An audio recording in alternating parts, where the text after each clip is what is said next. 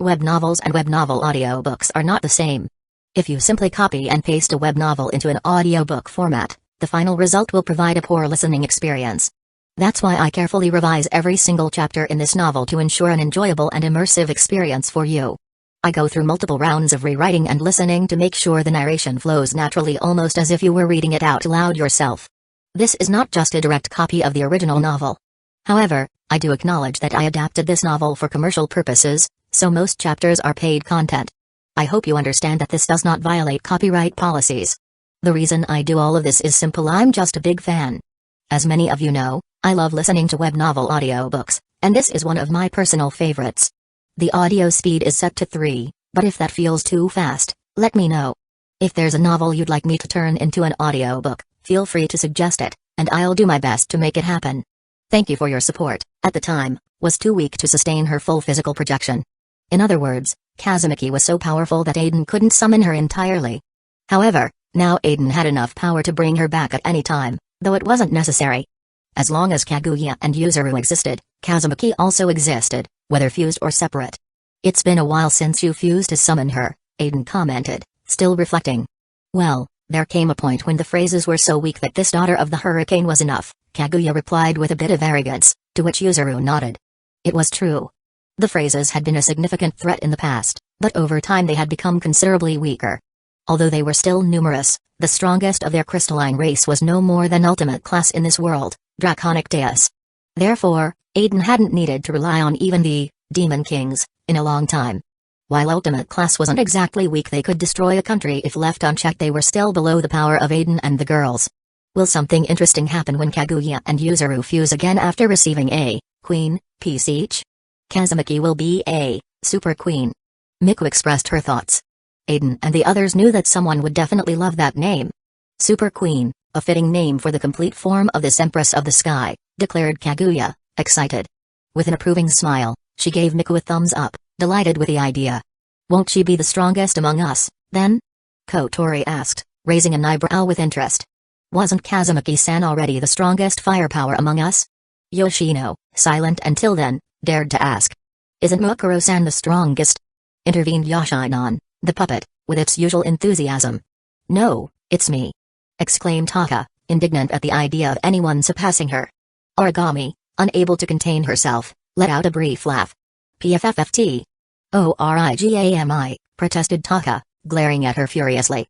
Aizen, taking control of the conversation, said while biting into toast, setting aside who is the strongest, once you get your physical bodies, you should casually train with each other so you don't get rusty. Anyway, I plan to build a large training field next to the base in the dimensional gap. Everyone nodded. They didn't want to lose their skills just because they were living in peace. After all, they had already spent more than 30 days in this world and had barely fought.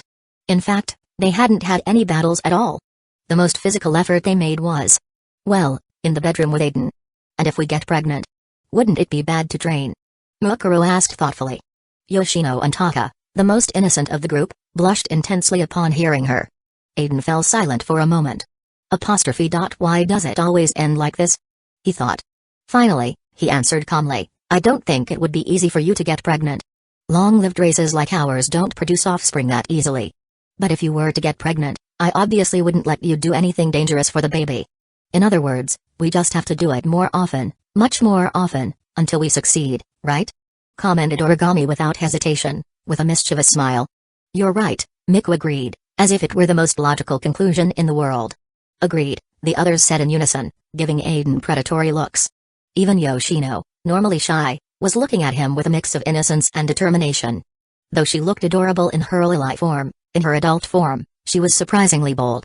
Aizen, though not scared, felt an intense pressure under those gazes. Chapter 32, Dimensional Gap. Hanging Gardens of Babylon. Training Field. 2 days later. Within a vast training field approximately 5 square kilometers in size, filled with mountains, hills, rivers, and lush vegetation. Boom. The sound echoed as a broadsword and a spear clashed violently, sparks flying as the ground cracked under the pressure. Taka, wielding her sword, Sand Alphen, delivered a powerful strike, sending Kaguya's spear, Raphael, flying hundreds of meters away. However, Kaguya remained unfazed. Twisting in midair, she landed gracefully, sliding across the ground until regaining her stance. There's no way you can beat me in brute strength, idiot. Taka shouted from a distance, her voice ringing with defiance. Taka was clad in her imposing astral dress, Adonai Melech, an outfit combining black, cream, and pink with silver armor in purple and cream tones adorning her shoulders and waist. The back of the dress was open, revealing a black corset and a layered skirt that faded from pink to white, ending at her knees. Her hair was tied back with a butterfly-shaped ornament, while her gauntlets decorated with petal-like cuffs and her armored boots completed the ensemble. Kaguya, on the other hand, wore her own astral dress, Elohim Tsabeth. Its dominant color was purple, with chains wrapping around her right hand and foot. The lower half of her dress featured a half-skirt that extended to her knees, flaring open around her thighs, reflecting her commanding unlethal style. Angrily, "Don't be so cocky." Yuzuru, Kaguya's twin, appeared in the sky, joining the battle in an astral dress similar to her sister's. Invoking Raphael, El Nash. Yuzuru's chain shot toward Taka at a blistering speed, twisting through the air as if alive, accompanied by concentrated storms that roared with fury. Boom. 2 against 1. "You self-proclaimed daughters of the hurricane have no shame," Taka exclaimed as the chains attacked her from all directions. The metallic sounds clanged loudly as Taka, wielding her sword, Sand Alphen, with incredible speed, deflected the chains one after another. Occasionally, she unleashed massive energy slashes at Yuzuru, who remained in the sky, agile and defiant. The artificial ground of the field, battered by the fury of the battle, was riddled with cracks. Debris floated everywhere, propelled by the explosions that rocked the battlefield. Taka leapt nimbly from one piece of debris to another, evading the stormy chains pursuing her. With unwavering determination, she locked her gaze on Yuzuru, who hovered in the sky, and suddenly... Stop! Bang! The block she had been standing on crashed to the ground under the force of her leap. From above, Yuzuru watched as Taka launched herself toward her at lightning speed. Quickly, she summoned multiple storms in an attempt to block and counter her, but Taka's strength was simply overwhelming. "These little storms are nothing to me," roared Taka, gripping her broadsword with both hands. With a powerful motion, she unleashed a purple energy slash that surged forward like lightning toward Yuzuru. Slash! The storms in its path were cleaved in two as if the sky itself had been torn apart, and the attack continued its relentless advance toward Yuzuru. "Request, Kaguya, I'll leave this to you," Yuzuru said calmly.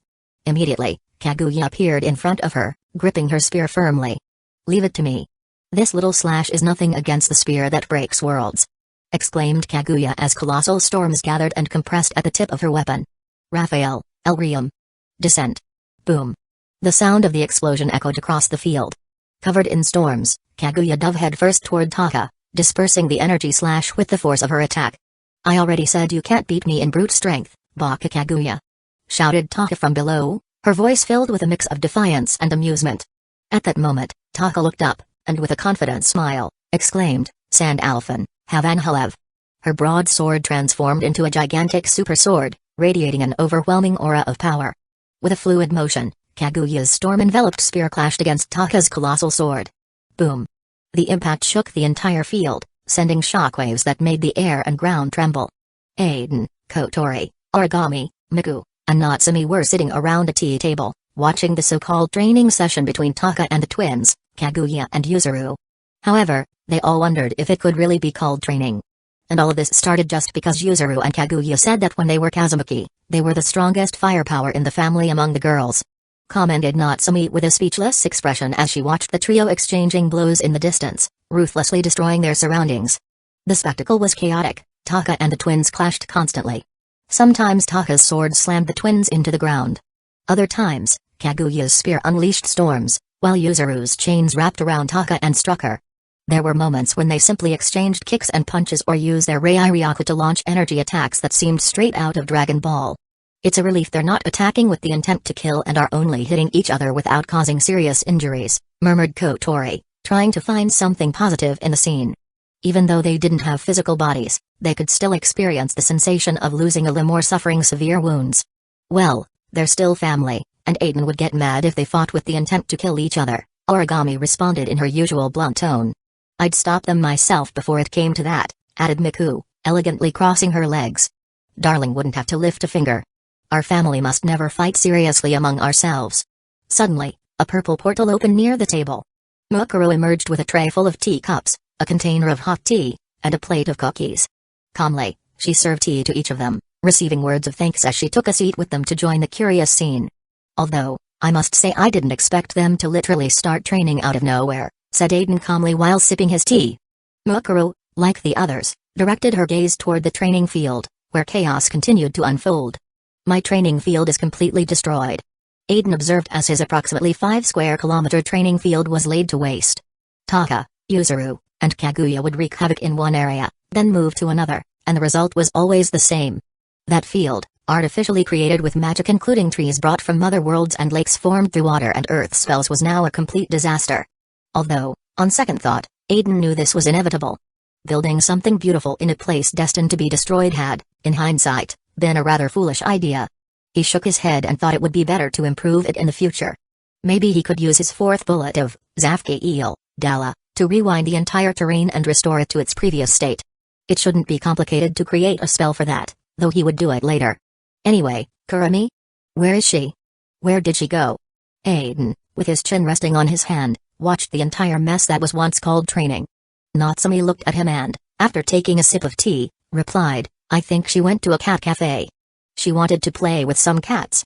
Though before leaving, she only said she was going for a walk. I guessed what she was about to do because she had that embarrassed look when telling the truth, she added with an amused smile. I see. One of the few things that embarrasses Kurumi is her fondness for cats, Origami commented, nodding. Sometimes Kurumi would sneak away to play with cats at cafes, though she felt deeply embarrassed about it. No one really understood why. Maybe she feared her image as a mature Ajao-sama would crumble, making her look like an excited child playing with a toy. It's cute that she worries about something like that. Aizen nodded. Meanwhile, he and the others continued chatting calmly, drinking tea as they watched the chaotic training unfold. Some time passed until, upon seeing that the girls weren't stopping, they decided to walk along the floating platform in the dimensional gap. This platform, about 40 square kilometers in size, had several interesting areas. There was Aiden's main residence and his family's, along with additional housing the size of a village for future guests. It also featured a laboratory that Aiden planned to use for building things in the future, as well as the imposing King's Monument. Aside from these structures, the rest of the terrain was covered with vegetation, hills, rivers, and other elements artificially created with magic. Finally, Aiden and the others arrived at the blue crystal tree. There, a small door allowed for configuring everything from the inside and placing pieces in a special compartment where they transformed into spirit pieces. They're still not ready, huh? Origami commented, observing the 11 queen pieces faintly glowing blue inside the King's Monument. They're ready, but I want them to grow stronger. After all, this is the core of your physical body, like a metaphysical heart, Aiden said as he looked at the queen pieces and responded to Origami. But I already want my physical body. Origami replied seriously, showing a melancholic expression. Miku, Mukuru, Kotori, and Natsumi remained silent, sharing the same desire in their hearts. Aiden looked at Origami and patted her head, fully aware of what that pervert was thinking. She gazed at him, smiled, and softly touched his cheek. You know, Origami. The first time you have a physical body, it hurts. Since you're a virgin. Aiden murmured into her ear, causing her to blush with excitement. It doesn't matter, she replied without hesitation. So that's why you had that melancholic expression. Kotori exclaimed, regretting having thought well of her for a moment. Haha, Mukuru let out an amused laugh. Seriously, Kotori, what else could be in her head? It's just Aiden and having Aiden's children in her mind. Why would you think well of her knowing her so well? Natsumi commented, shaking her head, refusing to make the same mistake. PFFFT Miku couldn't help but laugh as well. The group silently observed the pieces for a while when, suddenly, they felt Taka's and the twins' Reiryaku increase even further. But after a few seconds, they could only sense 2 Reiryaku signatures. Taka and. So they fused, huh? Flash. Boom. The twins' Reiryaku increased so much that the entire training field became their territory, flooded with uncontrollable storms. Taka, suspended in the air, watched as the twins' bodies lit up until they literally became wind. This wind intertwined in a spiral, spinning frantically until it exploded, illuminating everything around it. Then, the storms that had been raging uncontrollably calmed, as if a higher being had taken absolute command. It was then that Taka saw her. A figure reminiscent of Yuzuru and Kaguya, yet at the same time different. It was as if they were a complete version of both, taller, with a more developed body. Her astral dress had also changed, and she now bore the angel, Raphael, in its entirety. From her back emerged 2 metallic wings, resembling those of an angel, and a scarf elegantly adorned her neck. Kazumaki. Taka murmured, uttering the name of this new woman. Mockery, dear little sister, do you truly think you can defeat me? Watch closely as the Typhoon King, in all her splendor, drags you through the ground with no effort at all," declared Kazumaki with a smug smile. At that moment, all the storms within a 5-kilometer radius surrounded Taka, spiraling from every direction. "Humphrey. Do you still think you have a chance? Very well, I don't mind giving it my all to prove you wrong," Taka shouted with fierce determination. "Stop." She forcefully stomped the air, and a golden throne appeared before her. She grabbed it with both hands, and the throne shone brightly before shattering into pieces. The fragments transformed into pure energy, enveloping her astral dress and sword in a blinding glow. Armor mode, Ray Libish. Taka's astral dress changed, transforming into golden-plated armor. Her sword also morphed, becoming a broadsword that radiated overwhelming power. Excitement, at last, I am at my peak. Prepare yourself, because what's coming won't be a simple blow but a storm. Kazumaki shouted, and before Taka could respond, her body vanished. Instinctively, Taka raised her right forearm, as keeping up with the speed of the fused twins was impossible. Boom.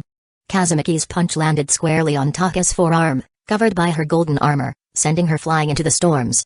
By Kazumaki's command, the storms unleashed thunder and tornadoes that struck her relentlessly. Taka struggled to regain her balance as she was hurled by the impact, but suddenly she felt chains wrapping around her waist, dragging her further into the heart of the storms. "Damn it!"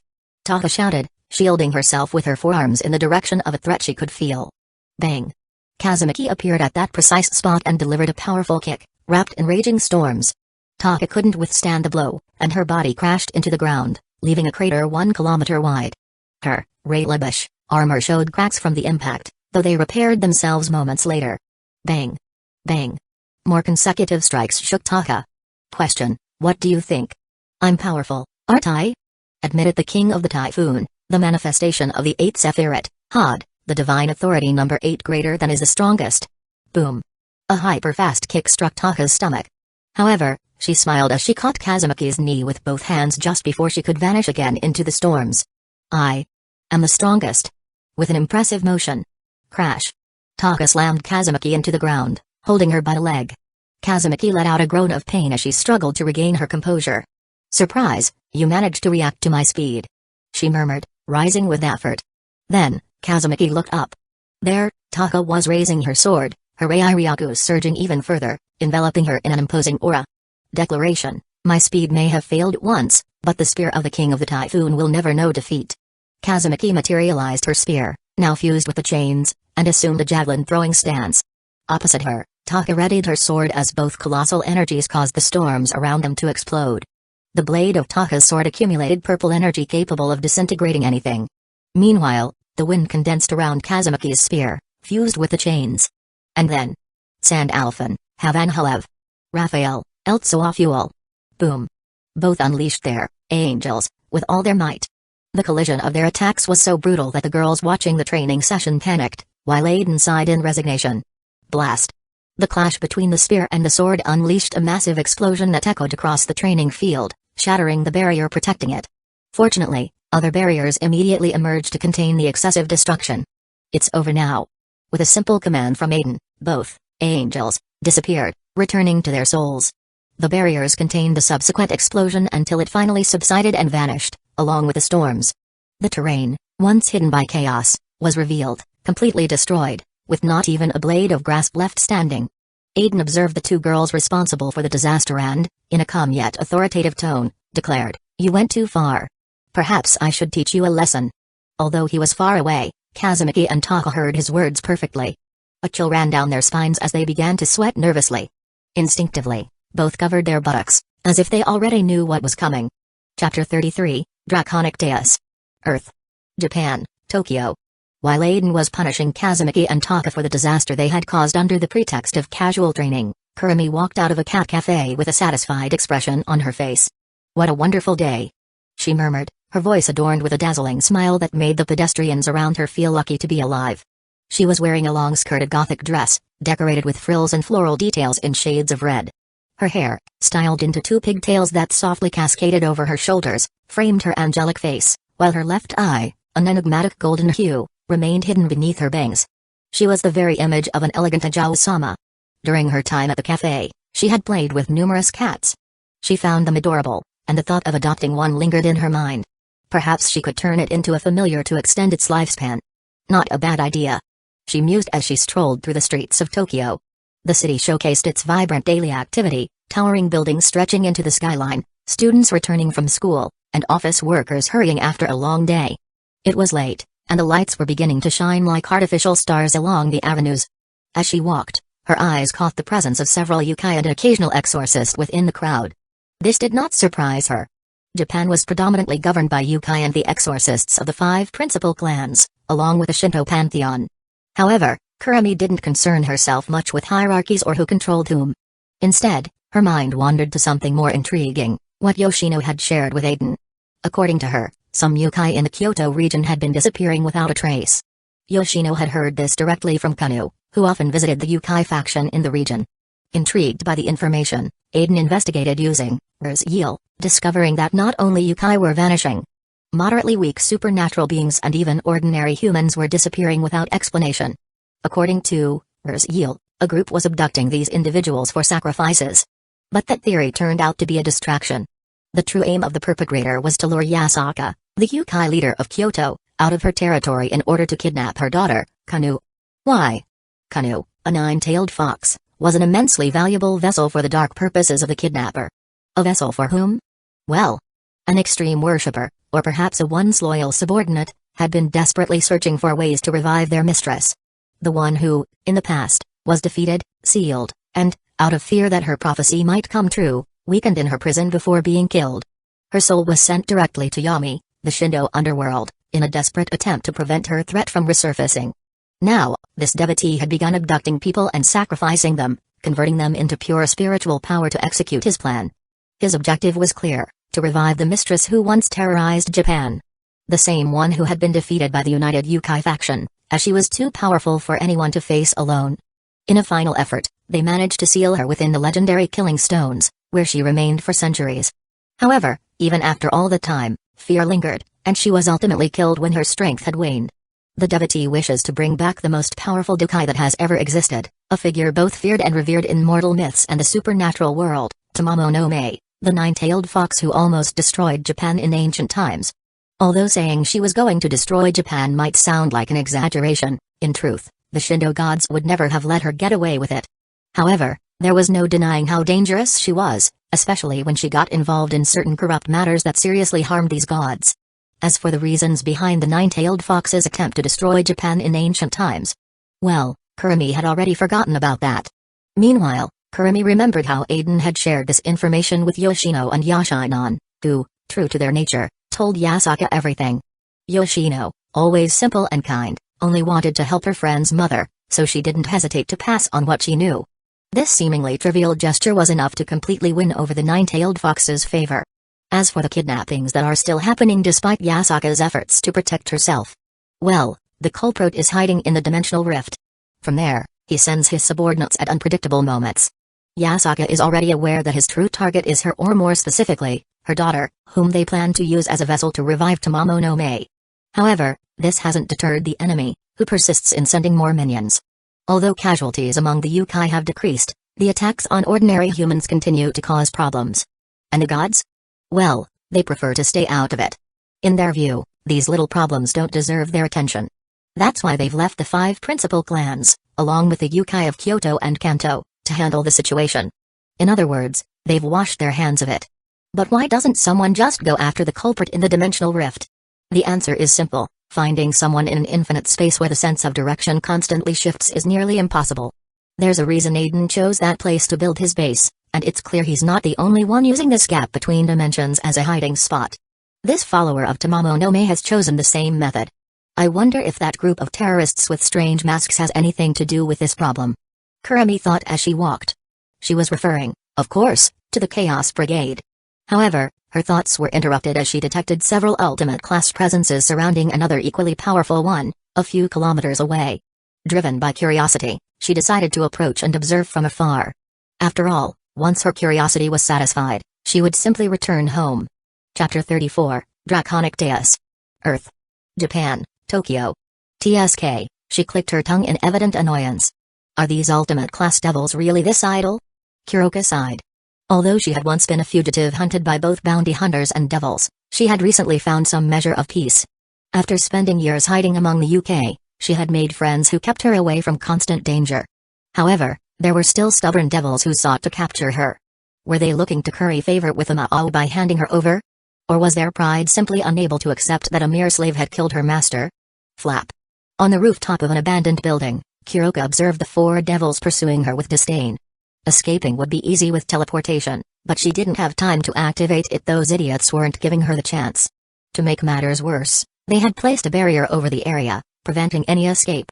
I should have brought Lafay. She would have ignored this ridiculous barrier with her magic.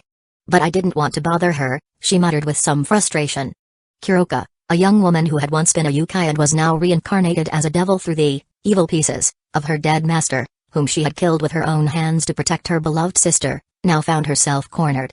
Her hair as black as the night, her matching kimono, her slender figure, and her golden cat-like eyes stood out under the moonlight. She had came to investigate the disappearances of UK, intending to return a favor to Yasaka, who had helped her in her darkest hour. But instead of clues, she found trouble. Now, she was alone, with no backup from her friends. 1 against 4?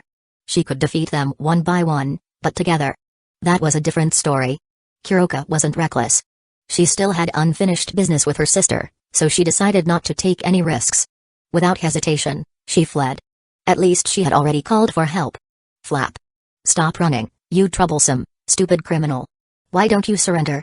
One of the devils shouted from the air, his wings extended as he looked down at her. The rooftop of the building was high, and the full moon loomed behind him. Your friends won't make it in time. You're surrounded. A weak devil like you could never make me surrender, Naya, she replied disdainfully as she activated her senjutsu to sharpen her senses and avoid any surprises. The devil, offended, responded with a string of curses she ignored. Flap. 4 ultimate class devils came specifically to capture you, you should feel honored, another devil proclaimed arrogantly. Kuroka laughed mockingly, looking at them as if they were children pretending to be important. Honored? To stand before a cowardly and ugly fool like you? Naya, not even in your wildest dreams, Naya, she retorted with a mocking smile. The devil, irritated, insisted, a wandering criminal like you, who had no qualms about killing her own master, should be chained in a cell, awaiting the sacrifice that will teach other slaves their place. Kuroka narrowed her eyes, a dark smile forming on her lips. If I could kill that scum again, I'd do it 1,000 times, she declared fiercely. But at the thought of her sister, her expression shifted. She clicked her tongue, a mixture of sadness and anger. Why waste time with her?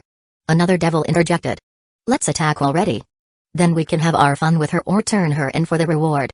The others nodded, and as they continued to spew vulgar remarks, Kuroka felt her rage growing inside her. Kurumi observed the spectacle from the top of another building, clearly disgusted.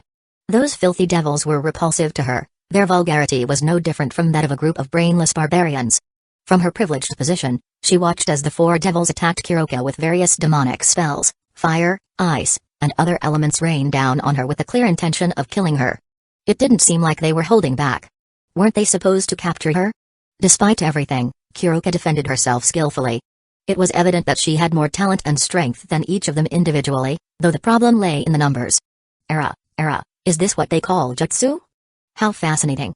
Yokai truly possess a unique mastery in handling their yi to perform magic. Oh, but this talent doesn't stop there, does it? Their senjutsu also has a touch worthy of admiration, Kurumi commented thoughtfully, resting a finger on her cheek. She continued to observe from the shadows, deciding whether to interfere. As a decent woman, she couldn't allow Kuroka to fall to those barbarians if she ended up losing. Besides, helping her wouldn't take much effort. Kuroka used illusions to confuse her opponents, creating multiple copies of herself or spells that appeared real, while the real one attacked them from unexpected places. Thanks to her senjutsu, she could hide her presence, making it extremely difficult for the devils, even if they were ultimate class, to locate her. Frustrated, the devils began to use more demonic power, destroying the surrounding area. This forced Kuroka to defend herself with barriers, which temporarily dispelled her illusions. However, she quickly created new ones. She also used a poisonous mist that weakened her opponents, followed by black flames of intense heat. Taking advantage of her illusions, she attacked them while remaining hidden. At one point, she managed to trick one of them with an illusion and incinerated him with her flames, eliminating him completely. She's good. You can tell she's used to fighting multiple enemies at once, Kurumi murmured to herself, not taking her eyes off the scene. Despite Kuroka's resistance, after killing another devil, the remaining 2 became enraged. One confronted her in close combat while the other supported him from a distance, finally managing to put her in a tight spot. The situation became complicated, and the fight reached a stalemate. Without further delay, Kurumi stepped forward, and her figure vanished into the shadows. Kuroka dodged the devil's melee attack, disappearing into the thick poisonous mist while creating more illusions. At the same time, she used her senjutsu to hide her presence and reinforce her body. "Bitch! Come out right now!" the devil yelled furiously. The exhaustion was evident in his voice. They had tried to destroy the entire area with wide-range attacks, but the mist made it impossible to locate her. To make matters worse, 2 of them had already fallen. "Come out!" He tried to roar again, but he didn't finish. Bang! A punch reinforced with senjutsu and wrapped in black flame struck him directly in the face, burning his skin and disorienting him. "Bitch!" he roared as his demonic power exploded in response. With a swift movement, the devil managed to grab Kuroka by the arm, though he frowned as he felt something strange. Kuroka's body was too hard to be flesh, but he didn't hesitate and threw a punch reinforced with demonic power. Boom! Kuroka's body was struck, but within seconds, it vanished, revealing that it was nothing more than a piece of wood. "Another illusion?" he exclaimed, stepping back nervously. That cat always attacked from the shadows of her illusions. A sudden, burning pain in his chest interrupted his thoughts. Pierce. Kuroka's right hand, in a knife-like position, pierced his heart. The black flames began to consume him from within as she spoke with a mocking smile. Well, aren't you ashamed, Naya?" A group of pure blood devils crushed by a younger and more charming woman, Naya. The devil, unable to believe what was happening, watched as the black flames devoured his body. Weren't they ultimate class devils? Weren't they 4 against 1? How could this be happening? Damn. Shut up, Naya. Your ridiculous villain monologues bore me. You're probably so insignificant you're not even among the 72 pillars, Naya. No one will remember you, so do us all a favor and just die, Naya. The flames burned furiously. Whoosh. The devil's body was completely consumed. He didn't even have time to say his final words. Kuroka prepared to return to her illusions and the mist, but her skin suddenly tingled. Her senjutsu warned her of an imminent attack. Bang! A blue lightning bolt lit up the building, advancing toward her through a magic circle. The last devil, from the sky, beat his wings, his face betraying fear as he looked at Kuroka. She reacted instantly, covering her body with senjutsu and using her jutsu to create a protective barrier. Bang! The lightning struck the barrier, but her exhaustion was evident. The defense broke quickly, hurling her against a wall. Boom! The wall crumbled, and Kuroka crashed through another and another, until she lay trembling on the ground. Lefay. Why is she taking so long? Volley. Vaiku. Arthur. Sharon. Kuroka was injured and exhausted. Although she had managed to kill 3 opponents of her same level, a feat worthy of praise, the effort had pushed her to her limit. And there was still one more devil. Is the barrier preventing Lefay from locating me? With that doubt in mind, she staggered to her feet. Suddenly, the sound of footsteps echoed through the holes she had created when she was sent flying by the magic attack. She looked ahead and saw the last devil approaching slowly. You're still alive? Monster. Is this why you're an SS-class fugitive? He said in a tone that was equal parts incredulous and terrified. It seems we underestimated your strength. 3 of us, dead by your hands. Despite his approach, the devil couldn't hide the fear in his eyes. He. Kuroka let out a cold smile. Do you feel it, Naya? That fear crawling through your bones. How pathetic. Wouldn't it be better to run with your tail between your legs, coward, Naya? She was trying to buy time, even though her body was at its limit. Cough. A thread of blood escaped her throat. She was covered in wounds, her kimono shredded by the impact of the magic attack, but her golden eyes still radiated an intensity that made the devil hesitate for a moment. Shut up. He shouted, trying to regain his resolve. There's no way I'll let you live after killing 3 of us. If I kill you and report it to the underworld, all the credit will be mine, since those 3 no longer exist. The words made Kuroka look at him with disdain. What else could I expect from you, Naya?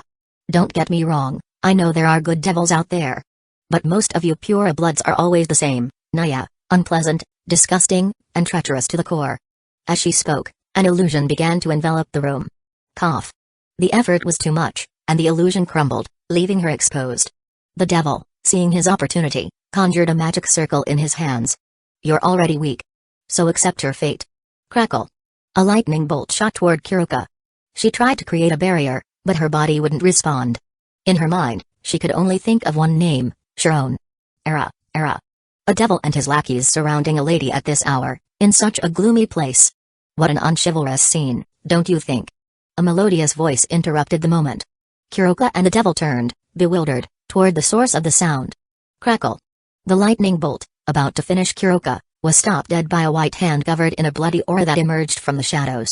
Here, I'll give it back to you. The hand twisted unnaturally, aiming at the devil. Wait. Bang. The devil didn't have time to finish his sentence. The lightning, transformed into a javelin, pierced his stomach. Before he could react, more hands emerged from the shadows, wrapping around him and lifting him into the air as they strangled him. Urgh. The pain in his stomach was unbearable, and the hands didn't even let him speak to beg for forgiveness. Only distorted screams filled with agony escaped his throat. Ugh, what a disgusting voice. Do us all a favor and be quiet, will you? One of the hands covered the devil's mouth as Kurumi walked calmly toward Kuroka. Without haste, she knelt in front of her, and a magic circle began to form in her hand. However, after a few seconds, she cancelled it. I was going to use a light spell to heal you, but now that I think about it, you're also a devil, aren't you? Ah, right, the evil piece, I suppose. Light would be rather problematic for you. Kurumi murmured, bringing a finger to her lips. So, what should I do? Call Dana-sama, maybe? She concluded, as Kuroka watched her, confused and unsure of what to say. Who are you? Why? Are you helping me, Naya? Kurumi pondered for a few moments before responding. Reason? Who needs one? I sensed your little skirmish from afar and decided to snoop around. But when I saw these brutes, I just couldn't resist the urge to get rid of them. Trash like this deserves nothing else. And, as a kind-hearted lady, I couldn't bring myself to return home knowing you were about to die here, right? Kurumi stood up after saying this and contacted Aizen to come. Kuroka, still wary, used her senjutsu to check if Kurumi had bad intentions, but she found none. I see. It seems you're being sincere, Naya, she murmured, relaxing a little. Then, she let her guard down, though only slightly, and added, thank you for helping me, Naya. Without the strength to defend herself, the only thing she could do was give thanks. Do you have somewhere to treat your wounds, Kitty-chan? Kurumi asked with apparent interest. My friends should be on their way. And Kitty-chan? Kuroka blinked, confused. They had never called her that.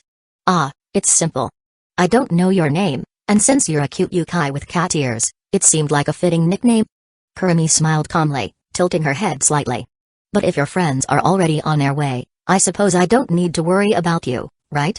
Kurumi shifted her gaze toward the devil. The body was already motionless, its empty eyes reflecting a slow and excruciating death caused by the wound in its stomach and the strangulation of the shadows. Kurumi, showing no interest, let the body drop to the ground. My name is Kuroka, Naya, said Kuroka, observing the corpse with satisfaction. Well, my name is Tokaizaki Kurumi, Kurumi responded, introducing herself with the false surname she had adopted in this world.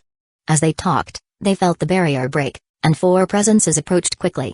Footsteps echoed in the air, followed by a voice filled with concern. Kuroka. Are you okay? I'm so sorry it took me so long. A blonde girl with a hat on her head and a broom in her hand came running toward them. However, upon noticing Kurumi's presence, she stopped abruptly, held back by a blonde boy standing behind her. Alongside them, a monkey-shaped yokai and a young man with silver hair cautiously watched Kurumi from the other side of the room. What a peculiar group you have here. 2 humans, a yokai, and, oh, a half-devil, Kurumi remarked with a light smile. Kuroka couldn't help but chuckle as she saw her companions finally reunited. Yes, Naya, she's not an enemy, Naya.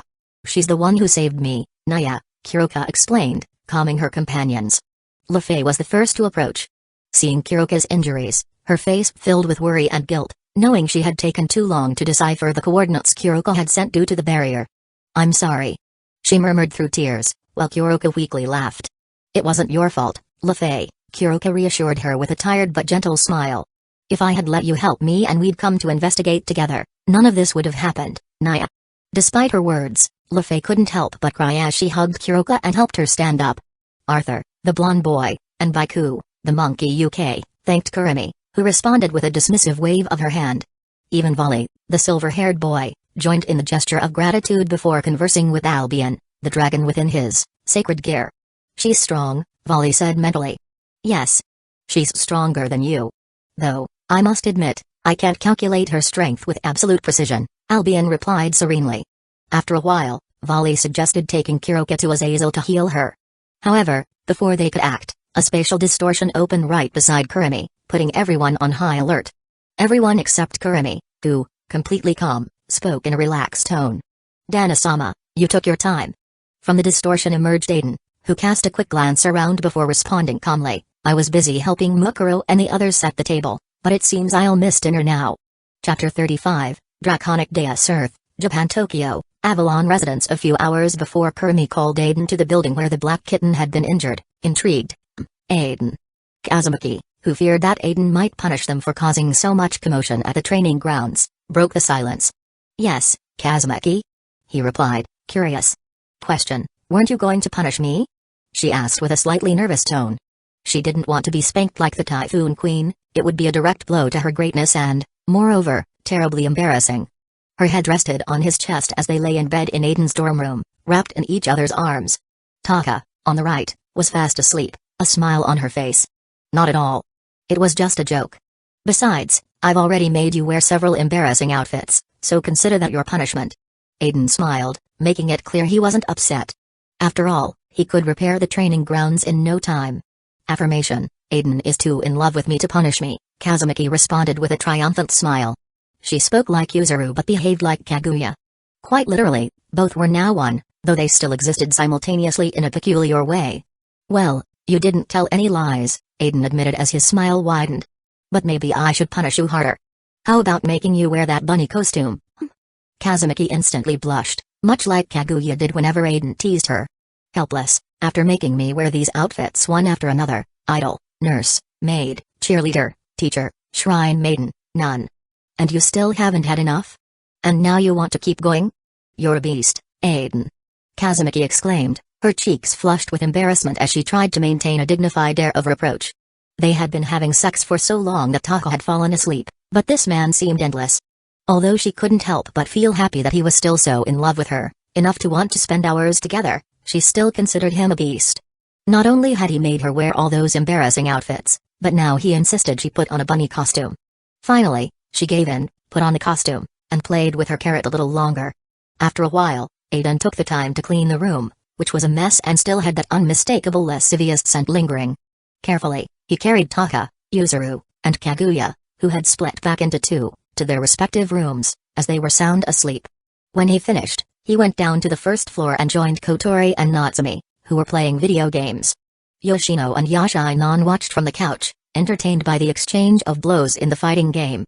It was a regular pastime for them, and they seemed to enjoy it a lot. Meanwhile, Mukuro was in the kitchen preparing dinner, as it was already dark outside.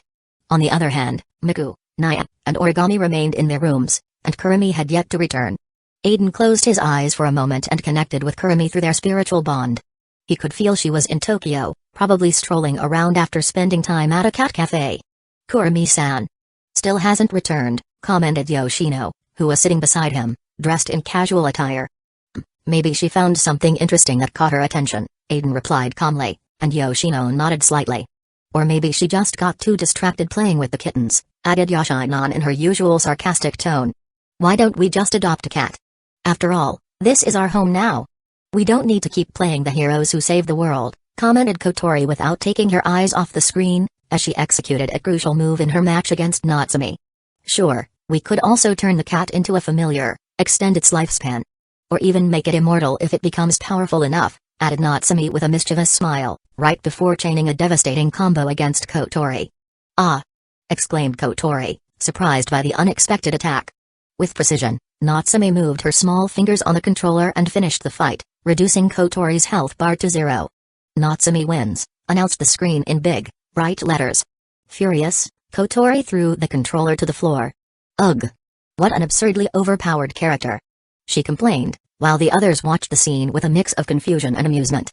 However, the controller never hit the floor, it floated midair and returned to her hand thanks to her telekinesis. Aiden and the others couldn't help but wonder why on earth she had thrown it in the first place. Anger issues? Maybe. In the kitchen, Mukuro had begun serving the dishes. Seeing this, Aiden and Yoshino joined in to help. "Thank you, Nashi-sama," Mukuro said with a smile as they continued placing the dishes on the table. After a while, most of the dishes were on the table, and everyone was gathered except Kurumi. Taka, Kaguya, and Yuzuru, despite being tired, came down to have dinner with their family. Naya, meanwhile, was watching the three in such a peculiar way that anyone might feel the urge to punch her. When they were about to contact Kurumi through their spiritual connection, Aiden received a telepathic message from her. "Dana-sama, Could you come to my location? Asked Kurumi, her voice sounding as though she were entertained. Aizen raised an eyebrow, and the others, noticing he was talking to her, continued setting the table while chatting among themselves. What's going on? Did you find something interesting? Or are you still playing with cats? Aizen asked. I wasn't playing with cats. She protested, mentally stammering with evident embarrassment before mentally clearing her throat to recover her composure. I found a Uchiha girl with surprising talent. She's injured, and while I could heal her, since she's a devil, light element healing spells would only harm her further. That's why I need you to come, darling. Aizen, knowing Kurumi well, immediately understood. She had probably come across something interesting while strolling, decided to investigate, and ended up taking care of the injured cat girl. Why don't you use Zafke Eel to rewind her wounds to when they were healed? He asked, knowing she could easily do so. I thought you didn't want me revealing Zafke Eel, you know. Danzō has become quite famous after that battle. That was at the beginning, Aizen replied. I don't mind if people know now that I'm the guy who fought Great Red. I only hid my identity to blend into this world without issues. You should know that. I see. In any case, come here for a moment, will you? I can feel the presence of a Longinus user nearby. Weren't you eager to analyze one of those? You didn't get the chance with the boosted gear that day, did you? I'll wait here, dear. And with those words, Kurumi ended the mental communication. Aizen remained silent for a few moments, wondering how Kurumi had suddenly found a Longinus user. There are only 13 of them, you know. They are scattered across the world, making encountering one an extremely rare occurrence. However, Aizen decided to stand up from his chair. Analyzing a Longinus was something that intrigued him, but he had also considered meeting Azazel, the leader of Grigori, to exchange knowledge. What could Aizen offer in return? He had some rare materials, but he doubted that would be enough for Azazel to share the research of his lifetime with a stranger. Perhaps, if he managed to become his ally, he could gain access to that research. Another option would be to reveal the method of crafting modified, evil pieces, capable of producing fallen angels, something that would undoubtedly catch Azazel's attention. But Aizen didn't want to hand over that knowledge so easily. Wouldn't the same thing happen as with the devils? The fallen angels might begin forcing humans to reincarnate, creating a new disaster for humanity. Although Aizen didn't see himself as a hero destined to protect humanity, he was still human, well, half human, and couldn't help but worry about them. That's why he preferred to avoid letting that knowledge fall into the wrong hands. If he managed to analyze some sacred gears, perhaps he could attempt to craft them on his own. Are you going somewhere, Nashi-sama? Mukuro asked, having just finished setting the dishes on the table with the help of the others.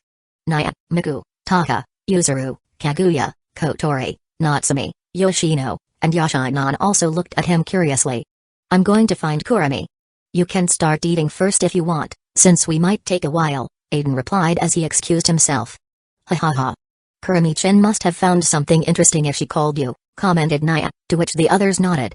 It's probably cats, I'm sure, added Miku with a sly grin. I agree, all of them replied in unison. If Kurumi had been present, she probably would have scolded them for mocking her.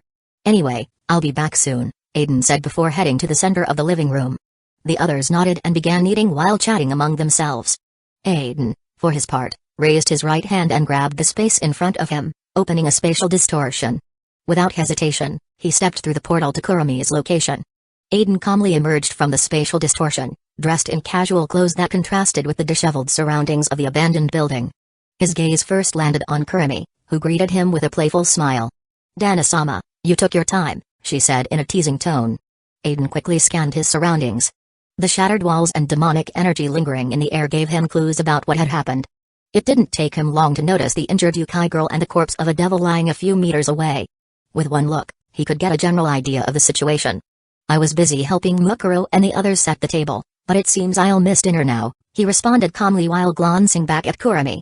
The group present, Vali, Kuroka, Vaiku, Arthur, and Luffy, immediately tensed upon sensing the dangerous aura emanating from Aizen.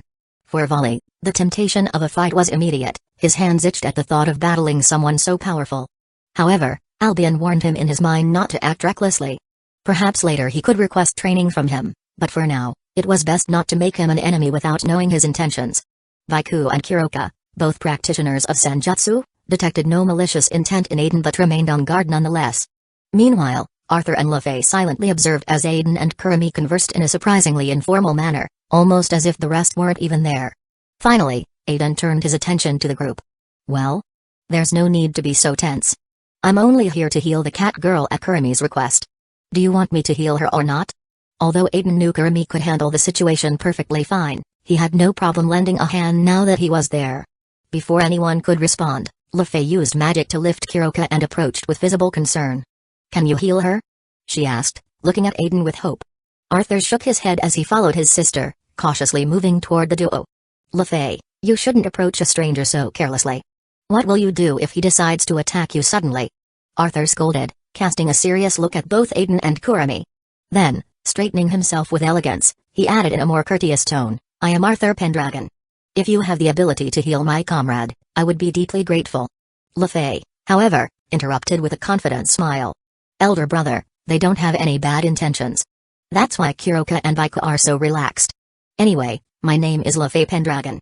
If you could heal Kuroka, we'd greatly appreciate it. Oh, and we could be friends too. That's fine, Aizen replied as he approached Kuroka. With a calm gesture, he placed his hand on the cat's head. She looked at him silently but said nothing. Zafke eel, Dala, Aizen said mentally. His golden left eye changed, taking on the same appearance as Kurami's, as the clock hand in his pupil turned until it pointed to the number 4. Immediately, Kuroka's wounds began to heal as her body's time rewound to a state prior to the injuries. Lefei watched in amazement, quickly deducing it was time manipulation. By the way, my name is Aizen Avalon. A pleasure to meet you, Pendragon-san, Aizen said, addressing the two blondes after completing the process. You can call me Lefei. And you don't need to use honorifics with me, I'm not from Japan, Lefei replied with a radiant smile, happy to see Kuroka fully recovered. You can call me Arthur, her brother added formally. Oh. Amazing, Naya. It's like my wounds never existed. Thank you, Naya. Kuroka exclaimed, now fully healed. With a quick magic spell, she replaced her damaged kimono with a new one and approached Aizen to thank him. You're too close. Aizen thought as he caught the sweet scent emanating from her. After talking for a while, everyone introduced themselves. They held a good opinion of Aizen and Kurami for saving and healing their friend, so after the introductions, the atmosphere became more relaxed. Aizen-sama, are you British? Lefei asked curiously as she observed the boy's white hair and reflected on his surname, Avalon. In Arthurian mythology, King Arthur was taken to Avalon to heal his wounds, and in this mythical world, that was a fact. Well. Half, Aizen replied calmly. My mother was British, and my father Japanese. That's where my name comes from. As he spoke, he couldn't help but remember Ravel, as Lefei called him Aizen-sama in the same way she used to. Lefei nodded, apparently satisfied with the response. How old are you, Naya? Kuroka asked, tilting her head in curiosity. Although Aizen appeared to be about 16 years old, she could feel the immense power he radiated, and in a world where anyone could alter their appearance, the question was inevitable. Aizen remained silent, visibly uncomfortable. Admitting that he was an old man wasn't high on his list of priorities. PFFFT Kurami's restrained laughter broke the tension. Lefei, Kuroka, Viku, Arthur, and Volley turned confused gazes toward Kurami, their expressions synchronized as they tried to understand the joke. Fufu Danasama isn't as young as he looks, Kurami explained with a mischievous smile. He acts this way because he sealed his personality to avoid changing over time. Oh. So how old are you? Are you an old man in a kid's body? Viku asked from his flying cloud, crossing his arms with an amused grin. Aizen frowned, shooting an annoyed look at the monkey Yukai. Before he could respond, a voice echoed from behind Volley. He must have over a century of experience. That killing intent, refined through countless battles, and that overwhelming strength aren't achieved overnight. Sealing your own personality to remain unchanging. Truly fascinating, analyzed Albion from Volley's Sacred Gear. Aizen sighed, resigned. Fine. I'm 120 years old. I'm a grandpa. Happy now? He said with a mix of sarcasm and weariness. Then he added, anyway, I sealed my personality because I didn't want to change, or become old and boring. I also didn't want my hobbies to change or to turn into someone I wouldn't recognize. The group processed his words quickly. After all, in this mythological world, living for over a century wasn't particularly strange. There were far stranger people wandering around. A moment of silence passed before Volley, unable to contain himself any longer, finally addressed Aizen, fight me. The declaration was direct, as if it were the most natural thing in the world. For Volley, the idea of testing his strength was irresistible. Not only did he enjoy combat, but he also had a feeling that facing Aizen would make him stronger. The stronger he became, the closer he would be to fulfilling his goal of defeating his grandfather. Aizen looked at him curiously, wondering if this boy was yet another battle addict who couldn't resist a good fight. Why? There's no deep reason. I just want to measure my strength against yours, to face you and see how far I can go, Volley said with unwavering confidence, straight to the point. But I don't gain anything from this, Aizen remarked, crossing his arms as he evaluated the situation. At another time, he might have agreed without a second thought, but now he wanted to get something out of the proposal. Volley's group collectively face-palmed, sighing in unison. They were used to their leader's impulsive antics. What do you want? Volley asked impatiently. If fulfilling a condition was what it took to convince Aizen, he was willing to do it, as long as he could gain a new training partner. How about letting me see and analyze your sacred gear, if I win? Aizen replied, pretending to think for a moment before making his proposal. I don't mind, Volley said immediately, while Albion in his mind confirmed he had no objections either.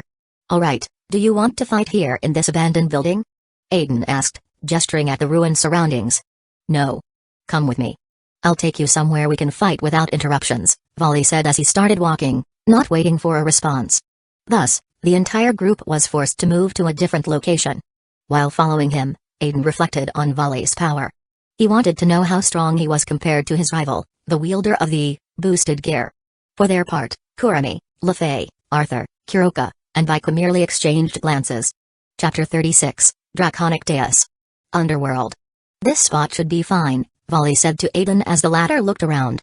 Right now, they were in the underworld, a place where the sky was purple and lacked a day-night cycle. Demonic energy saturated the air with a heavy density, making it clear that this was the origin and home of devils. They were in a deserted area, surrounded by a forest that encircled a large lake and a few scattered hills. Kurami, Arthur, Baiko, Lefei, and Kuroka watched from a distance. Aizen could make out Kurami, Kuroka, and Lefei conversing about something, but he turned his attention back to Volley. The underworld has some pretty scenic natural spots, Aizen commented casually as he took in a view.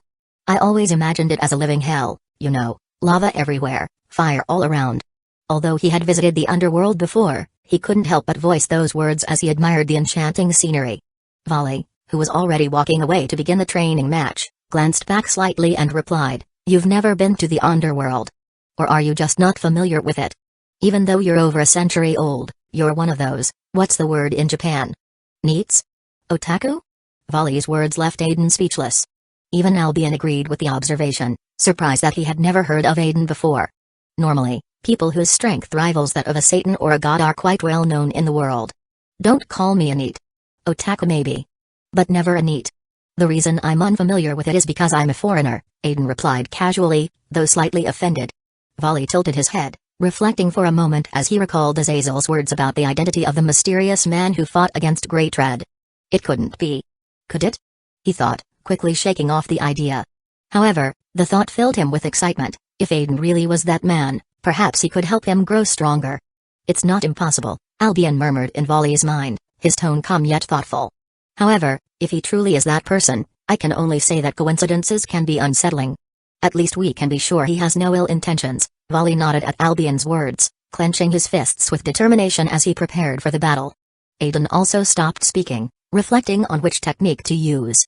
He knew he had to hold back to avoid ending the fight in an instant, as he wanted to gather data on the sacred gear in use. I'll use my magic formula. After all, I rarely ever use it since I'm always employing Gate of Babylon, or the Angels, he thought to himself, a faint smile forming on his lips. In the past, Aizen had created a unique technique called Kabbalistic Formula, inspired by the Kabbalah and the Tree of Life.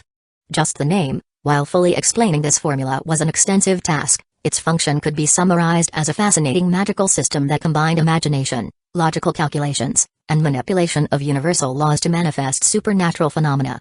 The principle was simple: the less logical the created spell was, the more magical energy it drained. Aizen had designed this system as a means to harness his human side, namely his magical power. Although he could also fuel it with his spiritual energy, Rei-Ryaku, the main goal was to make use of his magical energy, which usually went unused except when activating Gate of Babylon, or employing Kaleidoscope, to travel between worlds. Aizen created this system more out of whim than necessity. His angels and demon kings already possessed sufficient offensive power, so there wasn't a real need to complicate things. However, during those 100 years of boredom, he decided to finally materialize this concept. Now then, what would you prefer? To make complex calculations about the laws of the universe and focus all your imagination? Or to simply wave the divine authorities, which activated by sheer will? Aizen preferred the latter, which is why he rarely used the Kabbalistic formula, despite having created extremely efficient spells with this system. In general, he found it more practical to rely on his angels, but on this occasion, he decided to use his magic. He didn't want to end the fight immediately and was looking for a more interesting challenge. I could also use the Tki I've been practicing. Aizen thought as he watched Volley, who was smiling with evident excitement. Well, shall we begin? Aizen said calmly. Volley responded by activating Divine Dividing, instantly. Of course! He exclaimed enthusiastically as bright blue crystalline wings emerged swiftly from his back. Kurumi watched the battle with a calm smile. She wasn't surprised, after all, she knew her husband was stronger. It wasn't like Volley was fighting with everything he had at that moment, but even so, he was taking a beating. Aizen attacked Volley while using his magic to summon magical constructs of various elements. However, lightning was the one he was using the most. Dash. From multiple magical circles adorned with runes and Kabbalistic symbols, lightning spears shot out at high speed, in hundreds of projectiles. Volley dodged them while flying with his Divine Dividing, and those he couldn't avoid, he caught with his hands, dividing their power and absorbing the spell's energy. However, the overwhelming quantity forced him to alternate between dodging and using his own demonic power to cast spells while trying to close the distance with Aizen. Since he wasn't using his balance breaker yet, he needed direct contact with his target to divide its strength. It's amazing. Lefay murmured with evident fascination, her eyes sparkling as she admired the intricate magical circles. Then, she turned to Kurumi with genuine curiosity and asked, Kurumi-sama, is Aizen-sama really human? Is he calculating that magical formula on his own? Although lightning spells weren't particularly difficult for her, what truly impressed her was the complexity of the magical circles Aizen was creating. Kurumi noticed that, even though everyone kept their eyes on the battle, they were paying attention to the conversation. Calmly, she responded, Danzō is constantly calculating to construct the spells. But in this technique, it's also necessary to imagine the magic's form. The calculations are used to further enhance its effect. Lefay nodded, intrigued, and continued asking questions that piqued her interest, while Kurumi answered with calm and patience. Kuroka, driven by her curiosity, jumped in without hesitation, Kurumi, you and Aizen are married, Naya? The question carried no hidden intention, it was pure curiosity. Of course. Danzō and I have been deeply in love forever. Naturally, we're married and enjoy a life full of happiness, Kurumi replied with a serene smile. Wow, that sounds like a fairy tale, Lefay commented, her eyes sparkling with curiosity. If it's not too much trouble, could I ask how long you've been together exactly? I'd love to know. Kurumi closed her eyes for a moment, as if reviewing an internal record, and then replied with absolute precision, Danzō and I have been married for exactly 95 years, 7 months, 2 days, 12 hours, and 34 seconds. The accuracy of the response was a bit unsettling, enough to make Lefay twist her lips uncomfortably. Kuroka, however, simply let out a light laugh before turning her attention back to the battle. At that moment, Aizen conjured a net of lightning in the sky, designed to block Volley and limit his ability to fly. Volley, determined to ignore the obstacle, attempted to divide the spell by touching it directly with his Divine Dividing, but the net moved nimbly, dodging his arm and attacking him from another direction, wrapping him in electric shocks that paralyzed his body. Ugh, that had to hurt. Those spells are to be taken lightly, huh? Look at that face of pain, I almost feel sorry for him. Almost. But hey, why doesn't he activate the balance breaker? If he keeps this up, there's no way he'll get close, Vico commented with a half-smile while floating carelessly on his flying cloud, enjoying the show. He's probably just gauging his options, but Aizen isn't giving him room to have fun, Arthur remarked, adjusting his glasses with an unshakable calm. The electric net ended up completely wrapping around Volley, immobilizing him midair like prey caught in a trap. Dash, Aizen pronounced firmly. Immediately, a chain of energy emerged from a magic circle beneath Volley's feet, who floated over 100 meters high. The chain moved swiftly, wrapping around his legs and binding him tightly. Under Aiden's command, the chains pulled him directly toward his position. Aizen clenched his fist, and a white aura began to surround his body, increasing his stats by 10 levels and pushing him even further beyond. Oh. Ki, as well? He has experience manipulating ki, life energy, Vico murmured, impressed by Aiden's displayed skill. However, Kurumi interrupted his thoughts with a casual comment, Danzō has been practicing ki control for less than a week. What? He's very strong. Volley murmured, struggling to free himself from the chains that imprisoned him. Yes, And I can assure you he's not fighting seriously. The power he's building up in that punch is overwhelming.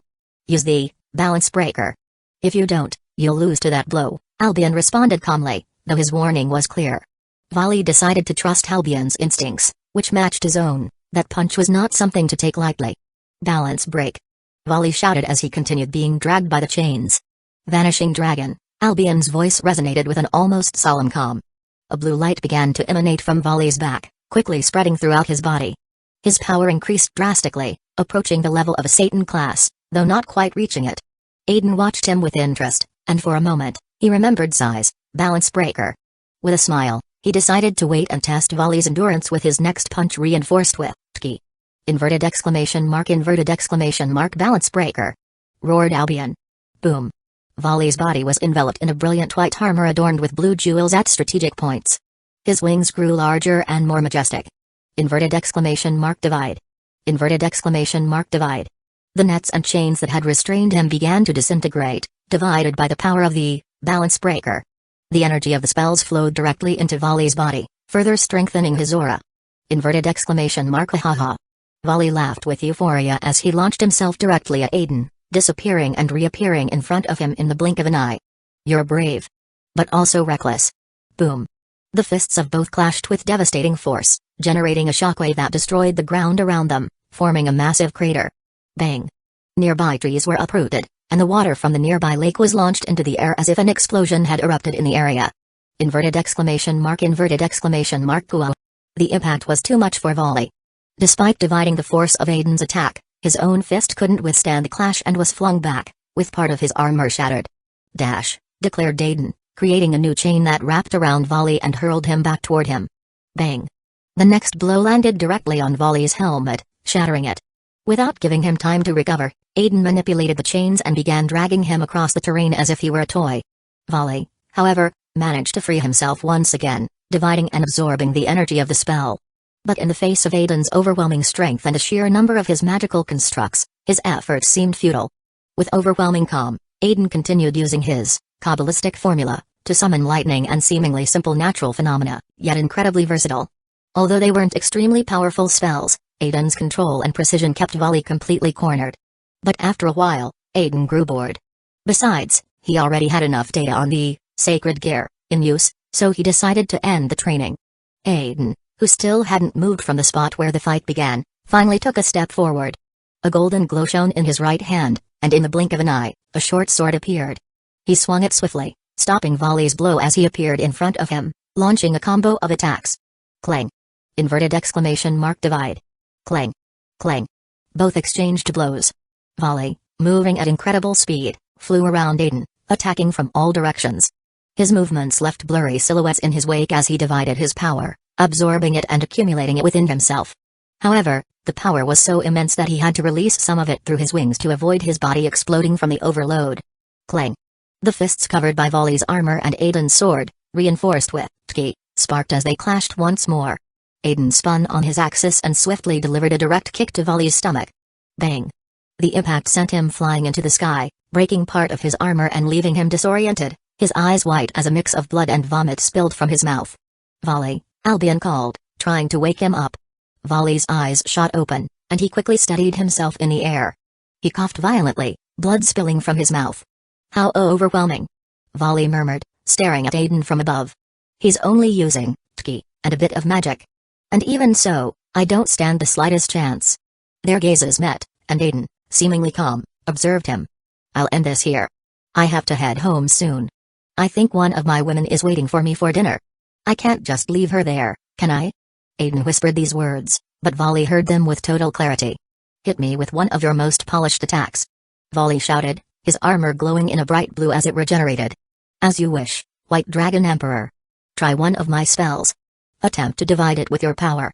Aizen activated a magic circle above his head, a radiant halo that seemed to envelop him. He felt his brain accelerate, his perception of the world becoming clearer. His thoughts flowed at a dizzying speed, and calculations were performed in fractions of a second. This was thought acceleration.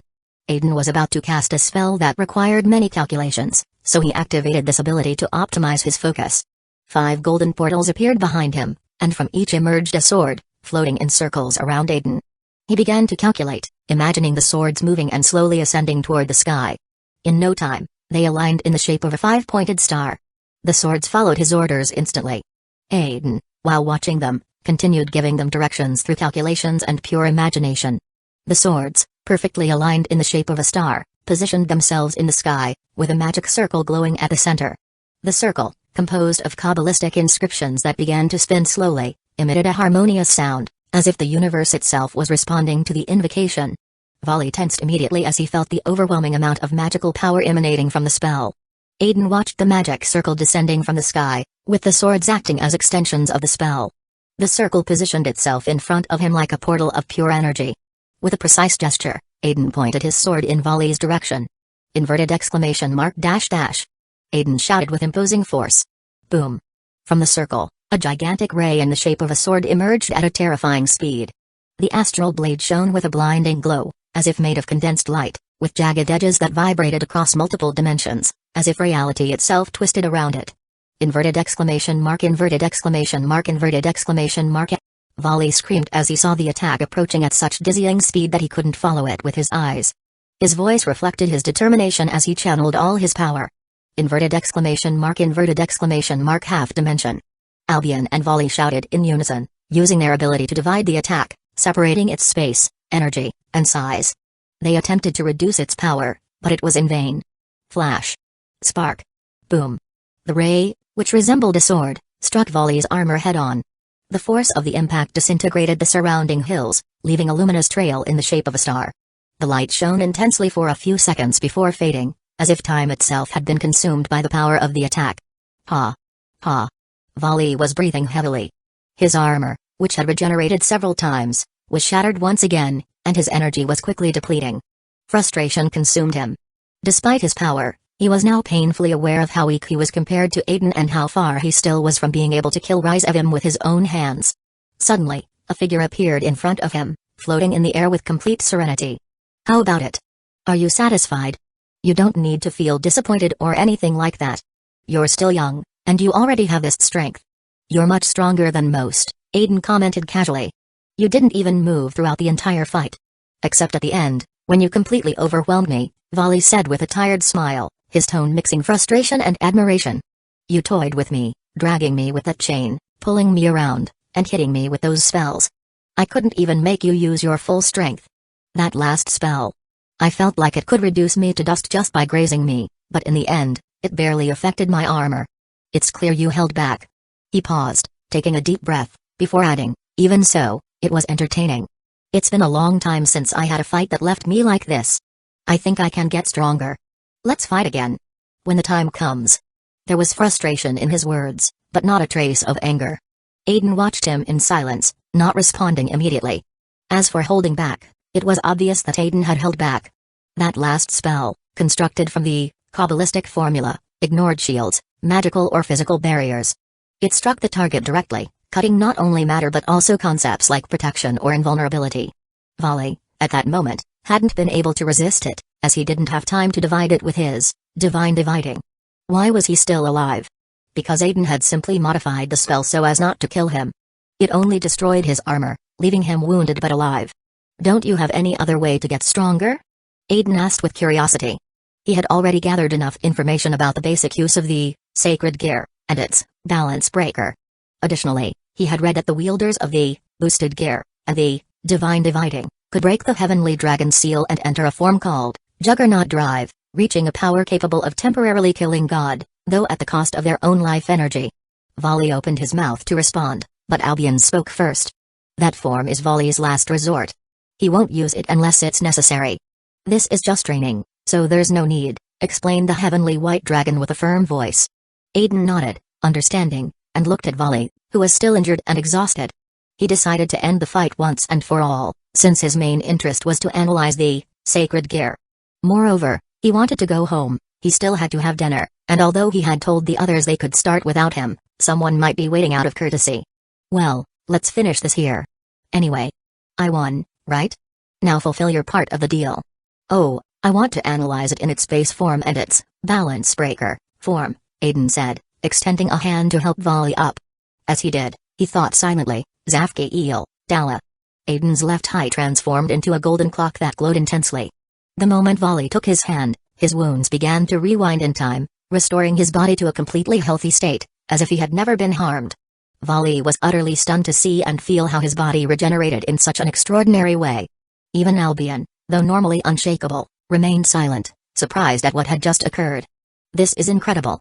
It's just like Kuroka said, it's as if my wounds never happened, Volley murmured, looking at his hands and restored body in amazement. Well, that's exactly what happened, Aiden replied naturally, as if it was no big deal. I rewound the time of your wounds to a point where they didn't exist. Simple as that. Volley looked at him. Are you a god of time? Or from the Agas clan? No. You're not a devil.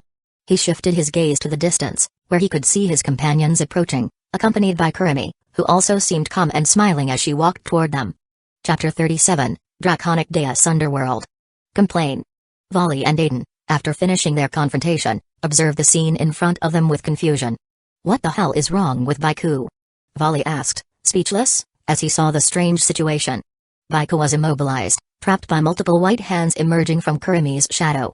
Meanwhile, Kurumi, completely oblivious to Baiku's dilemma, was gently wiping the dust off Aiden's face. Baiku got really mad when Aiden hit you with that dangerous spell that disintegrated your armor, Naya, Kuroka explained, waving her two tails back and forth with a mischievous smile and a carefree tone. Hearing this, Volley sighed, already guessing the reasons behind Baiku's behavior. Even so, he couldn't help but think that at least he had a good comrade. Yes. Baiku-sama tried to confront Aiden for what he called an attempted murder, but Kurumi-sama managed to stop him before he could make a scene. Still, I must admit that spell was incredibly powerful. It's amazing that Volley-sama only suffered a few damages, Lefay commented admiringly, adjusting her hat as she floated calmly on her broomstick. Volley shook his head, knowing full well that attack could have completely taken him out if Aiden hadn't held back. Aiden held back on that attack.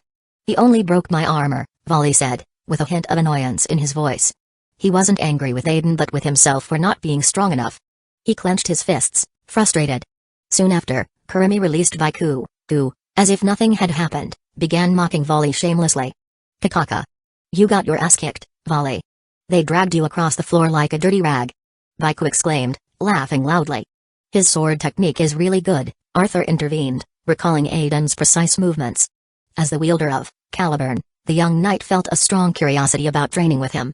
Volley glanced at Baiku, who kept mocking his defeat, and issued a challenge. If you manage to land a hit on Aiden, I'll grant you a request.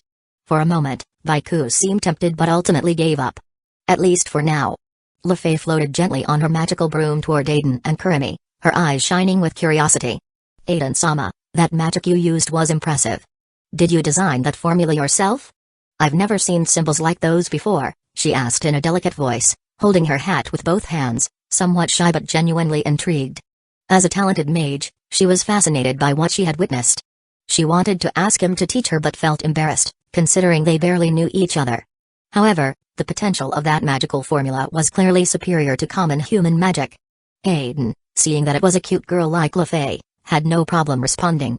If it had been a guy, he probably would have ignored him or even kicked him away. That magic is called Kabbalistic formula, Aiden began to explain.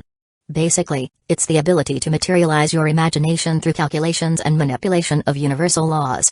It's similar to human magic in terms of using calculations, but my formula also requires imagination and a deep understanding of the laws of the universe.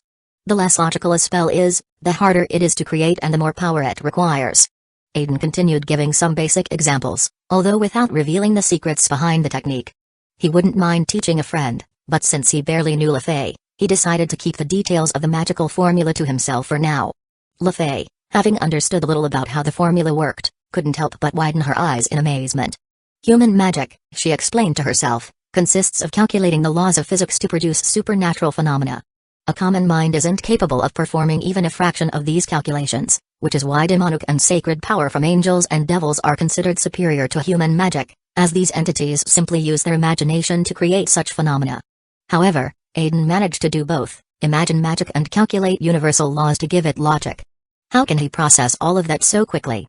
Lefay wondered, and she couldn't resist questioning him directly. Aiden, with a calm smile, replied, well, there are spells that help me with that, of course. For example, cognitive acceleration and synaptic restoration. Aiden proceeded to explain. It was a spell designed to accelerate the mage's thought processes, allowing them to calculate, analyze, and solve problems at supernatural speed. Additionally, it included a brain healing component that prevented extreme mental fatigue or damage, stabilizing neural connections and repairing any micro damage that might occur during the process. Of course, in my case, I don't need to worry about that, Aizen added mentally. My body is level 10, and besides, Kamail always regenerates any damage I might suffer. Lefay, fascinated, finally understood how Aizen could cast so many spells so quickly. She wasted no time and continued bombarding him with questions, completely unaware of the amused looks some were giving them.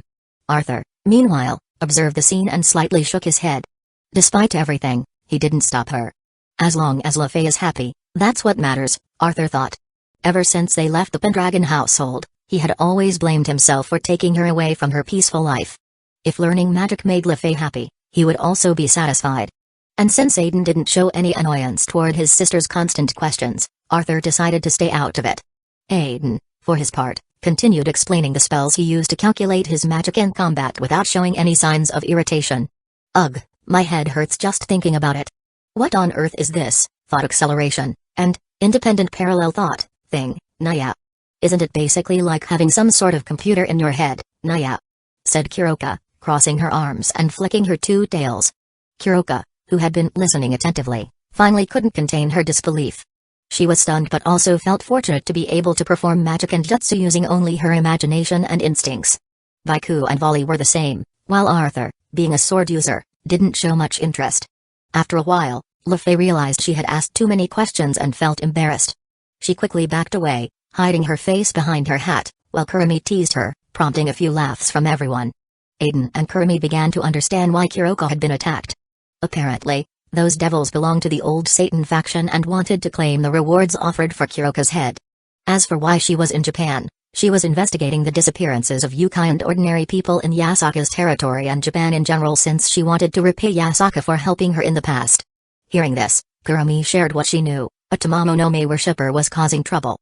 She also mentioned that one of Aiden's women, his little sister Yoshino, was a friend of Yasaka and Kanu, so Yasaka was already aware of the situation and taking action. So that's what it was. Naya, said Kuroka, processing the information. Are they crazy? Reviving that lunatic, the strongest yokai in Japan? Vaiku was equally shocked. Tamamo no Mae was an extremely powerful yokai. The entire yokai faction had to join forces to face her, but they couldn't defeat her, they only managed to seal her. It was after sealing her that the 5 principal clans decided to end her life, following the orders of the Shindo pantheon, since Tamamo no Mae had done things the gods could not tolerate. Although Tamamo no Mae had her reasons for her evil actions, she still caused countless problems and took many lives. In myths, they call her an evil yokai, Naya. But according to Yasaka, she wasn't bad at first. She just had no choice but to sacrifice certain things. And in the process, she ended up losing herself, Naya, Kuroka explained, placing a hand on her chest with a complicated expression. The others weren't familiar with this story, but Kuroko had heard it directly from Yasaka when she was under her care. Aizen also knew Tamamo no Mae's background thanks to Urs Yil. Her story was complicated and tragic. She was guilty, yet she wasn't.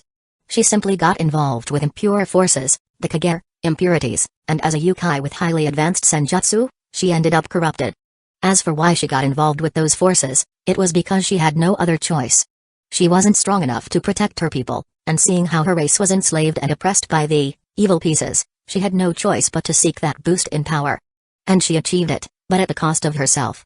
In the end, she didn't manage to fulfill her purpose, and in her despair, she did terrible things. She corrupted her own people, the Uchiha, and ordinary beings, using the Kagere to strengthen her power and unleash wars she couldn't win. For example, she tried to orchestrate conflicts between different factions, deceiving the fallen angels into killing each other and fighting against the devils. Eventually, the yokai faction had to unite to stop Tamamo no Mae, who was out of control. The gods, for their part, were furious with her for involving herself with the Kagere, a force that comes from Yami, the Shindo underworld. Volley, listening to all the talk about what was happening in Japan and the possible resurrection of Tamamo no Mae, decided it would be best to inform Azazel later. The yokai could become a valuable ally against the Chaos Brigade in the future, he thought. If they helped them in their time of need, it might be easier to forge an alliance. He then recalled Azazel's suggestion to infiltrate as a spy, betraying him in front of everyone. According to Azazel, a meeting of the 3 factions would be held soon, and Azazel was just waiting for Kokobi Eel to cause some trouble in Devil territory. Once that happened, he would send Volley to stop Kokobi Eel's attempt to start a great war between the three factions. After a while of conversation, Aiden looked at Volley, and Volley understood it was time to fulfill his part of the deal, as Aiden had agreed to fight him. Here, although I don't know why you want to analyze the divine dividing, said Volley, unfolding his crystallized blue wings. Let me do my thing. Just stay still, replied Aiden, stepping closer. Aiden, having learned from his previous mistake analyzing the King's Monument, and suffering terrible headaches, activated his independent parallel thought spell and used analyze on the divine dividing. Immediately, he felt an avalanche of information flooding his mind, billions of data points. But this time, he realized that the information was being stored elsewhere, slowly filtering into his consciousness without causing the previous pain.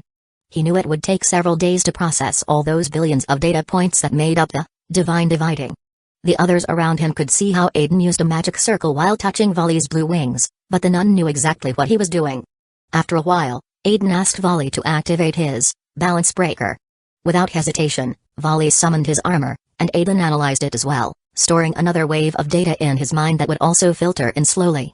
That's it, thanks, said Aiden, looking satisfied. This would be very useful. Though he thought he should analyze some basic, sacred gears, scattered around the world at some point. It doesn't matter, I'm just fulfilling my part of the deal, Volley replied indifferently. He was the one who had asked for training in exchange for his request. But even so, this was very helpful to me, said Aiden, looking at Lefay and then at Volley. I owe you a small gift. If your team gets stronger, it'll be better for you, right? Aiden asked, and Volley nodded without hesitation. Aiden approached Lefay, touched her forehead with his fingers, and instantly transmitted certain information directly to her brain. Additionally, he used a healing spell to ensure her mind wasn't damaged. Lefay widened her eyes as she felt herself understanding a spell in the blink of an eye. Though she'd have to practice it to master it, the information was already stored in her head. This. Lefay looked at Aiden, unsure of what to say. The others observed her reaction, noting she was happy but also a bit lost in surprise. Aiden had just given her the Cognitive Acceleration and Synaptic Restoration spell, a very useful spell that would help her build her magic faster. With this spell, it'll be easier for you to develop your magic, Aiden told her, withdrawing his fingers from her forehead as he began walking toward Kurami. He planned to leave soon, someone might be waiting for him for dinner. Thank you so much, Aiden-sama. Lefay thanked him happily, her voice brimming with emotion. Then, with enthusiasm, she explained to Kuroka and the others the reason for her joy, and they, understanding, also thanked Aiden. He simply waved it off, downplaying the matter, since in his opinion, the information about Longinus was much more valuable. Arthur, especially, thanked him upon seeing his sisters so happy. Well, we're leaving, said Aiden, taking Kurami's hand. It's already late, and someone is waiting for me at home. Visit us at our place, Kitty-chan. Lefay-chan, said Kurami, having already befriended Lefay and considering Kuroka a sort of pet, despite how rude she could sometimes be. It's Kuroka, Naya. Kuroka retorted with a huff. Yes, I'll go, Lefay replied, smiling. Kurami let out a laugh, and in an instant, Aiden tore through space with his hand, opening a portal. He quickly crossed hand in hand with Kurami. Residence, Avalon. Aiden and Kurami stepped through the portal and appeared in the living room. They looked around, it was deserted, but voices could be heard coming from the dining room. However, Aiden sensed a strange presence among the girls, so he quickly materialized in front of them, where they were gathered feeding a Lily in a gothic dress. Aiden just stood silently, observing the scene. Oh, Nashi-sama, you've returned! Exclaimed Mukuro, with a smile that seemed to light up everything around her. Without waiting for a response, she threw herself into his arms, wrapping him in a warm, emotion-filled hug. Aiden responded naturally, placing a hand on her head and stroking her silky golden hair as his gaze softened. Then, in a calm tone, he asked, what is Aphis doing here? Miku, who had Aphis on her lap while Kaguya and Yuzuru fed her with a playful airplane game, responded. She appeared here suddenly while we were having dinner. She kept staring at the food as if she wanted it, and things ended up like this. Yeah. She's worse than Taka. She won't stop eating, she's more dangerous than Taka's black hole. She's a monster. Origami feigned terror. What do you mean by that, Origami? I'm not a black hole. Taka jumped up indignantly. Aiden observed the scene thoughtfully. But, since Aphis was an innocent being, he allowed them to do whatever they wanted. In the end, he also joined them and started feeding the little gothic Lolita. Chapter 38, Draconic Deus. Earth, Japan. Tokyo, Avalon Residence. One day later. Aizen slowly opened his eyes, feeling a gentle warmth on his right arm. He knew someone had used his arm as a pillow. Looking around, he remembered what had happened the day before with Miku in the bedroom, and a smile appeared on his face. His life was quite happy, although he wished she had a physical body. If she did, he thought, maybe she would already be pregnant. Office's visit was also on his mind. She had spent some time with him yesterday, mainly staying because Kotori and Natsumi wanted to teach her how to play video games. Although Office didn't understand anything about it, she stayed and played for hours. Even though her expression didn't show much, Aizen was convinced that, somehow, she was having fun. There was something in her face when she ate, something that changed for a moment. Everyone treated her like some kind of pet, which seemed strange to him. Aizen wondered how someone so powerful could be so indifferent. He shook his head and looked back at Miku, who was still sleeping next to him, hugging him. Without thinking too much, he hugged her back, letting himself be carried away by the warmth of her presence. Since it was still early, he decided to stay a little longer in this peaceful shared sleep. A while later, in the bathroom, Aizen and Miku had already woken up. Miku, with her melodious voice, was singing a song she had been composing in recent days. Aizen, meanwhile, was observing her and covering his body with foam, calmly washing his bare skin. As if erasing my unsatisfactory past, we will keep searching for the promised land. Aizen, immersed in the softness of her voice, enjoyed the moment while continuing to wash his body. The twin stars unite in the sky to guide us. If I'm with you, I can overcome any obstacle in front of me. The bonds that connect us will be my strength. We are freed, cutting the darkness, and we go towards the twin stars we seek side by side. We will fight until the world ends. After washing with soap, Aizen and Miku were in the shower. He hugged her from behind, thinking that he had excellent self-control for not getting hard in that situation, although, with the control he had over his body, that was relatively easy. Also, they had already spent quite a bit of time together the day before, and although he knew that Miku didn't mind at all, he didn't want to make her uncomfortable. Is that your new song? I've never heard it until now, Aizen asked. Miku, calmly with her head resting on his chest, started humming and then replied, Yufufu, well, yes, an animation studio asked me to compose a song for their anime. Honestly, I was a little bored, so I thought, why not? Also, Naya, Kotori, Natsumi, Kaguya, Yoshino, and Yoshinon insisted that I accept it because they love that anime. I think it's called Sozai no Onmyoji or something like that. It wasn't rare for things like this to happen, as Miku had skyrocketed to fame as a singer. With her beautiful voice and attractiveness, she quickly gained more than 10 million subscribers on YouTube, and that was just on that platform. She had a massive following on other networks, and not only did she sing in Japanese, but also in English. Her stage name, Diva, was well known by everyone. Aizen was stunned as he thought about how quickly Miku became famous. However, he soon understood why. Her voice was amazing, and that was without even using her power to enhance it with Gabriel. She had definitely been born with that talent, Aizen thought. To that Exorcist anime. Aizen remembered the anime he had watched with Kotori and the others. Yes, they offered me quite a bit for singing the opening song. Although, to be honest, money isn't what motivates me, it was fun doing it. The others also helped me and gave me ideas for the lyrics, Miku replied with a smile. Then she added, a little pouty, although darling was too busy with the spirit piece, that's why you couldn't watch it. Aizen couldn't help but smile when he saw the little pout on her face. You're cute when you pout. I think you're making me fall in love with you again, darling, he said, adding a touch of sweetness to make her stop making that adorable expression. He couldn't deny that he had been quite busy in the past few weeks. Miku looked at him with a mischievous smile. Darling, I like you more every day. Aizen smiled at her response, but he couldn't help but notice how Miku adjusted her position, pressing her crotch closer to his, as her thighs rubbed suggestively. Aizen, for a moment, felt his body react, but before he could think about it, Miku gave him a mischievous smile. Without another word, he turned his face towards her and placed a kiss on her lips, as Miku gently slipped his sword into its sheath. She moaned as they kissed and exchanged tongues, while Aizen put his hands on her breasts and squeezed them. Aizen thought, Kamael was his best angel. Without him, he would have died long ago from dehydration, as these girls were too thirsty. However, he couldn't help but hug Miku's body, moving her waist, enjoying the sensation. It felt good. Darling. Oh, exclamation mark, I'm going to come again. Avalon Residence, living room. 1:00 p.m. in the living room, Kotori and Natsumi were silent, absorbed in the anime playing on the television after having lunch with everyone. Each one was busy with their own things. Miku had gone to finish creating her song with the help of a producer, while Naya was at the publisher that releases her manga, arguing with her editor. Some chapters had already been released to the public.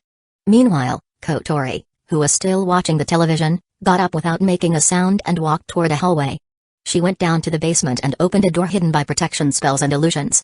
She crossed it without hesitation and followed the trail of a familiar presence.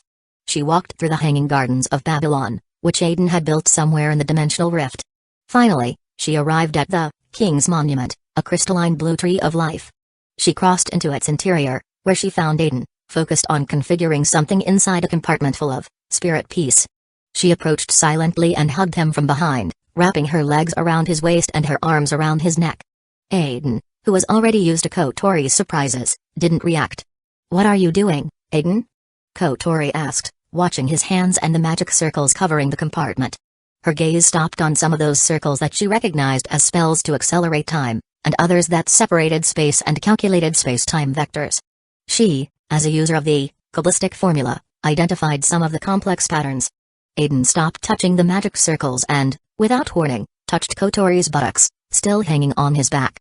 This made her let out a squeal of surprise. Aizen chuckled softly as Kotori, embarrassed, swatted at him. "Warn me if you're going to touch. Anyway, stop with those mischievous hands and tell me what you're doing," she said, trying to stay calm. However, Aizen kept touching her soft buttocks. "I told you to stop." Kotori was clearly embarrassed, and her face turned red. All right, Aizen finally stopped teasing her and, with a mischievous smile, explained what he was doing. He pointed to the queen pieces in the compartment, surrounded by magic circles. In short, I got tired of waiting for the spirit piece to charge by themselves. So I created a spell to accelerate time inside the compartment where these pieces absorb spiritual energy. Also, I separated the space so that only the time inside accelerated. Inside, where the pieces feed, time will pass much faster, Aizen explained without getting into complicated details. Kotori looked at him, curious, while nodding.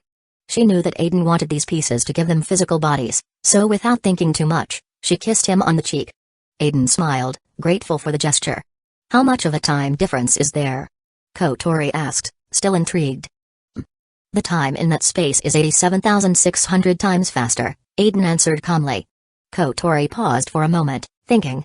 "That means that for every hour that passes here in normal space, in the compartment, 10 years pass," she said, surprised. "I don't know if I should be surprised. How the hell did you create this?" Although Kotori was also a user of the Kabbalistic formula, she didn't use it often. She preferred to just burn everything with Kamael, or, if things got tough, resort to Asmodeus. Those who truly excelled in the Kabbalistic formula, and enjoyed using it to create complex spells were Natsumi and Naya. Well, when you have a thought acceleration spell, everything becomes easier. Although, even so, this spell took me more than a week to create, said Aizen thoughtfully, as he activated the magic circles within the compartment. He watched as everything around him came to life, and time began to accelerate at an impressive pace. Inside that compartment, days passed, but for them, outside, only a few seconds had gone by. Aizen reflected on the possibilities of this spell. It was incredibly versatile. He could use it to accelerate time in an entire room, allowing him to train intensively without it stealing too much time in reality. He even imagined using the same technique to do things that would normally take years. For example, if one of his girls became pregnant, he could spend those 9 months with her inside that accelerated space, while in reality, much less time would pass. Though, he thought, there was no need to accelerate the birth of his children at that moment. It was just an idea. Furthermore, he realized he could use such rooms for many other things, creating objects, researching more about the sacred gears, or even perfecting spells. However, he realized that modifying this spell to work with living beings would be more complicated. A living being didn't function the same way as an object, and that would require considerable magical power. Although the spell he was using now worked, it was because the King's Monument, which produced spiritual energy like a living being, was accelerated, nourishing the spirit pieces, and keeping the spell active. The Kabbalistic formula also depended on spiritual energy to function. Maybe I should create other sources of magical power and accelerate them to use as energy for this space, Aizen thought, contemplating new possibilities as he watched the pieces continue to progress within the compartment. Well, compared to the spell Natsumi created, along with her power to alter reality with Haniel, accelerating time is nothing. Kotori commented, interrupting Aiden's thoughts. Aizen felt a shiver run down his spine. Natsumi's mind never ceased to amaze him, but it was also somewhat terrifying. The spell she had created was incredibly beautiful but also had an unsettling touch. She used her, angel, Haniel, to perfect it, but what truly scared him was the purpose of the spell, existential erasure. Although the spell had its conditions to function, the idea of erasing someone's existence so definitely was terrifying. Basically, Natsume drags the target into a space she herself creates, where the rules are completely different. The world behaves like a video game, the enemy becomes the final boss, and Natsume is the protagonist. If she wins, she can erase the enemy from existence irrevocably, without the possibility of reincarnation or resurrection. But if Natsume loses, the entire world is destroyed, and she suffers significant damage.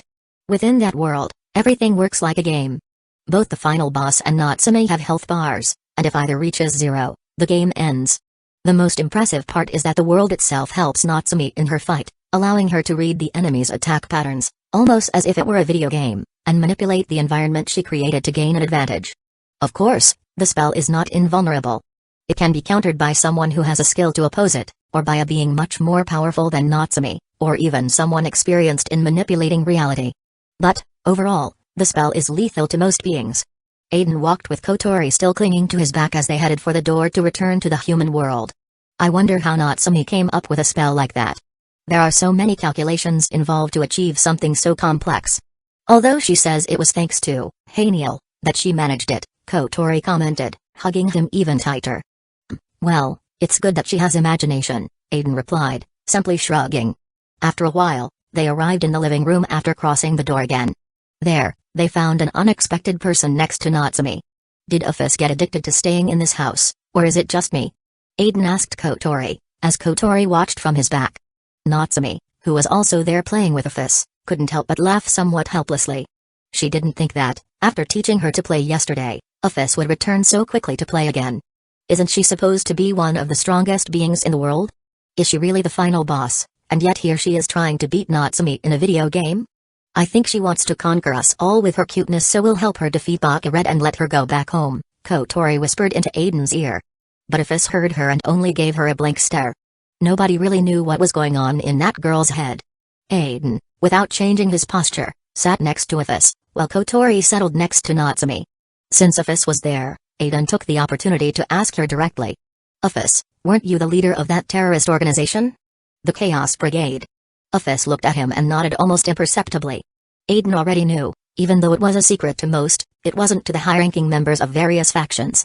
For someone like him, who possessed Zeal, it was public knowledge.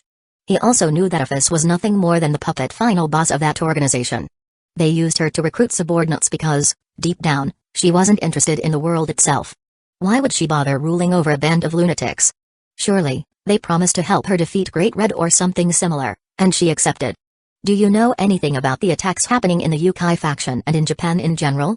Aizen asked, maintaining a calm tone. He knew that those trying to revive Tomomonome were lied with or receiving help from the Chaos Brigade. However, he didn't have much more information, as they probably discussed all their plans in the dimensional gap, a place where Zeal couldn't read what didn't occur directly in the physical world. Aizen was asking in the hope of at least finding out the day they would act. He knew Yoshino would be sad if something happened to the Uchiha faction. Uphis stared at him for a moment, as if lost in thought. Then, she slowly shook her head. I don't know anything. I leave those insignificant matters to others, she responded in her usual tone of indifference. Aizen nodded, as if he had expected that. After a while of playing, Uphis left, and Kotori was chatting with Natsume while Aizen, his eyes fixed on his phone, was texting Ravel, who had sent him a message. Ravel, the production of the nerve gear will begin in a few days. It was quite easy to create virtual spaces with the technology Aizen-sama gave us. There are also many companies in the human world interested, either in developing games or creating virtual spaces for other purposes. Ravel gave him a basic summary of what had happened with her clan. Some interesting facts were that several major gaming companies were furious with the sudden arrival of the nerve gear. Their console sales would plummet once fully immersive virtual reality became available. Although they would still sell consoles, since many preferred playing with a traditional controller, it was clear that the nerve gear would dominate the industry as soon as it hit the market. Underworld. Phoenix territory. In her bedroom, Ravel was swinging her feet on the bed while texting Aizen. This wasn't unusual, as they did so often. She also visited his house from time to time, always using the excuse of discussing the deal between her clan and Aizen, but the truth was that she just wanted to see him.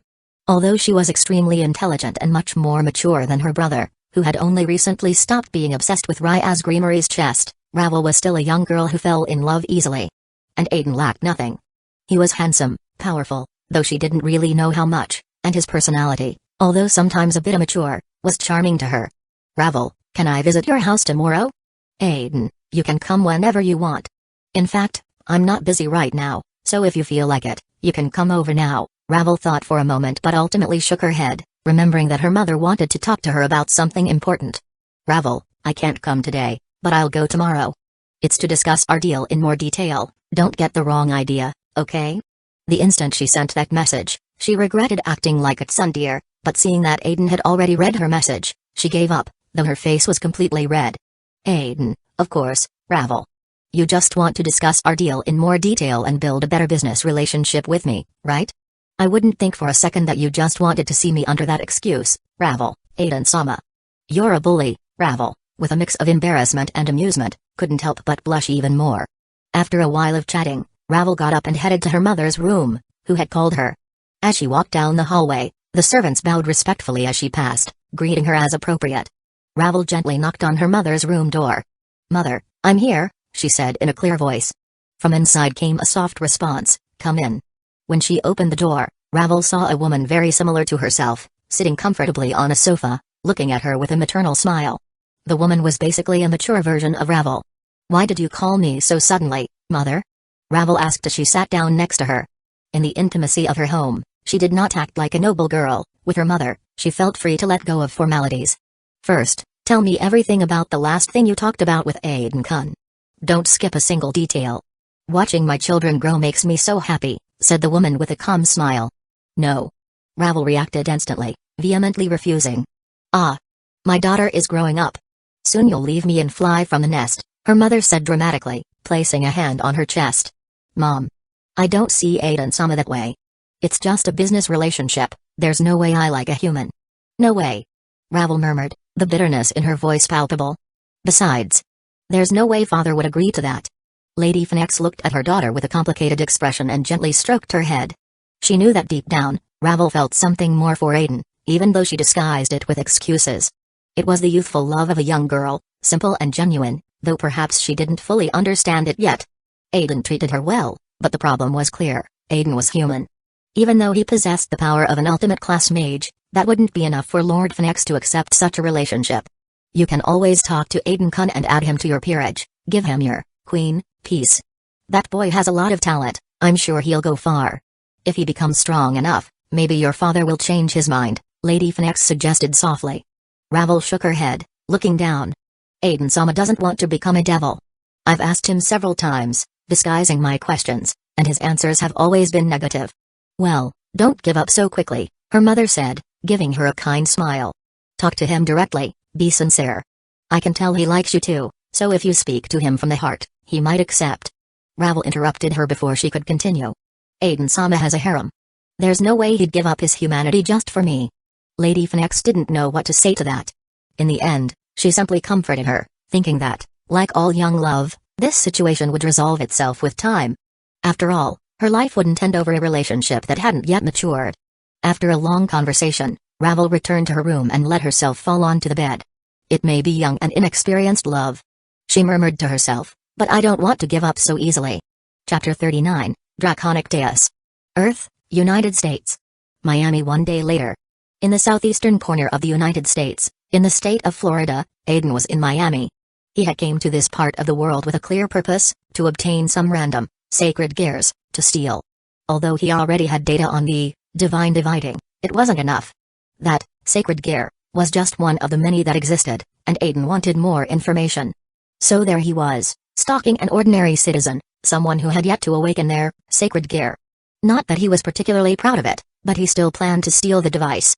Around him, the city was bustling with pedestrians and cars. The sun shone brightly in the sky, but the heat was palpable, something Aizen couldn't help but notice with slight discomfort. "Stop. Stop." Aizen observed the man, who seemed to be a simple mortal, and began to follow him discreetly. After a while, he seized the moment to cast a suggestion spell, guiding the man unconsciously into an alley. Once there, Aizen quickly created a simple barrier to prevent interruptions and, with a fluid gesture, hypnotized the man with black hair and dark eyes. "I'm not proud of this. But I won't make excuses. I'll take your sacred gear." Maybe, one day, you would have awakened it and gotten involved in this shitty world. I don't know if this will save your life or if, on the contrary, I'm taking away your chance, Aizen said, without seeking any justification for his actions. He closed his eyes, activating his thought acceleration and independent parallel thinking spells, which helped him calculate the perfect spell to extract the sacred gear without endangering the man's life. Aizen didn't have much experience manipulating souls, but he had learned a few tricks by analyzing the divine dividing, especially those the god of the Bible used to seal Albion's soul. With full concentration, Aizen whispered the spell's words in the language of Kabbalistic runes. The moment he finished speaking, a magical circle glowed in his hands. He moved his fingers with precision, while his support spells assisted him, calculating every movement down to the millimeter. He imagined an ethereal being floating behind him. When the spell activated, a semi-human avatar appeared behind Aizen, illuminated by lines of energy. Kabbalistic runes were scattered across its body, many of which, though incomprehensible to most, represented concepts like life, essence, and harmonic separation. The avatar's hands and body weren't solid, they were entirely made of energy. The avatar connected itself to Aizen through a thread, specifically to Aiden's brain. Now, Aizen could control it as if it were an extension of his own body. Phew, it worked. Sometimes I think the Kabbalistic formula is too overpowered. As long as you have the knowledge and experience, you can basically do almost anything. Aizen thought as he moved the avatar into comical positions. He even let it pass through the body of the hypnotized man, who stared blankly into space as if completely disconnected, just to test his control. After a while of playing with the spell, Aizen coughed and focused on the main task. Carefully, Aizen manipulated the avatar and guided it to insert its hands into the man's body, passing through without causing any harm, until it reached the man's soul. There, he located the object of power, the sacred gear, and performed a gesture to pull. The sacred gear began to detach slowly from the man's soul. As it separated, fine threads of energy accompanied it, as if the artifact didn't want to leave. But finally, after a few moments, the red gauntlet emerged completely. The avatar carefully caught it in its hands, and the man's soul returned to its original state. The avatar exited his body, floating in front of Aizen, who observed the newly acquired artifact. Aizen took the sacred gear, and it began to glow, sticking to his body as if recognizing him as its new master. However, Aizen slapped it away, rejecting the idea of it fusing with his soul. "Stay still," he murmured, disgusted. He didn't trust anything tied to Heaven's system. Modifying it would be another matter, but he wouldn't let it stay within him just like that. Shaking his head, he examined the red gauntlet floating in his palm. Dragon type, sacred gear. Is it made from the Welsh dragon's flesh? Twice critical. Aizen examined it for a while before storing it in the Gate of Babylon. He turned his attention to the hypnotized man and, feeling slightly guilty, decided to give him a small gift. At least it would allow him to sleep better at night. A little gift. What you do with this knowledge is up to you, Aizen said softly, touching the man's forehead and implanting a small amount of information into his brain. He used a healing spell to ensure he caused no harm. Finally, he briefly altered his memories so he wouldn't suspect anything unusual. With one last glance, Aizen walked away toward his next mission, stealing more sacred gears. Dimensional gap. Hanging Gardens of Babylon. Laboratory. One day later, Aizen was in the laboratory he had built inside the base, observing attentively the 6 sacred gears, laid out on a table filled with strange tools. His expression was blank, though his mind was working at full speed. 5 out of those 6 sacred gears were exactly the same. 5, twice critical, the red gloves that allowed you to double your power for a limited time. The ability wasn't bad, but Aizen couldn't help but feel he'd been unlucky to obtain 5 of these. Despite that, he had a plan in mind to use the material these gloves were made of. Inside them, Aizen knew there was something connected to Drake's body. He planned to take those materials and fuse them with his condense ability to create another artificial, sacred gear, at some point. Creating a body for a spiritual entity. He thought. I wonder if Salamander would want a physical body made from this material. The spirits in Alicia's spiritual world are so bored over there. Besides, they see me as some kind of god. Tricking them a bit and bringing them here shouldn't be too difficult. The plan would be to make an independent, sacred gear, with Salamander's soul, so it wouldn't be sealed. Although I want to deceive him, I have no intention of trapping him, of course. Aizen began thinking about the spiritual world of his previous world, Alicia. It was a place full of spirits with great potential.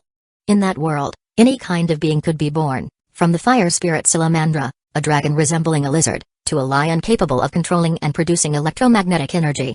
All those spirits were trapped there, although, In reality, they weren't trapped, they simply lived in their home. However, Aizen thought they were very bored, and his desire was to bring them into the physical world so they could be free. The truth was, the spirits from that world were unusual. When they died, they reincarnated in the spiritual world, taking completely new forms. For example, a humanoid fire spirit could reincarnate as a tiger or an elephant in its next life. Now, why did these spirits see Aizen as a sort of god? The answer was simple. Aizen, as a half-spirit, wielded forces from the Kabbalistic Tree of Life, or as the Falna called it, his Tree of Life, Death Sapphire/Clypha, magic. This magic gave him an almost divine presence, and the spirits had observed him protect Elisha's world from the phrases for 100 years. They held him in very high esteem, so if Aizen asked them to come to his world to help him, as he had helped theirs, they would gladly do it. As long as the primordials didn't interfere, everything would be fine.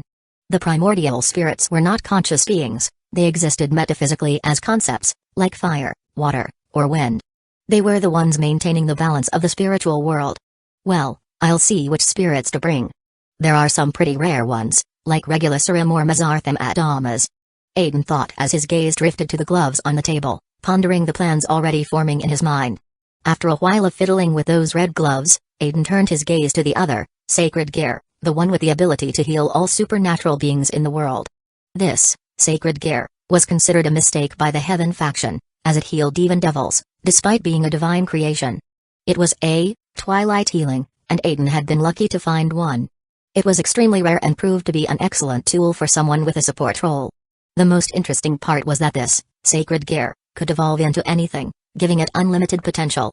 Its healing power didn't differentiate between angels and devils, which carried certain implications. If it fell into the hands of someone violent, or if it evolved incorrectly, it could end up cursing or harming both sides. I think someone from Rya's Grimory's peerage had one just like this. Aizen murmured to himself, lost in thought. He then began studying all the sacred gears, experimenting and trying to replicate the mechanism of some, as well as their foundation, but all his efforts were in vain. It wasn't going to be that easy, obviously. If it were that simple, everyone would be able to create these things. He murmured as he kept working, determined to continue his research for the rest of the day. Avalon Residence, Origami's room. Origami was sitting in her room, enjoying a popsicle while watching dramas on TV. The way she licked it was almost lascivious, as if, in her mind, she were savoring something far more personal than the popsicle, perhaps imagining she was doing it with Aizen. She was so engrossed in the drama that she didn't even notice when she received a spiritual communication from him. Origami, can you came to the King's Monument? I'll let the others know. I think you'll be quite happy to hear that I've finished what I promised. Aiden's voice sounded unusually cheerful. Origami's movements immediately stopped, and the popsicle slipped from her fingers, falling onto the bed. However, she showed no interest in picking it up, her attention was entirely focused on Aizen. Did you really finish it? Really? Really? She repeated, her voice trembling with an emotion she rarely allowed to surface. Her eyes shone with an uncommon intensity, as if the only thing in the world that mattered was his response. Yes. Sorry for the delay, Origami. But I created a spell to speed up the construction, and it's ready now. I have it right here in my hands, Aizen explained, and Origami smiled happily. No. Don't apologize, Origami said softly, her eyes shining with an unusual warmth. Just the fact that you succeeded already makes me incredibly happy. She paused, letting her words sink in deeply. Then, with a warm, tender smile, she added, thank you, my love, for working so hard for us. And no, it's nothing. You are my family. I would do anything for you, as long as it's possible. Don't forget that, Aizen replied, slightly embarrassed. Deep down, Aizen was glad he had sealed his personality and managed to stay young. If he were an older man, he probably wouldn't feel that pure warmth from Origami's words, that simple feeling of love. So, can I have your children? Origami asked with her serene tone, but it carried a determined edge. Yuna, Lilia, Haru, she began listing, her voice as calm as if she were reading a shopping list. One by one, the names flowed from her lips, and the list seemed endless until it reached 3 digits. Aizen, unable to hide his bewilderment, twisted his lips, thinking she was planning more than just a family. She was practically assembling a soccer team. Just come already. I've called the others. Don't be late. Aizen insisted. Origami nodded, and without saying another word, her body transformed into light and disappeared from the room, leaving behind a satisfied smile on her face. Dimensional Rift Hanging Gardens of Babylon King's Monument. Aizen watched seriously as the 11 queen pieces floated before him, spinning slowly in an elegant pattern. He was inspecting them one last time, ensuring there were no errors. The girls remained silent, respecting his focus.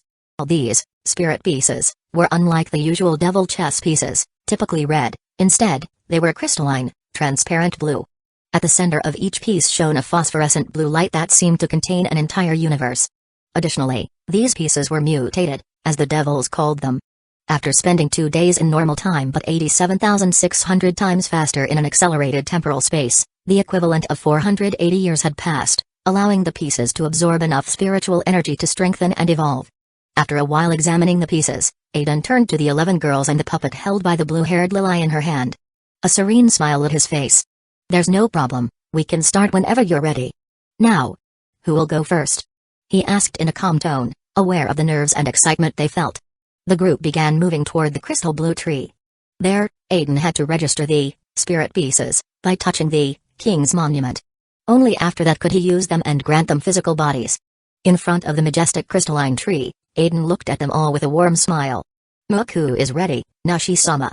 You've worked so hard for us, and it would be unforgivable for Muku to falter now," Mukuro proclaimed with a mix of determination and sweetness, intertwining her delicate fingers with Aiden's. Though her voice sounded firm, it was clear she was nervous. She had lived 100 years as a spiritual entity, and transitioning to a physical body was not something she took lightly. But she couldn't back down, not after all the effort Aizen had put into them. The same applied to the others, though some were braver than others. "I know my Mukuro is brave," Aizen replied confidently, gently squeezing her hand. Mukuro returned a smile filled with determination. "This daughter of the hurricane will never retreat," added Kaguya, crossing her arms firmly. "Fu-fa-fu. Though your legs won't stop trembling, little sister," teased Kurumi with a mischievous smile. Mockery, Kuokikaku, Yuzuru joined in, enjoying the moment. Teasing her twin seemed to calm her nerves. "Gr." Kaguya growled at them, clearly irritated, as she tried to maintain her brave facade. Now, don't be mean to Kaguya-chin. Even if she's scared, she's giving her best. That's bravery too, don't you think?" Nya said with a calm smile, gently patting Kaguya's head with tenderness. She then did the same to Yoshino, who stood next to her, offering a comforting gesture. "Humphrey. You don't have to pretend to be brave in front of us or Aizen. Feeling fear is completely normal. After all, we're about to face something no one here has tried before." "To be honest, I'm a little nervous too," Kotori admitted, crossing her arms as she looked at the group with a mix of firmness and warmth. Yoshino nodded silently, while Yoshinon, surprisingly, also remained quiet. After a while of encouraging words and deep breaths, the girls were finally ready. Aizen nodded, holding the spirit pieces close to his left hand, where they floated with a slight vibration. Slowly, he extended his right hand and touched the crystal tree. The moment his palm made contact with the king's monument, a phosphorescent blue light burst forth, first enveloping Aiden's hand and then spreading throughout his body.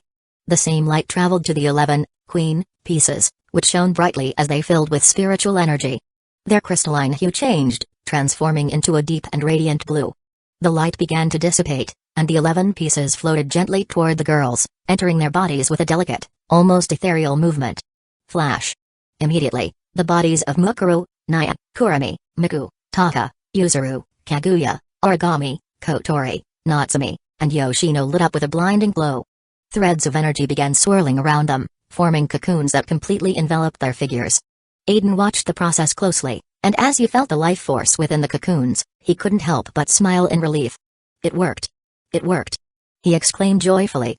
For the first time in history, a peerage with 11 queens had been born.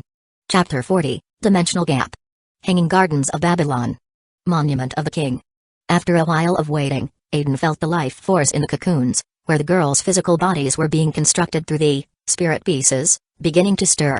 He could perceive how the vital energy, ki, was increasing to impressive levels, and he thought that, if they wished, the girls could practice ki. Flash. It really worked. "Aizen, you're a genius. But it feels strange. There's also a new type of energy in my body," Taka exclaimed, looking at her figure and touching her cheeks, surprised by the warmth emanating from her now living body, while smiling. Aizen smiled, but his eyes couldn't help but focus on Taka's naked figure, as she and the others had emerged from the cocoons completely nude. "Ah! What a sight, thank you Kami-sama," Aizen thought to himself. But he quickly closed his eyes for a moment, focusing on the connection he now felt with the girls. Now, the tree in his soul had 11 branches, similar to threads of energy connecting Aizen in a spiritual way to the girls. He realized that this connection couldn't be severed by anyone, neither by himself nor by the girls. Moreover, the 10 sapphire crystals, located on the branches of the tree of the Kabbalah, or as Aizen referred to it in his Falna, the tree of life, Death Sapphire/Clypha, were also connected to each of the girls. The first sapphire crystal was linked to origami, manifesting the first Sephiroth, Keter, the crown. The second sapphire crystal was linked to Naya, manifesting the second Sephiroth, Chokma, wisdom. The third sapphire crystal was linked to Kurumi, manifesting the third Sephiroth, Bina, ever-active intelligence. The fourth sapphire crystal was linked to Yoshino and Yashinon, manifesting the fourth Sephiroth, Chest, mercy, greatness. The fifth sapphire crystal was linked to Kotori, manifesting the fifth Sephiroth, Javara, justice, strength. The sixth sapphire crystal was linked to Mukuru, manifesting the sixth Sephiroth, Tiferet, beauty, cornerstone of stability or harmony. The seventh sapphire crystal was linked to Natsumi, manifesting the seventh Sephiroth, Netsak, the victory of life over death. The eighth sapphire crystal was linked to Kaguya, Yuzuru, and Kazumaki, manifesting the eighth Sephiroth, Had, the eternity of being, glory. The ninth sapphire crystal was linked to Miku, manifesting the ninth Sephiroth, Yasod, the foundation, the generation. And finally, the 10th sapphire crystal was linked to Taka, manifesting the 10th Sephiroth, Malkuth, the kingdom, the principle of forms. Of course, all these crystals were connected to Aizen, as they resided in his soul, but the girls could still use their angels and demon kings without issue, as long as Aizen wasn't using them. Aizen, observing the tree of life within his soul, could feel how the spirit pieces interacted with it. I am the trunk, the king of the tree. And they, the queens, are the branches. The bishops are the flowers of the tree, the knights are the fruits, the towers were the roots of the tree, and the pawns are like the leaves. This is interesting. I'm like the spirit king or something, Aizen thought, reflecting on the strange but fascinating bond he shared with them. It's a pity there's no great increase in power for me for now, but I can feel that my reserve of spirit power has grown quite a bit. He was pulled out of his thoughts as he observed the girls and instantly noticed that Kotori was crying with joy. He was left speechless as he saw her sobbing, overwhelmed, because her lily body had grown, and she now looked like a young woman of about 17 to 18 years. Her figure was filled with curves in all the right places. Aizen is a genius. My breasts that before, without changing shape, were the size of a mosquito bite, are now huge. Although, still, it's quite heavy. How the hell can you guys go through life with this without back pains? Kotori spoke with a mixture of happiness at leaving her childish form behind, but also complaining about how uncomfortable her new attributes were. Flash. Kotori's body glowed, and Aizen and the others pursed their lips as they watched her return to her lily form. She was now wearing a black blouse and a black skirt, with her red hair styled into twin tails. Flash. Flash. The same happened with Natsumi and Yoshino. Both mentioned they were already used to that form, so they used their magic to alter their appearance. Additionally, they created clothing for themselves using Reiryaku. You guys. You didn't even last a few minutes, you're unbelievable. Didn't you always want those dumplings naturally? Now you throw them away. How envious. My chest didn't grow at all. Naya let out a sob, hurt by the injustice of life. It's annoying. And put some clothes on, don't be such perverts, Kotori said to them, and the others nodded dumbly, still examining their bodies with happy smiles. Flash. In a few seconds, they were all clothed. After that, they began running tests on their new bodies. Aizen took them to the laboratory, and they spent the entire day conducting all sorts of verifications. They checked if their organs were functioning correctly, from the heart to the brain, cells, and more.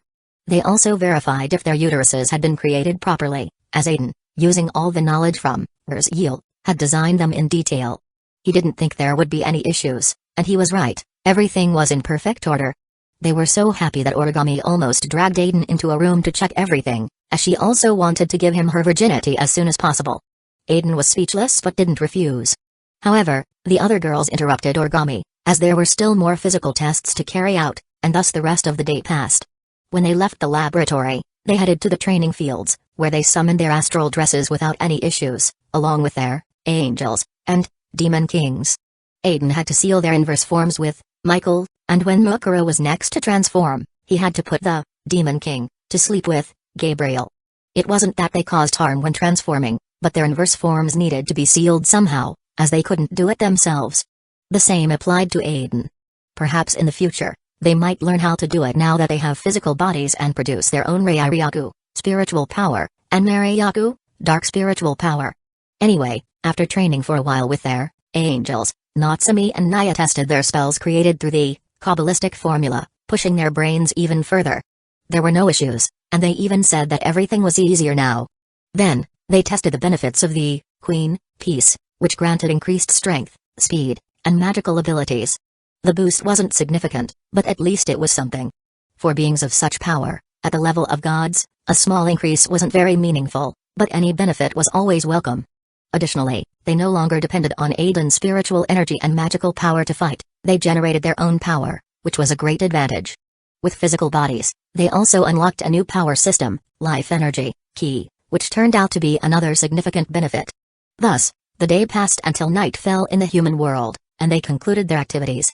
Before leaving their base, Aiden left some chess pieces on the King's Monument, to turn them into spirit pieces. That night, Mukuru, Naya, Kurami, Miku, Taka, Yuzuru, Kaguya, Origami, Kotori, Natsumi, Yoshino, and Yoshinon snuck into Aiden's room, but they didn't do anything mischievous. They were feeling sentimental, they just wanted to sleep with him. Dimensional Gap. Hanging Gardens of Babylon. Laboratory. A day later, Aiden was back in the laboratory, fully immersed in studying and researching the construction of sacred gears. He had made significant progress, in fact, he had already created the first ones. He used the 5 twice criticals, and reverse-engineered them, then repeated the process with Twilight Healing. Now he had enough data to create his own sacred gears. How had he achieved it so quickly? Literally, he had hundreds of clones helping him, along with thought acceleration, plus independent parallel thinking, plus the accelerated laboratory, which made time inside the room flow much faster. In the normal world, only about 12 hours had passed since Aiden entered, but in the laboratory, 12 days had gone by.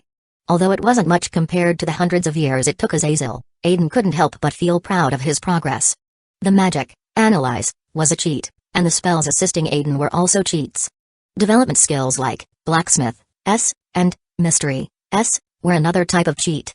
It was as if everything around him was designed to make things easier. It's been 12 days since I've seen my girls. I miss them. Should I go out now? Anyway, I've already finished the research and the 3 sacred gears I wanted. I just need to travel to my previous world, Alicia, and steal. Ask those 3 spirits to come with me. Aiden murmured as he looked at the 3 cores on the table in front of him.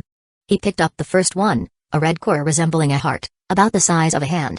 A core made for salamander with drake's flesh extracted from 5 twice criticals. This core also absorbed a lot of spiritual power from Kamael, for over 1,000 years in a separate space where time was accelerated.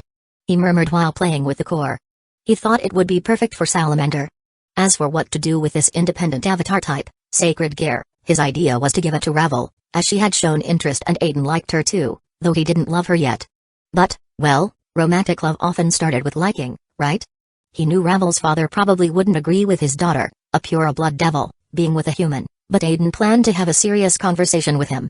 He would offer this sacred gear, with the potential to become a Longinus, as proof that marrying his daughter to him wasn't a bad idea, even if he was a human. Aiden looked at the other 2 cores. These he had made especially for himself, as the abilities of the 2 spirits he planned to bring were quite powerful and cool, with the potential to easily become Longinus. The first of these cores was made from materials derived from beasts with lightning or thunder attributes. Aiden fused them with Condense, creating a high-quality core and then placed it in an accelerated chamber for 1,000 years, absorbing the spiritual energy of Raphael. Leopemptos, Regulacerum, the Golden Lion, will be a force to be reckoned with, Aiden said with a smile. Controlling electromagnetic energy would be a formidable skill. And since it was going to be an independent, sacred gear, avatar, it would be like having a very powerful ally that he wouldn't even need to manage directly.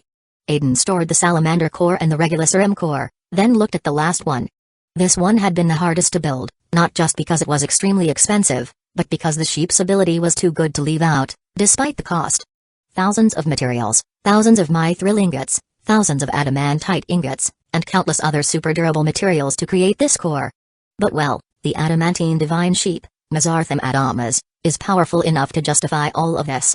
Besides, it's cool and part of the spirits of the zodiac constellations. I'm not looking for the others, I don't know if they've already reincarnated. Aiden murmured thoughtfully. Mazarthim Adamas, or Ares Prot, was a sheep with the ability to manipulate diamonds. In Aiden's opinion, its ability to reflect attacks was absolutely overwhelming. With the technology he had developed while researching these sacred gears, he had also managed to create his own version of the balance breaker, something entirely independent of the celestial system, along with a transformation beyond the balance breaker, which he called spiritual assimilation. With it, the terrifying adamantine divine sheep would become even more powerful, capable of withstanding continent-level attacks. And the best part was that most attacks could be blocked and reflected. Of course, there were some overpowered abilities that could harm it, but against 99% of beings, it would be more than enough. Moreover, being an independent avatar, sacred gear, it would be like having a super ally guarding his back. While Aiden was lost in thought, planning his short trip to the spirit world to bring back these three spirits, something interrupted his concentration. A long strand of blonde hair appeared before his eyes, and Aiden looked up to find Mukuro staring at him intently. "How long have you been there?" Aiden asked, feeling slightly uncomfortable. Mukuro brought her hand to her lips, tilting her head with a thoughtful gesture. After a few seconds, a mischievous smile appeared on her face as she solemnly said, "Amu." According to Nashi-sama's words, thousands of materials, thousands of mithril ingots, thousands of adamantite ingots, along with countless other super durable materials to create this core. Her voice was a deliberate attempt to mimic him perfectly, though the playful sparkle in her eyes betrayed how much she was enjoying herself. "All right, it seems you've been here for a long time. This is a bit embarrassing," Aiden muttered as he stored the cores in the Gate of Babylon, and approached Mukuro, walking around the tables full of strange tools. Mukuro frowned slightly, her eyes shining with a mix of concern and reproach. She let out a small sigh before speaking softly but firmly. "Mukuro was worried. Nashi-sama has been locked in here for 12 hours. Even though I now realize that time is accelerated in this place, that doesn't justify it. This isn't right. You shouldn't push yourself so hard with these artifacts." Her words flowed like a gentle scolding, prolonging the lecture with an almost maternal tone. When she finished, she let out another sigh and gently handed him a plate of food she had prepared. "It's already dinner time in the outside world, Nashi-sama. So, eat, please." Aiden sat at a table and began eating, while Mukuro took a seat beside him. After a while, Aiden shared his plans to take a short trip to Alicia and, at the same time, to the spirit world to bring the three spirits. Mukuro nodded and thought for a moment. "Do you want to come with me? Either way, I'm going to the spirit world and will return quickly, but if you want, we can have a date there, like in the old days," Aiden proposed, smiling slightly. Mukuro responded with an equally bright smile. "Amu. Mukuro will accompany Nashi-sama. She's also curious to see how that child performs against the phrases," Mukuro replied, as Aiden pondered for a moment. "It should be fine. We literally wiped out most of the powerful humanoids, the high and mid-ranked ones. The lower-class ones, which are the ones in large numbers, shouldn't be a problem. With all the knowledge I left to Mochizuki to ya, there's nothing to worry about," Aiden said, while continuing to eat, convinced that everything was under control. After finishing his meal, Mukuro wiped Aiden's mouth with a handkerchief, and they began talking, enjoying the moment's tranquility. "Nashi-sama. Now that Mukuro thinks about it, she can feel that our spiritual energy has improved. There's more of it, and it's much more refined. Moreover, we're more connected than when we were one. Could it be because of the Tree of Life that merged with the King's Monument system?" Mukuro asked, as she could sense a strange closeness to Aiden, besides noticing that his spiritual power had become more refined, much better than when she was a ghost. Aiden thought for a moment and tried to explain it as best as he could. "You're right. Something strange happened. The Tree of Life in my soul fused with the system of the King's Monument, and the spirit pieces. Now that you all have physical bodies, you've become stronger. As a result, my spiritual energy has increased both in quantity and quality. And the same happens in reverse, since, by improving myself, you all improve as well. It's as if I used to be a 100, and now I'm a 110.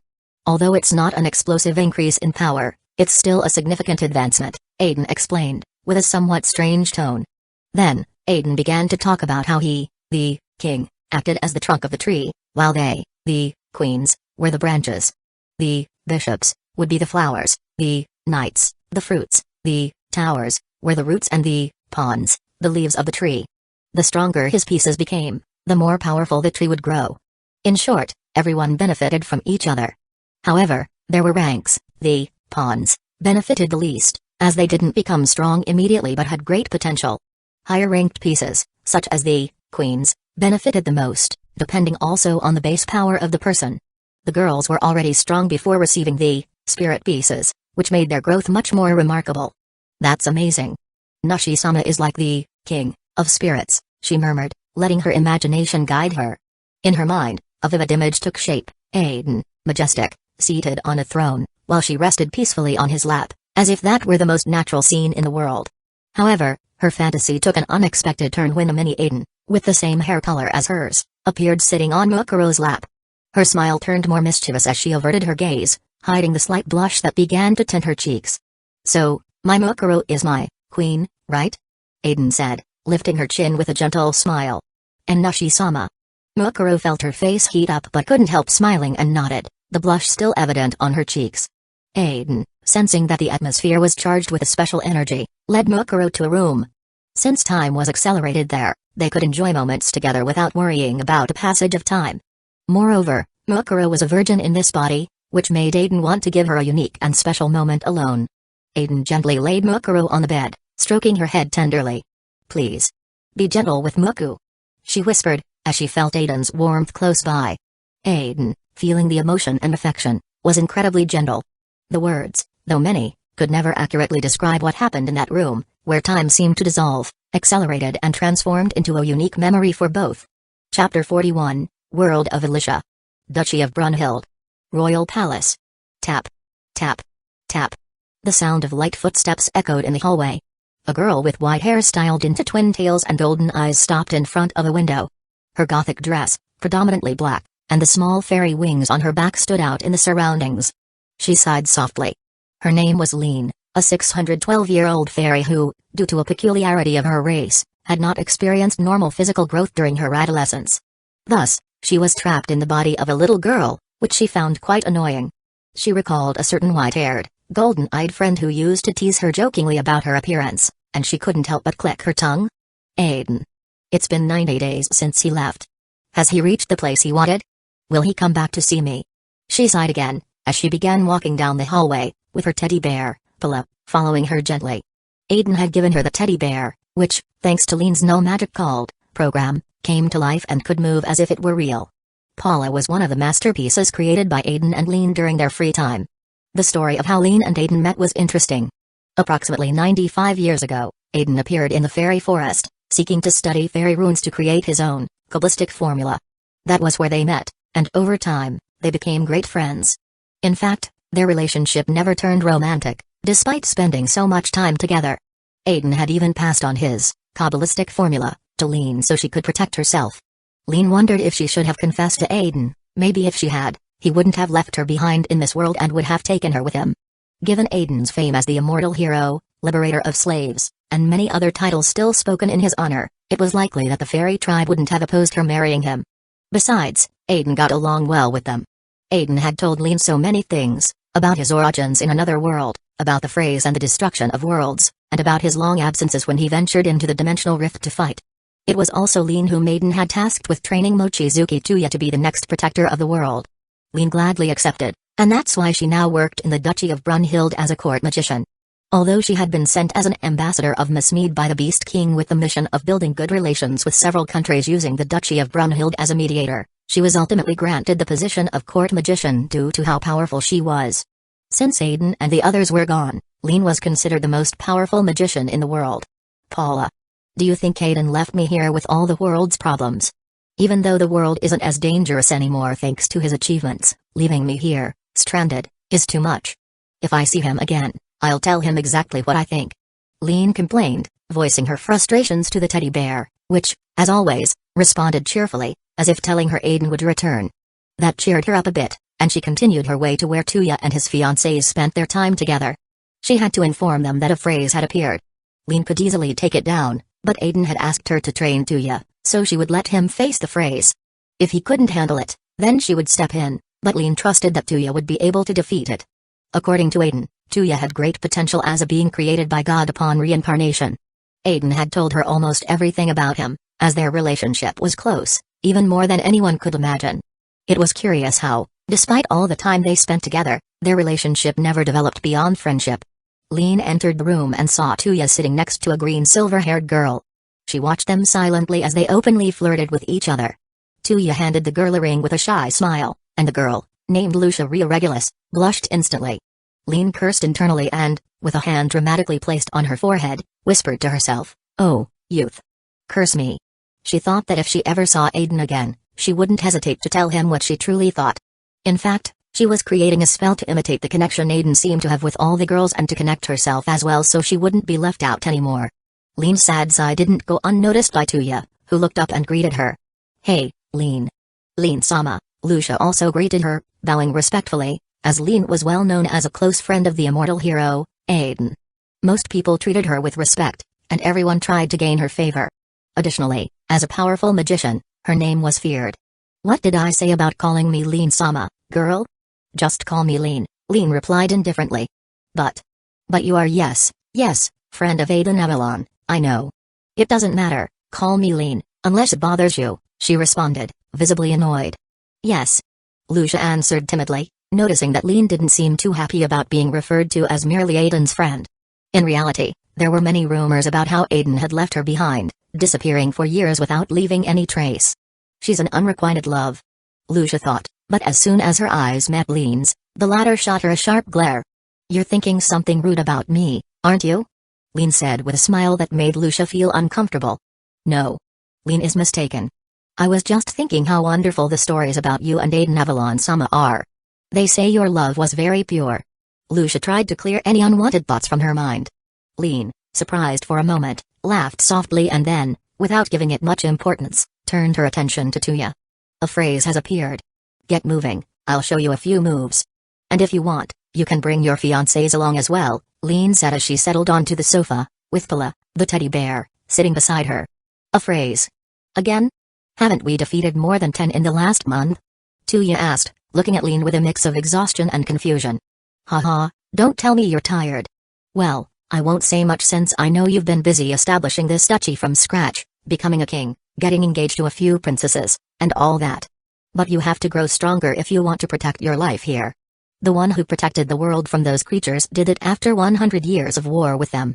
Now it's your turn, though it's not an obligation. If you want to live in peace in this world, you must become stronger," Lin said, resting her chin in her hands and looking seriously at Tuya, who nodded. Lin had already told him a few things about the phrases, like how Aizen had left him the responsibility of protecting this world. Tuya felt powerless. Wasn't God supposed to reincarnate him so he could live in peace? Now he had so many responsibilities. Being a king, gathering the floating gardens of Babylon left behind by Dr. Regina Babylon over 5,000 years ago, and also being the protector of the world. Well, at least he understood what Lin was saying. If he wanted to protect the people he cared about, he had to be strong. Tuya had heard many stories about Aizen. When he arrived in this world, he knew Aizen as the hero of all, the defender of kingdoms, towns, and cities against magical beasts. Moreover, Aizen was recognized for his many achievements, the strongest adventurer in the world, the liberator of slaves, the closest friend of the fairy race. There were also lesser-known stories, but those were the most important ones. He was believed to be an elf, a fairy, or perhaps the child of spirits, as he didn't age at all. He was also famous as a dragon hunter, having slain many legendary dragons such as Fafnir. However, the most well-known legend about Aizen was his mysterious disappearance, as he sometimes vanished for years. When Tuya arrived in this world, he didn't know the reason for these disappearances. Aizen was hiding most of the phrases and preventing them from entering the world, which seemed to be part of the reason for his absences. It was then that Lin revealed to him that Aizen was the one protecting this world, and Tuya held him in high regard. Furthermore, Lin told him that Aizen was also Japanese, which made Tuya feel even closer to him. So, with that knowledge, he took on Aiden's role seriously. Lin had taught him many spells and guided him in his search for the gardens of Babylon. It wouldn't be wrong to say that Tuya considered Lin his master. "Can I ask something?" Lucia's voice snapped Tuya out of his thoughts. "As long as I can answer," Lin replied, without taking her eyes off Tuya. Lucia nodded, looking between Tuya and Lin. "What exactly are those things?" Lucia didn't know much about the phrases, as she had only recently become Tuya's fiancée. Lin looked at her and, with a sigh, explained. "Just think of them as parasites that want to destroy our world." Lin responded somewhat lazily, as if she didn't feel like giving a long explanation. "Hey, explain the whole story, or at least what I know. Don't be so lazy." Tuya, feeling a bit helpless, gave Lin a pointed look. "Well, you do it, and I'll listen while having tea." Lin looked at Paula. "Paula, can you make me a cup of tea?"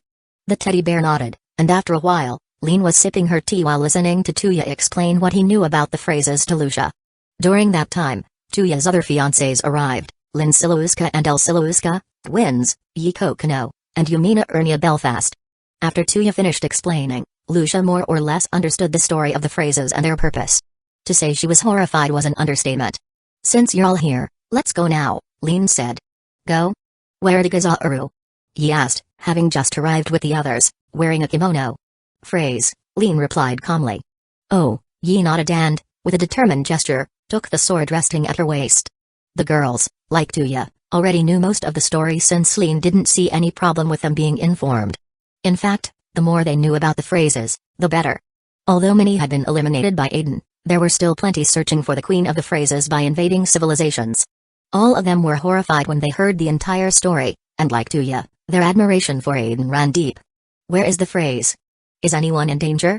Shouldn't we hurry?" Els asked worriedly. "Yes," Tuya looked at Lin. "Shouldn't we go? Although, seeing how relaxed you are, that phrase is probably far from any intelligent life." "Yes, it's in the desert, a great distance from the kingdom of Belfast," Lin replied as she rose from the sofa. Tuya and the others nodded, but they couldn't help wondering how on earth Lin could know there was a phrase so far away. "Should we use Francesca's floating garden to get there faster?" Tuya asked, looking for an efficient way to travel. The Gardens of Babylon, the impressive structures created by Dr. Regina Babylon, were divided into 7 parts: garden, workshop, alchemy lab, hangar, wall, tower, library, warehouse, and research lab. Each section was protected by various androids and intelligent life forms that Regina had left behind. At this moment, Tuya only owned 2 parts, the garden and the workshop. He wanted to use the garden to travel faster, as it could fly through the sky, but Lin shook her head and, without saying more, stomped on the ground. Immediately, a magic circle appeared beneath them. "There's no need to complicate things. Just use teleportation. Let's deal with this quickly and be done with it," Lin said, and in the blink of an eye, they disappeared from the room. In the desert.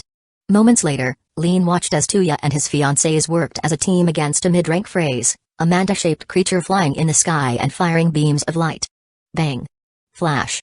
Lin observed attentively as Tuya created a mirror using spatial, ice, and light magic, skillfully reflecting the beams of light back with double the power. Bang. The beam struck the phrase but failed to destroy its core. Close. To think Aizen used to face millions of these at once. Lin murmured as she manipulated the wind with magic, creating a shield for herself and Pala, since the long-range battle was kicking up a lot of dust.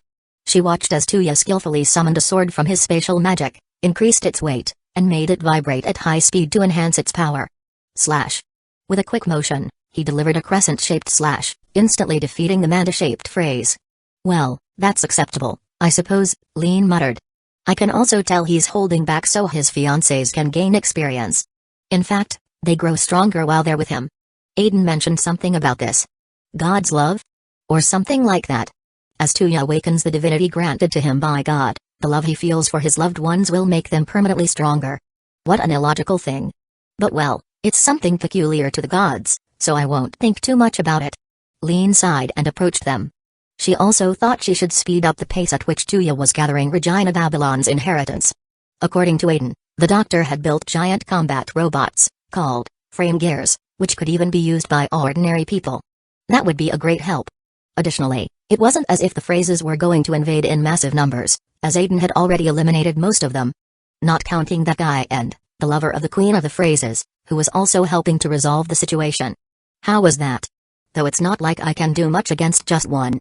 I think it's more productive to hunt high-rank magical beasts or simply study more spells or train with you, Tuya said, scratching his head as he took out his phone to check where the magical beast he remembered was located. Yes, Tuya, I'd rather train with you, but I also know we need to take care of these creatures, or they'll cause problems. Though I can feel myself growing stronger. Before, my punches couldn't do anything to the phrases material, but now I can beat them, even a mid-rank one.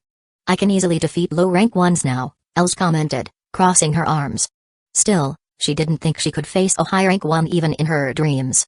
According to Lin, high-rank phrases could destroy entire kingdoms in less than an hour and were incredibly durable. Yes. Digazauru. My sword also cuts more than before. I can feel I've grown stronger. The problem is Yumina and Lin's magic. These creatures absorb their magic Digazauru, Yi said, looking at the mages. Yumina and Lin's nodded, acknowledging it was an issue. Lucia, who was also a mage and melee fighter, agreed. Well, you all need to study more magic with me, and I'll increase your lessons. Their magic doesn't affect them because it's not original enough. My magic can pierce through their bodies easily. Aizen also let me fight against high-rank phrases, and I was able to defeat them, Lin said with a smug air. She thought she should teach them a magical formula similar to the Kabbalistic formula. It wasn't that she didn't want to teach them the formula Aizen created, but not everyone could use it, okay? It required a lot of calculations and talent. She decided to teach them something tailored to them instead. The girls couldn't help but click their tongues upon hearing Lin show off, though they all knew that yes, she could do that. Well, you were Aizen Avalon's friend, of course he taught you his tricks, Yumina said, trying to tease her in revenge for the difficult lessons Lin always gave them. What was that about, friend? Do you want me to spank you, huh, little girl? Lin replied with a mischievous smile. Yumina, upon hearing her, quickly hid behind Tuya. Kaya. Tuya, protect me. Yumina cried, looking at Lin with an exaggeratedly fearful expression. Don't worry, Yumina, I'll defeat this tyrannical teacher for you, Tuya said with a confident smile. 5 minutes later. Tuya. Yumina cried, seeing how Tuya was buried in the desert sand. Get me out of here, Lili Baba. Tuya shouted, thinking Lin wouldn't understand the insult, as it was an expression from his previous world. But Lin gave him a piercing glare, as if she had heard that insult 1,000 times before. 5 minutes later. Tuya was still buried in the sand, with only his head sticking out. Paula, the teddy bear, was hitting him in the face while laughing. Yumina, Lucia, Els, Lens, and Yi watched the scene helplessly. After pulling Tuya out, they were about to leave, but suddenly, a crack appeared in the air. Crack. From there emerged a giant phrase in the shape of a whale, which looked at the group while gathering white light in its mouth. What is that? How is it so big? Yumina screamed, her eyes wide open. A phrase. Tuya immediately grew serious, connecting the dots quickly. He knew this was a high-class one.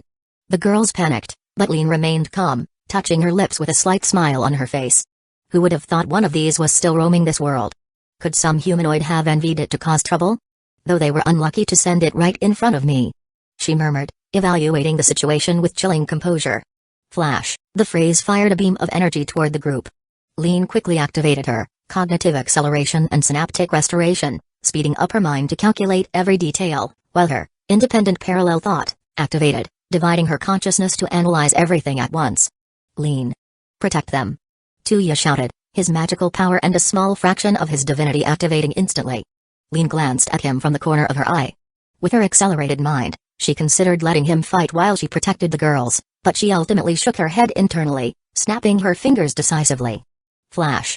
Magical circles with Kabbalistic runes appeared beneath the group, except beneath her. Then, she raised her hand and, as if recalling a memory, envisioned a portal. She remembered how Mukuro used his ki to perform these spells and smiled with a hint of nostalgia. She pronounced the name of that move, even though it wasn't hers.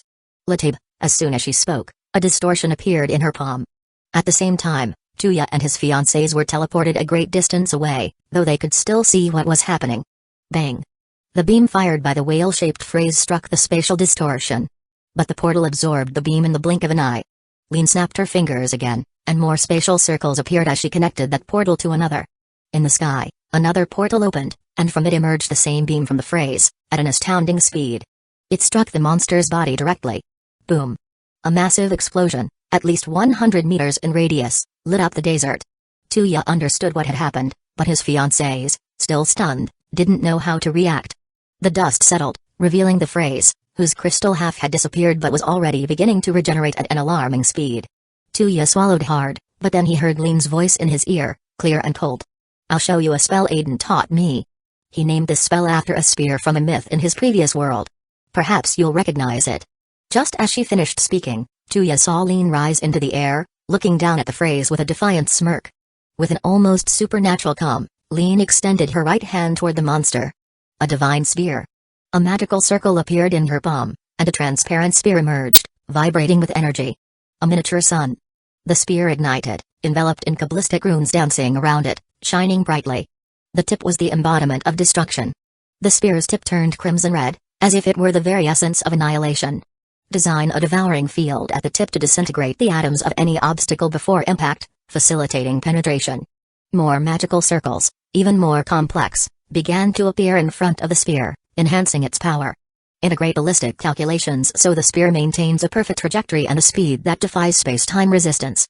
Lean completed the spell's creation, but a wave of nostalgia washed over her as she recalled the chant Aizen had crafted for her. "Why did you leave me behind, you idiot?" she thought with some regret, but at the same time, determination filled her chest. Without hesitation, she chanted the spell firmly, "Know the mercy of the King of Gods. With a single blow, I will bring extinction. Be reduced to ashes." Vasavi Shakti. The divine spear, charged with devastating power, launched toward the phrase with such incredible speed it seemed to tear through the air itself. Whoosh! The shadows cast by the spear were long and fiery, and the ground trembled under its imposing presence. The air around it vibrated with overwhelming intensity. "What?" was all the group could manage to say, staring at Lean with wide eyes.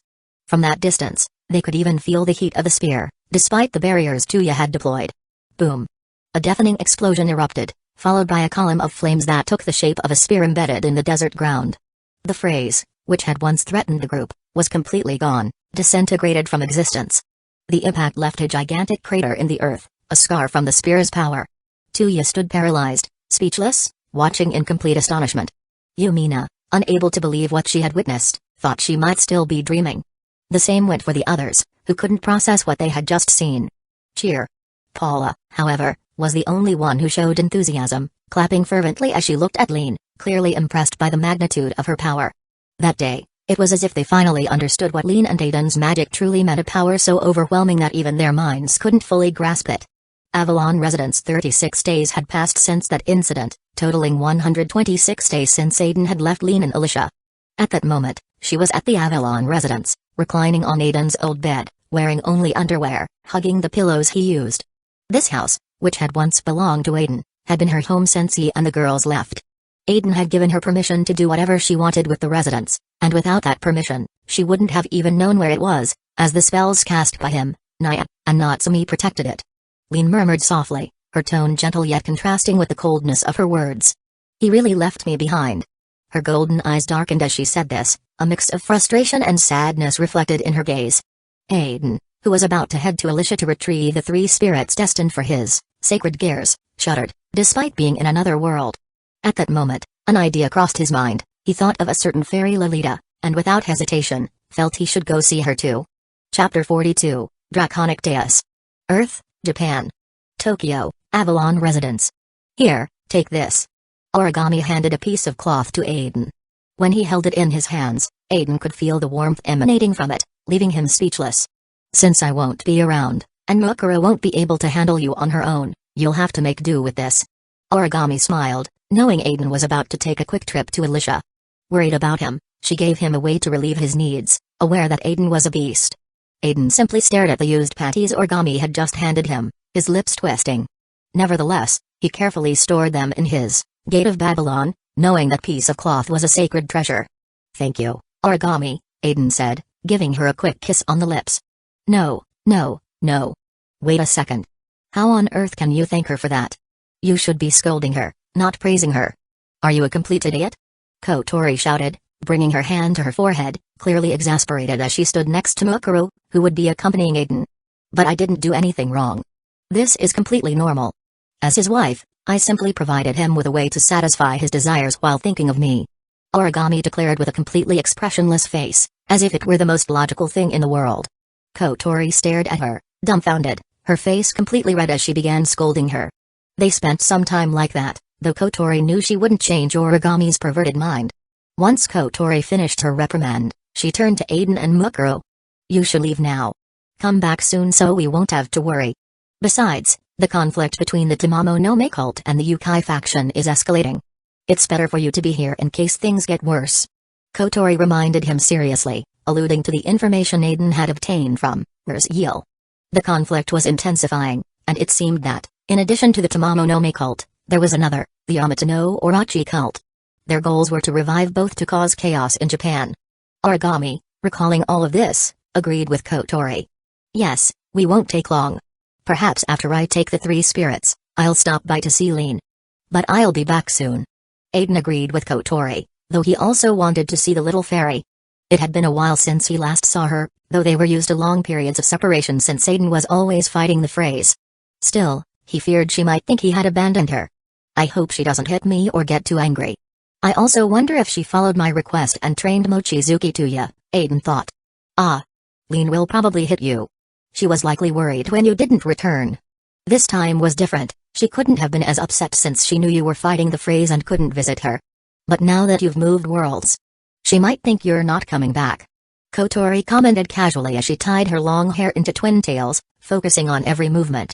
Aizen grimaced at her words, hoping Lin wouldn't do anything strange. Anyway, keep an eye on Yoshino and Yashinon. They might do something extreme since they're close friends with the Kyoto Yukai leader and her daughter. Also, ask Natsumi to accompany them just in case when they go out. Additionally, share the information I was able to investigate with Yield about the Kao's brigade and their goal of freeing Izanami no Mikoto from Yami. If they succeed, it would be problematic. Yasaka is the priestess of Amaterasu Mikami, so she could pass the message along. Aizen said, recalling all the complicated conflicts they were dealing with. Although Aizen knew many myths from his past life, in this world, Izanami was an evil goddess sealed in Yami. When Izanagi descended into Yami to try and rescue her, he found she had transformed into a monstrous figure due to the underworld's forces. In his escape, Izanagi was pursued by both Yami's forces and Izanami herself, who cursed him upon being rejected. Izanami resented her entire pantheon for not freeing her from there.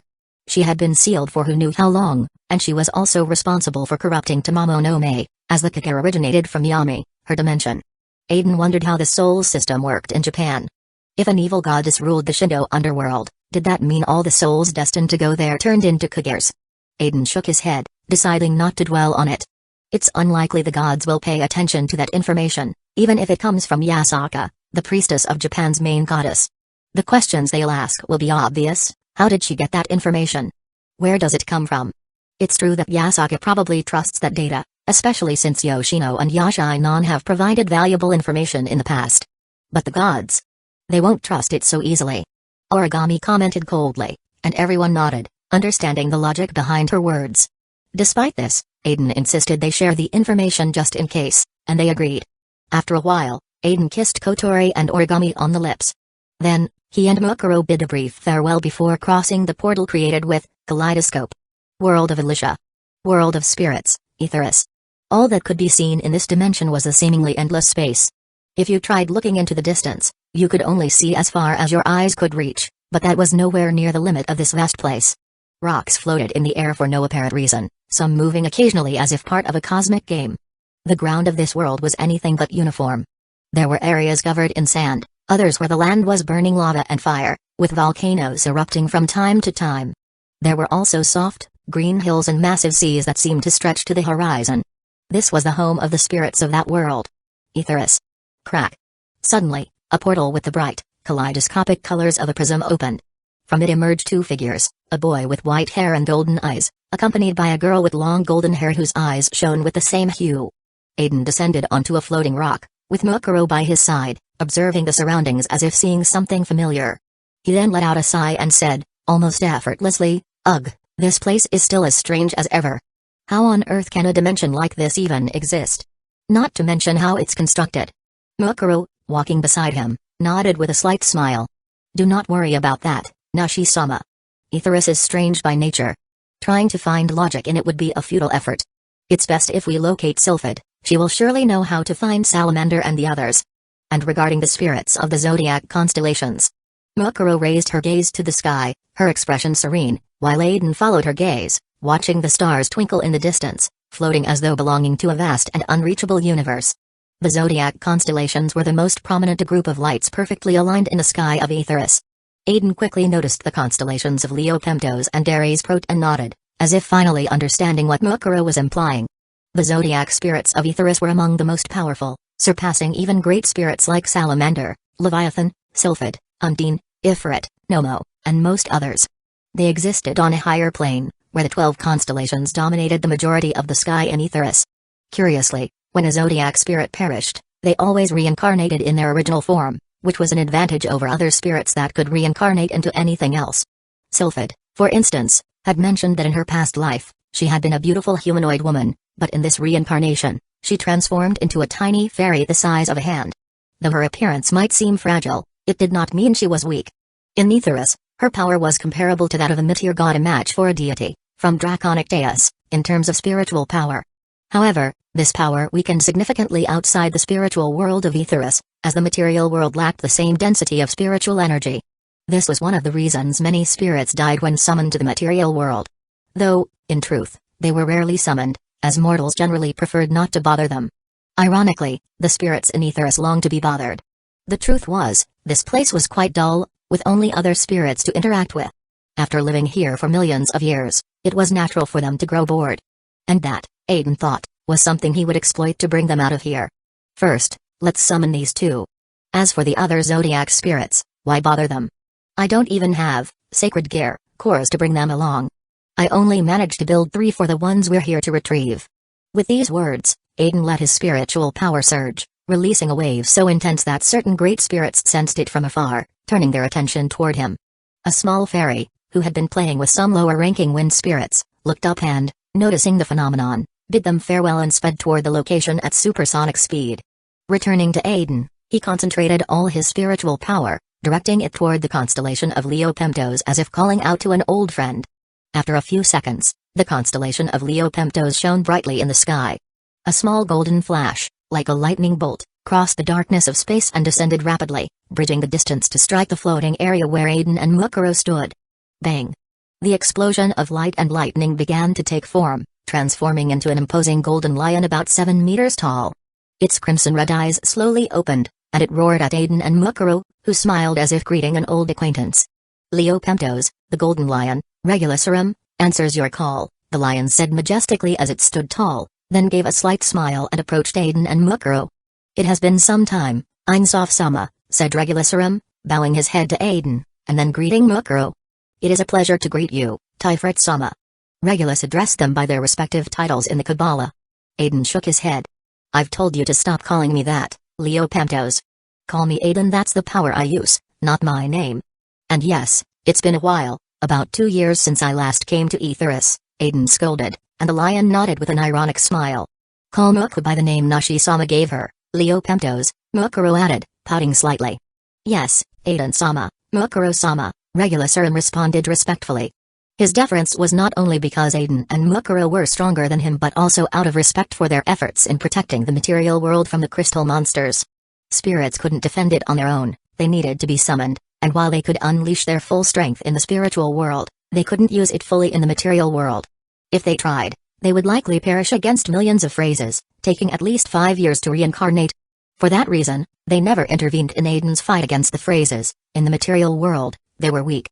Anyway, we came here today to make you a request that could be an opportunity to alleviate your boredom but might also offend you, Aizen said, addressing Regulusarum. As long as I can help, Aizen-sama, I will gladly do so.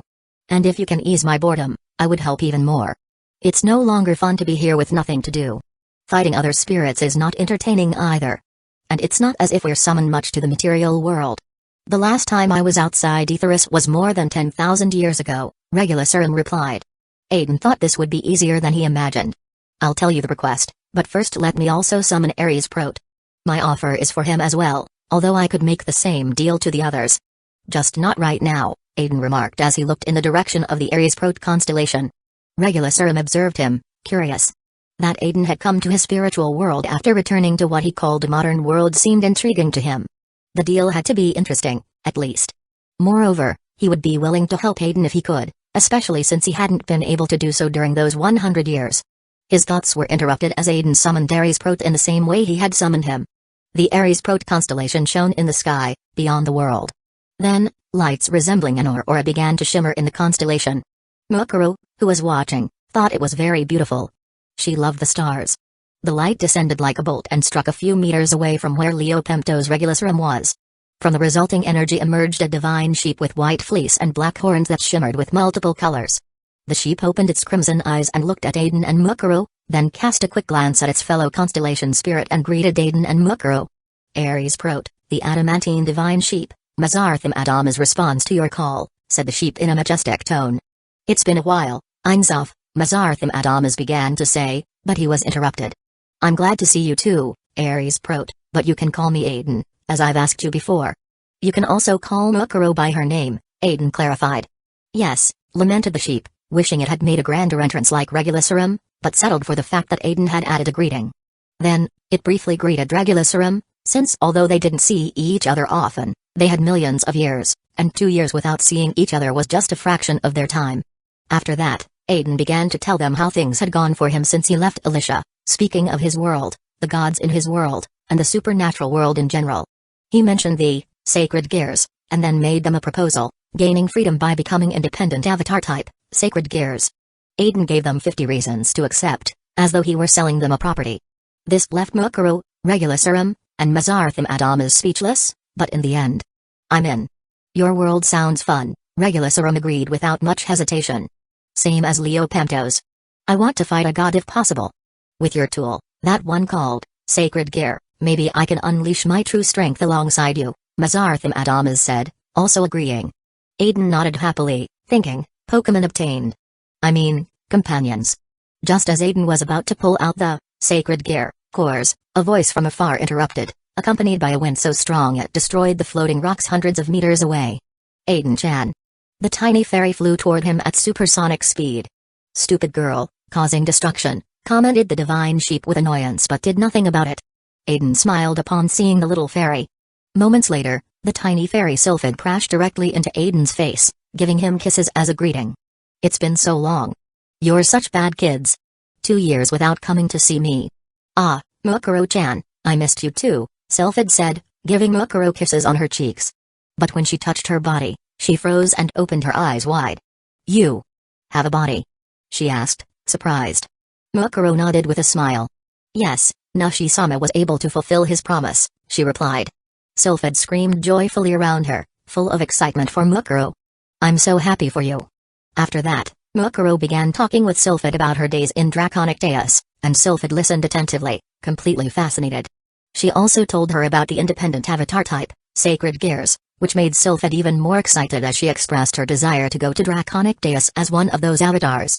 However, Aizen intervened and told her it wasn't possible for now, but she didn't need to worry, as he would take her when the time came. The truth was that Aizen saw Sylphid as a close friend, a sort of older sister who always took care of the girls. It wasn't surprising, considering Sylphid had lived for millions of years.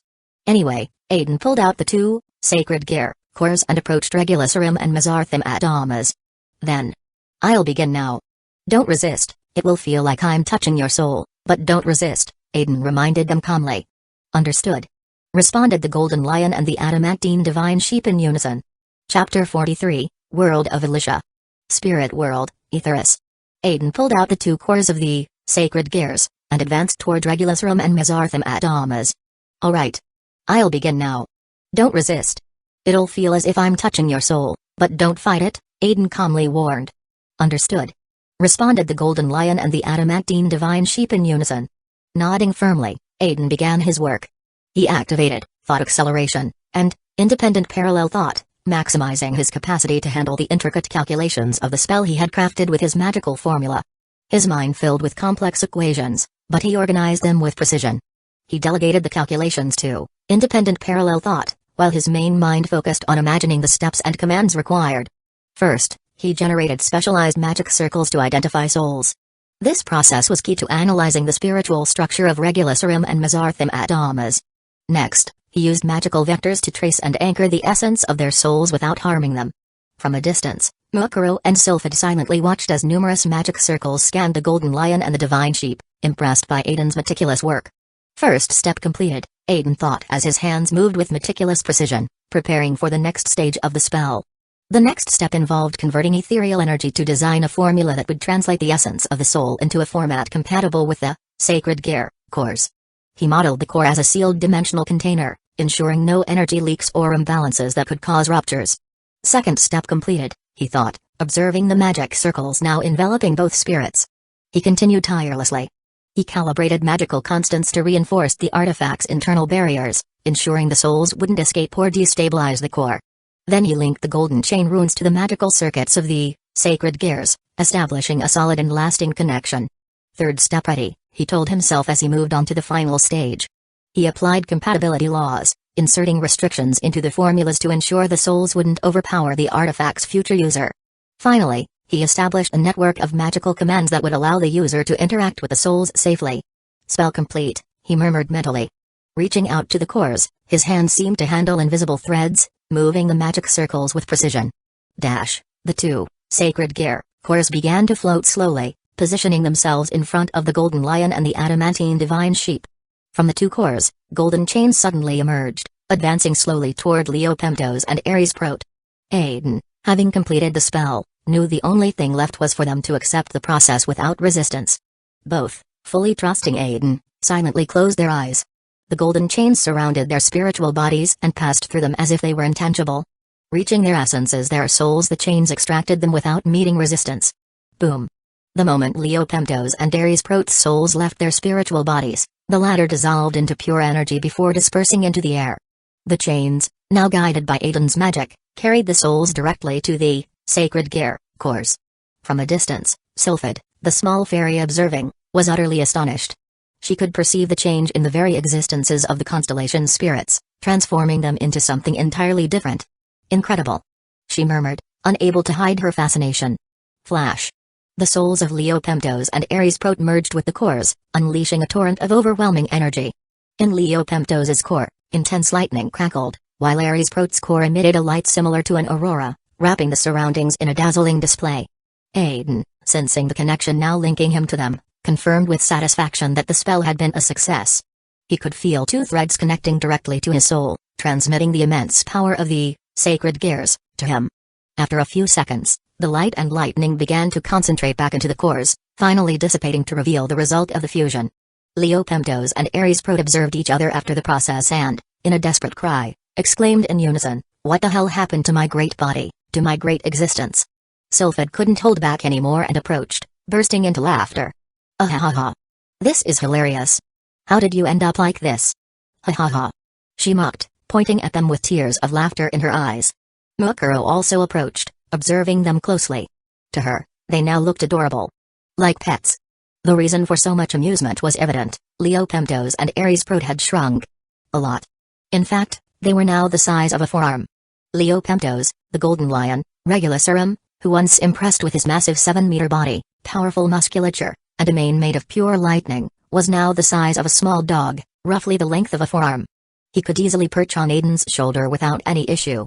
Although his appearance remained the same, his size made him seem more like a pet than an imposing figure. The same had happened with Ares Prot, the adamantine divine sheep, Mazartham Adamas. She was also the size of a forearm, but her majestic appearance remained intact, though now she appeared more adorable than intimidating. Truth be told, both were quite cute.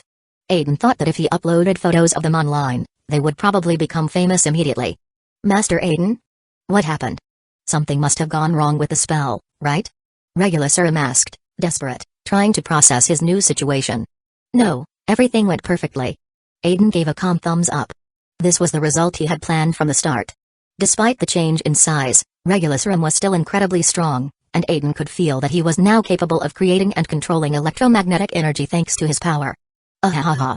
Sylphid still couldn't stop laughing.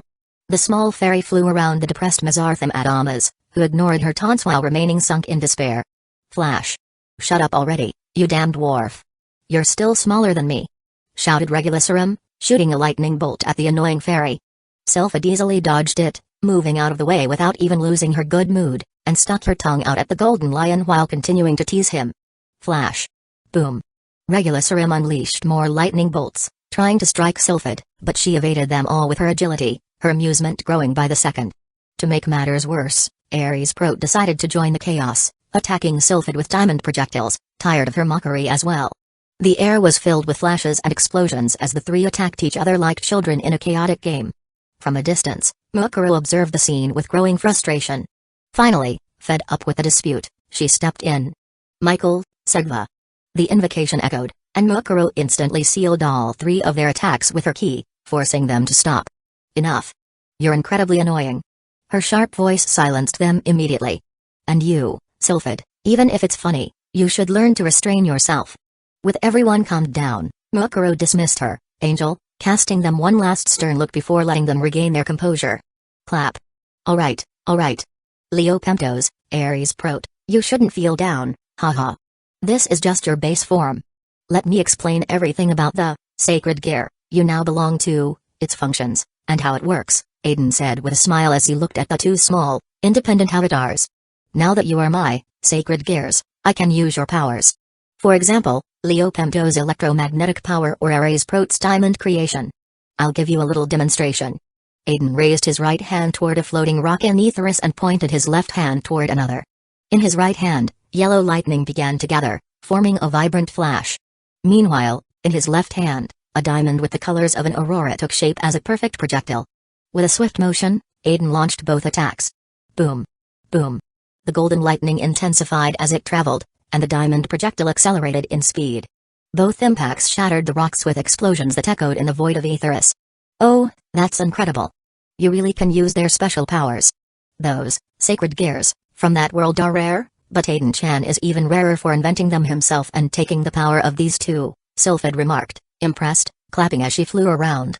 Regulusrum and Mazartham Adamas exchanged glances. Though surprised, they accepted their new reality. Aizen continued explaining the concept of the balance breaker, a form that would allow them to return to their original forms when needed. He also explained that their current bodies were entirely constructed from their power. Essentially, they were an extension of himself. Despite this revelation, both accepted it calmly, grateful to continue existing and even return to their world if they wished. After a while, they activated their balance breakers, with Aiden's help. In doing so, they regained the strength of their original forms, a power comparable to gods in Draconic Deus, like Susanoo. Aizen even mentioned that, if he gave them more power, they could surpass those limitations. Finally, Aizen told them about the Sacred Gear's ultimate mode, spiritual assimilation. This was a state superior to the balance breaker, where they became entirely part of Aiden's power, fusing with him for a limited time. They decided not to test the spiritual assimilation, for now. Aizen had things to do, and there would be plenty of time to experiment with it later. Aizen-chan, don't forget about me. Next time, I expect you to take me with you too. I want to see your world, it seems fun. Besides, I could help you with what you're planning. And if I reach the balance breaker, I could return to my humanoid form, so that bastard salamander can't make fun of me anymore for the form I took in this reincarnation. Sylphid said as she tugged at Aiden's cheek playfully. Yes, yes. I won't forget about you. I'll build a core for you too. Aizen replied, resigned. He couldn't deny his friend anything. However, as he remembered the other great elemental spirits, he fixed his gaze on Sylphid and asked, now that you mention Salamander, I have to find him. But, out of curiosity, what happened to Leviathan, Ifrit, Undine, and Gnome? Undine is dead and hasn't reincarnated yet. Gnome is in his territory, sleeping as usual. As for Leviathan, Sylphid touched her lips with a finger, as if thinking. What happened to Leviathan? Mukuro asked, intrigued. Well, Leviathan is going through an existential crisis.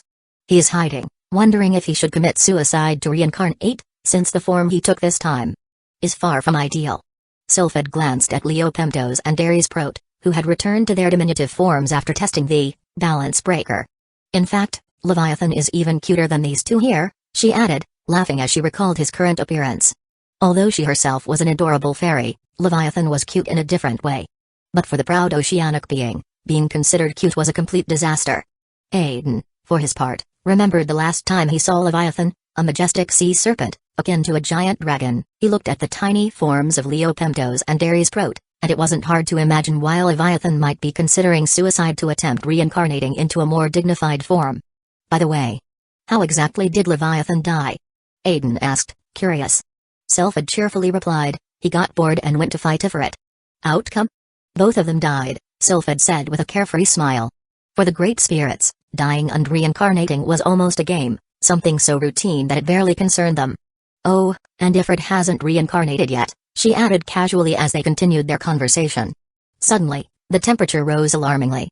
Looking in a specific direction, Aizen and the others saw a dragon made of pure fire, resembling a giant lizard. Aizen felt the intensity of the creature's gaze and sighed, already anticipating what was about to happen. As he prepared to face it, he thought at least he wouldn't have to go looking for it himself. Einsuf. Fight me again. This time I'll win. I've got my perfect form now, there's no way I'll lose. Roared Salamander from afar, his mouth open and his heat intensifying with every word. Stupid lizard. Don't be rude. There's no way you'll win, idiot. Stupid. Stupid. Sylphid shouted, visibly upset. Shut up, little butterfly. This time I'll win. Try my strongest attack. Salamander flapped his fiery wings and lifted his gaze toward the sky. His body began producing more fire, transforming into a titanic dragon whose presence dyed the sky a scorching red and gold. Oh. That's quite a dangerous attack, Aizen commented calmly, observing the dragon's movements. Let everything you know be consumed by the Song of Eternal Fire. Salamander roared as he dove like a meteor, wrapped in blazing flames. Aizen looked at Mukuru, who was by his side, and signaled for her to take Sylphid away. He didn't want his friend to die because of that stupid lizard. Mukuru opened a portal, and though Sylphid protested, she was transported 10 kilometers away. I am the sovereign of hell itself. Salamander roared, accelerating his speed and consuming everything in his path. The floating rocks disintegrated, and space itself seemed to burn in his wake. Infernum Rex. Salamander was just 100 meters from Aizen, his impact imminent. Unfazed, Aizen glanced at Mazarthim Adamas and smiled. Then he spoke, Balance Breaker. The divine sheep's body grew immediately. Mazarthim Adamas reached 7 meters in height, with a robust and complex structure covered in gleaming diamonds. Its black horns extended, glowing with the colors of an aurora borealis. Mazarthim Ascendant, Ares Prot said solemnly, feeling his body fill with overwhelming power. Watching Salamander's attack consume everything in its path, Aizen activated one of their strongest defenses. Kneel before the indestructible will. The sanctuary of the divine sheep shall never be broken. Adamanta crown, Sanctum Aegis. With these words, Aizen and Ares Prot invoked a massive shield made of iridescent diamonds, enveloping all their allies in an impenetrable dome. The dome shone like a giant prism, projecting colors that illuminated the entire battlefield. Boom. Salamander's physical attack struck Aizen and Ares Prot's defense. Whoosh. Crack. The explosion tore through space, burning everything around it in a storm of unleashed flames and energy. Aizen, still unfazed, smiled as he felt the force of the impact. He channeled more power into the defense, which began absorbing Salamander's attack as if feeding on its intensity. Boom. The fire dragon was violently pushed back. Stunned and disoriented, Salamander stared in disbelief as his most powerful attack had been completely neutralized. Fixing his gaze on the imposing figure of the divine sheep, he realized that its defense was far more formidable than he had anticipated. The diamond shield shone with a blinding light as it absorbed the remaining energy from the attack. Then Ares Prot tilted his majestic horns toward the dragon, who remained paralyzed in shock, and returned the attack transformed into a torrent of radiant diamonds. Absolute reflection. Flash. Boom. A crystalline shockwave cut through the air, disintegrating it into terrifyingly beautiful geometric patterns. It resembled a celestial display, but the true devastation came when it struck Salamander. The energy pierced through his spiritual body with relentless precision, leaving him completely vulnerable and sealing his defeat once again. Crash. The impact unleashed a colossal explosion, raising a mushroom-shaped cloud that ascended as a monument to the overwhelming power unleashed. When everything calmed, Salamander's spiritual body no longer existed. Only his soul remained, floating weakly, seeking a way to escape and reincarnate in a few years. Don't even think about it, lizard. You're mine now. Why don't you go in here? Aizen declared with a sly smile as he pulled out a core specially designed for this stupid lizard. With absolute calm, he began reciting the sealing spell once more, ensuring Salamander had no chance of escape. Ha ha ha ha ha. Sylphid burst into laughter as she looked at Salamander's new form. Now he was the size of a forearm and, to her surprise, quite cute. Salamander glared at her, wishing he could incinerate her right then and there. But he knew he couldn't. He had lost, and though he retained his free will, he was now under Aiden's control, who dictated his actions. Ha ha ha. Regulus Urim joined in the teasing. Mazarthim Adamas remained silent, observing the scene calmly. You get exactly what you deserve, Mukuru declared with a sharp smile, both distant and intimidating. Attacking Nashi-sama in front of me? Such foolishness. If he hadn't intended to bring you with him from the start, perhaps your existence would now be nothing more than a memory, insignificant lizard. Ha ha ha, that's it. You got what you deserved, stupid lizard. Sylphid added, visibly excited. Salamander had always bothered her with his absurd challenges and insistence on fighting. Gr. Salamander only growled. Though he felt immense frustration, he wasn't angry at Aizen. He had lost, and that was that. However, deep down, he wished to face him again in the future when he was stronger. Though now, connected to his new master, he understood that possibility was more than remote. Well, as punishment for Salamander, I plan to gift you to someone important in another world. I hope you accept it.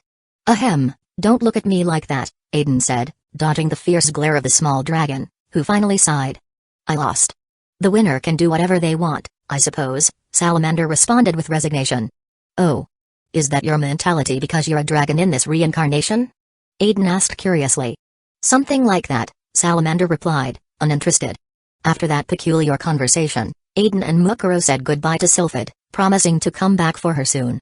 Aizen carried Regulasarim on one shoulder, Mazartham Adamas on the other, and Salamander on his head. Though his body was made of flames, he didn't burn those he didn't want to harm. Mukuro opened a portal, and both left the spirit world. Their mission was complete, but Aizen had something else in mind. He wanted to see Lean. World of Alicia Avalon residence. It was midday in the material world. Aizen, accompanied by his new independent avatar, Sacred Gears, and Mukuro, appeared in the living room of his house in this world. They looked around and noticed everything was impeccably clean. Although some spells automatically kept the house in order, a trace of life could still be felt in the place. Is Lean living here? She's the only one who can enter here besides us, Aizen thought. So this is your nest in this world, commented Salamander, who was comfortably seated on Aiden's head. He flapped his tiny wings and started flying around the room. Calling it a nest. Reincarnating as a dragon is definitely affecting your vocabulary. But well, if this is our nest. Aizen replied with a faint smile. Ares Prot jumped from his shoulder simultaneously with Leo Pamtos, and both began exploring the place. The three of them discussed the residence's security. Thanks to Naya, Natsumi, and Aizen himself, it was exceptionally well protected. Anyone attempting to enter without authorization and with questionable intentions would likely die instantly. As for the unfortunate ones who arrived accidentally, they would simply be teleported back to their kingdom or country of origin, with their memories of the place completely erased. Mukuro, on the other hand, went straight to the kitchen to prepare something. The three new spirits, now that they had physical bodies, wanted to enjoy food, something they hadn't done in a very long time. For Leo Pemtos and Ares Prot, it had been over 10,000 years since their last invocation to the material world. In Salamander's case, it had been only 1,000 years. Meanwhile, Aizen sat on the living room sofa and closed his eyes, relaxing as he listened to the voices coming from the kitchen. Suddenly, he felt a disturbance in space right in the center of the room. The spirits became alert, ready to attack, but Mukuro stopped them with a gesture. She recognized the magical signature and continued cooking calmly. Seeing this, the spirits relaxed their stances and allowed the spatial magic to manifest. Flash. From the light emerged a girl with white hair and golden eyes, dressed in an elegant gothic Lolita outfit. She held a parasol in one hand and a teddy bear in the other. Her gaze scanned the room until it landed on Aizen, then dropped silently to the floor. Aizen got up from the sofa, scratching his head as he observed the aura surrounding her. A thought crossed his mind: I should have come earlier. Great. Paula, the teddy bear, raised its tiny hands while trying to escape Lean's embrace. Its strength was so small that it could only cry in frustration. Lean? Aizen called softly to the little fairy as he stood just a few steps away from her. Lean, who barely measured 144 centimeters, only reached Aiden's chest, who stood at 178 centimeters tall. Why? Lean murmured in an almost inaudible whisper. Aizen watched her silently. In his mind, he kept blaming himself for not coming to see her sooner. He felt like a complete idiot and thought he deserved at least a direct kick to his golden jewels. Why didn't you come to see me right away? Lean murmured those words as she rested her head against Aiden's chest. Her voice was an echo of mixed emotions, anger, sadness. But, above all, immense happiness. I'm sorry. I won't make excuses. I just thought it wouldn't matter since we're used to not seeing each other for long periods. But now I see I was wrong. I'm sorry. Aizen admitted his mistake and apologized sincerely. How could it not matter? I thought you weren't coming back. This time was different. You moved to another world. I thought you wouldn't return, you idiot, idiot, idiot. Lean's voice broke at the end, and tears started welling up in her eyes. Unable to hold back any longer, she dropped Paula and the parasol to the ground, completely ignoring them, and wrapped her arms tightly around Aizen. Don't leave me again, she murmured, her voice filled with desperation, as tears continued streaming down her cheeks, soaking his chest. Aizen gently stroked her head, feeling like a true fool. I'm sorry. But I can guarantee you I won't leave you again, Lean. Aizen embraced her as well, wrapping her in a firm hug. Lean nodded softly, her head resting against his chest. I'll take you to my world. I'll show you the wonders of the internet, Aizen added with a small smile. Lean nodded again. I'll take you to Japan. Though it's a little different from what I told you, most of it is the same. You better. And one more thing. Lean raised her head, her golden eyes glinting with an intensity that made Aizen swallow hard. With a look that combined sweetness and a barely concealed threat, she continued in a soft but firm voice, don't you dare leave me again, okay? Before Aizen could respond, Lean kissed him directly on the lips. Aizen, surprised, returned the kiss. After all, he felt something for her too. However, in the middle of the moment, he sensed Lean casting a spell. He didn't resist, trusting that little Lolita. But what the spell did left him speechless. It had literally connected their souls. Lean. What did you just do? He asked, slightly separating their lips, trying to make sure he hadn't misunderstood anything. Lean, her fingers gently touching her lips, still intoxicated by the sweetness of the kiss, let out a smile that seemed innocent but hid a spark of mischief. I just made sure you'll never abandon me. The spell I used is called Soul Marriage. It binds our souls so that we're destined to be together forever, in this life, in the next, and in all the ones to come. So, from now on, take good care of me, dear husband. Aizen remained completely silent. He knew the spell had precisely that effect. He could easily break it if he wanted to. Would he? No. Chapter 44, World, Alicia. Avalon Residence. And that's what we've been doing. Honestly, a lot happened. We had to travel to many parallel worlds before arriving in the one we inhabit now, but upon arrival, there were already problems, Aizen explained, summarizing the important events to Lean. She listened attentively while sipping the tea Mukuro had prepared for her, sitting by his side, perhaps a little too close. But Lean was happy. After all, they had made their relationship official, and that happiness was contagious. Aizen felt happy too. Mukuro, from the sofa opposite them, was also paying attention to the conversation, accompanied by Leopantos, Ares Prote, and Salamander, who listened silently. Did you really fight what in your world is called the Dragon God? Lean asked, her voice a mix of curiosity and amazement. She had already heard the summary about Aiden's current world, Draconic Deus, and couldn't help comparing the phrase to the gods, archangels, and devil kings of that place, realizing that the phrase seemed quite weak in comparison. Yes. That dragon protects its world from invaders. At that time, I was an invader to him, so he had to stop me. Although, in the end, we only fought for the sake of fighting, as there was no killing intent from either of us, Aizen replied calmly, looking at Lean as he recalled that confrontation. Aizen extended his hands and conjured a spell that took the form of a screen. On it, his battle against the Great Red began to play. Lean, Leopantos, Ares Prote, and Salamander were able to see every detail, from the times Aizen cut and killed the Great Red to the moments when the dragon launched millions of energy beams at him, each capable of destroying entire cities. They also witnessed Aiden's Demon King form in its inverse form. It went without saying, the four were utterly astonished. This is too much. If a creature like that suddenly invaded this world, the material plane wouldn't stand a chance. Everyone would be annihilated. Although, at least, this dragon's personality doesn't seem aggressive. But my perception of the universe has just expanded. If this being exists, there must be others like him in parallel worlds, right? Now I feel fortunate that it's the phrase invading this world, Lean commented while calmly finishing her tea. Though the phrase were a real disaster, at least they were manageable for the current Lean and her student, Tuya, who had already advanced significantly in his strength, as had his allies. Yes, the phrase race is quite weak in comparison. In that world, thousands of beings roam freely with the power to destroy entire cities. It's a rather dangerous place. But as long as I don't face a threat with a power level greater than mine, there's no problem. I can win, Aizen responded confidently. Lean nodded, then looked at Aizen before turning her attention to the three spirits sitting in their adorable forms. She pursed her lips with evident puzzlement. Could you explain to me what's going on here? And who are they? She gestured toward the small spirits with her gaze. It's obvious they're spirits, but why do they have so much power? Her tone was incredulous. She knew spirits typically weakened when leaving Aetheris, the spiritual world. However, these three were exceptionally strong, too strong, even. She didn't recognize any of them from the books, except for Salamander, whose appearance was unmistakable. Moreover, she couldn't help but feel curious about their cute looks. Aizen thought for a moment before responding. I've already told you about the sacred gears, right? Yes. Those weapons or devices left by the god of the Bible for humans, correct? Lean commented, crossing her arms thoughtfully.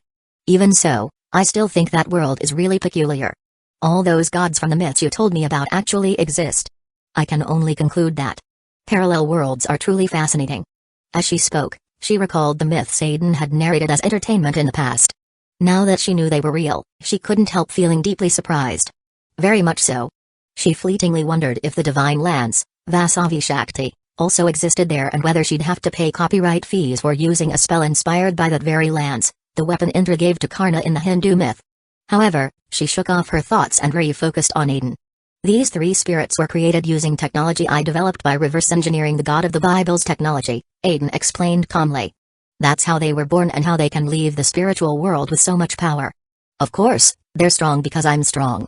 If the user is weak, the spirit will be weak too, but it will grow along with them and significantly increase its potential. Essentially, these three are Longinus. Aizen couldn't help but think about travel and how, with Salamander, she might become a super devil in the future. God Slayers, Lin murmured, processing the information as she frowned slightly. Then she pointed at the dragon with a confident gesture. This one here looks familiar to me. I'd say it's Salamander. She then directed her gaze toward the other two spirits, raising an eyebrow. Although, to be honest, I have no idea who they are. Lin didn't recognize them, although Aizen had told her about the spirits of the constellations, she had never seen what they looked like. Paula, the teddy bear, nodded solemnly, as if entirely agreeing with Lin. Well, they haven't been summoned for a very long time. In fact, over 10,000 years. It's only natural that records of them disappeared long ago, especially after the phrase wiped out most of civilization 5,000 years ago, Aizen explained as Leopemptos and Ares Prot nodded solemnly. I see. That makes sense, Lin murmured as her eyes roamed curiously over the three spirits. I am Lin, matriarch of the fairies, she said in a tone balancing authority and grace. A friend of Aizen. And also his wife. Woman, now. It's a pleasure to meet you. Her gaze remained serene, but there was a subtle touch of pride in her words. Leopemptos slightly inclined his head as his imposing thunder-made mane briefly sparkled. Constellation of Leopemptos, the Golden Lion, Regularum, at your service, Lin-sama, he said in a grave, respectful tone. Lin blinked, somewhat surprised, and tilted her head in response. Paula, her faithful teddy bear, instantly mimicked her. Lin-sama? She asked curiously. Ares Prot was the one to answer on behalf of his companion. We spirits hold Aizen-sama in the highest regard. Therefore, his partner must be treated with the same respect. I am the constellation of Ares Prot, the divine sheep of adamantine, Mazartham Adamas. It is an honor to serve you, Lin-sama. Lin nodded slowly, piecing things together. She recalled that Aizen had mentioned in the past how strict and devoted spirits could be. I see, but you're so rigid. You should relax a little, Lin said lightly, waving her hand gently as if dissipating any tension. Then, her smile widened, warm and charming. Anyway, it's a pleasure to meet the spirits of the constellations. Aizen told me about you some time ago, she continued, bowing her head with a touch of respect. He said you were in a higher rank, even above the great spirits. Her eyes sparkled with interest as she turned her gaze to Salamander. And you must be Salamander, right? It's a pleasure to meet you, great spirit of fire, she added with natural grace, her voice carrying a blend of admiration and familiarity. Of course. Salamander replied in a voice full of pride. Although intense by nature, the dragon always appreciated when someone addressed him with respect and tried to look as impressive as possible on such occasions. PFFFT, Mukuro let out a mocking laugh from a corner, unable to contain herself as she watched Salamander striking a dramatic pose to impress. World of Alicia, Duchy of Brunhild. It was noon in the Duchy of Brunhild, and the streets were bustling with life. People of various races went about their daily tasks, while demons, demi-humans, and other creatures worked in harmony. Children ran around joyfully, filling the air with carefree laughter. Although the duchy was still small, there was no doubt it was on the right track. It's nice. This guy did a good job, Aizen commented as he walked leisurely hand in hand with Lin through the streets of Tuya's territory. Behind them, Paula followed closely, curiously observing the passers-by. There's no discrimination either, Aizen added, admiring the diverse and balanced atmosphere. You can feel the equality here.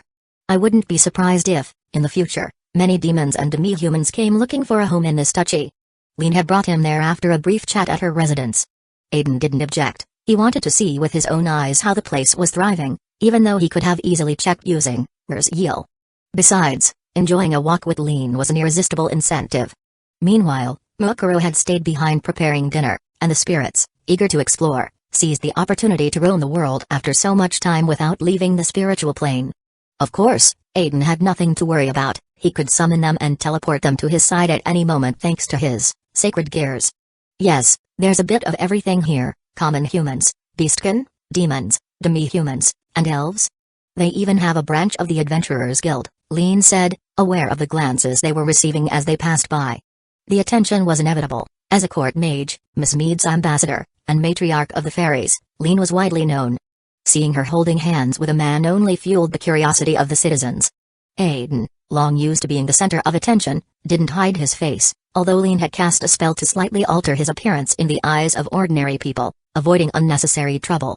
This, however, only raised more questions among the locals about who this man was and why he walked so confidently beside her. "Oh? There's a guild branch here?"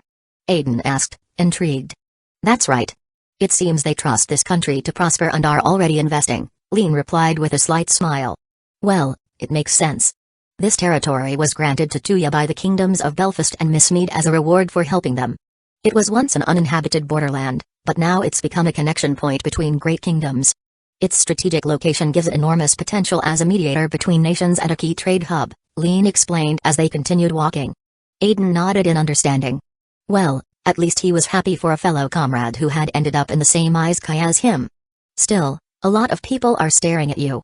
Sometimes I forget you're the matriarch of the fairies and the ambassador of the Mistmead kingdom," Aizen commented. "Compared to your fame, that's nothing.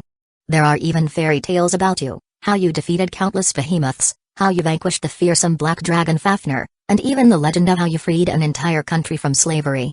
Although that was something you did in passing. It all started because a noble from that kingdom dared to set his sights on one of your girls, Miku, and tried to make her his slave. She, of course, didn't allow it and ended up blowing his head off with her voice, right then and there. That's how the whole conflict began. You're known as the strongest adventurer in the world, after all. Compared to those stories, my fame is nothing special. But, well, it's not like I care too much or anything," Lean said with a mischievous smile, while Aizen brought a hand to his face, sighing at the exaggeration. Although everything she said was true, it was still a bit uncomfortable to hear. As they continued talking, their walk took on a different tone, turning into an impromptu date. Lean made sure to show him almost the entire duchy in a short amount of time. First, she took him to the Order of Knights, where soldiers were training to handle the frame gears, those imposing mecha robots. Tuya was preparing them to fight against the Freys, but those colossi also served as a demonstration of Brunhild's power and technological advancements. Time passed quickly as they chatted and toured, until finally, Lean led him to meet Tuya. Chapter 45, World, Alicia. Duchy of Brunhild. Royal Palace. Tuya was in his office, reviewing the basic development report of the duchy. Stacks of papers were piled on the table as he frowned thoughtfully. Today, he had witnessed something unusual. Lean had suddenly teleported in the middle of a conversation without even saying goodbye. This left him perplexed. Her expression too. Was she angry? No, she seemed happy. But who in this world could make that Lily Bubba smile like that? Tuya wondered, intrigued. As he tried to find a logical explanation, a wild idea crossed his mind. Could it be him? Lean wouldn't show such happiness unless it was Aizen, right? Tuya felt a flash of excitement at the possibility that it was true. Not that he had any special reason to be enthusiastic, of course, he admired Aizen and all, but what really made him happy was thinking that maybe Aizen could calm Lean down. Since Aizen had left her, her bad temper had been a constant problem for Tuya. For example, magic lessons had become more intense than usual, and when they went out to hunt phrases or magical beasts, Lean would take her frustration out on them by repeatedly casting Vasavi Shakti. It seemed to help her release some stress, but Tuya couldn't help wishing Aizen would show up to pacify that Lily Bubba. I hope he really is back. I'd like to meet him in person someday, Tuya thought as his mind began to wander. Lean had told him that Aizen had left this world to search for one similar to his past life, like Earth. I wonder if I could go there too, he muttered to himself, lost in thought. He wanted to return to his world, even if just for a visit. However, he wouldn't be able to see his parents, as that was forbidden. It was one of those rare things that even God couldn't grant because it went against the rules. Tuya had already died in his world, and his body rested beneath the earth. Besides, it was possible that Aizen came from a different version of the same world, adding even more complexity to the situation. Either way, Tuya pushed those thoughts aside and focused on his work, though his mind kept drifting to that troublesome empire-seeking conflict.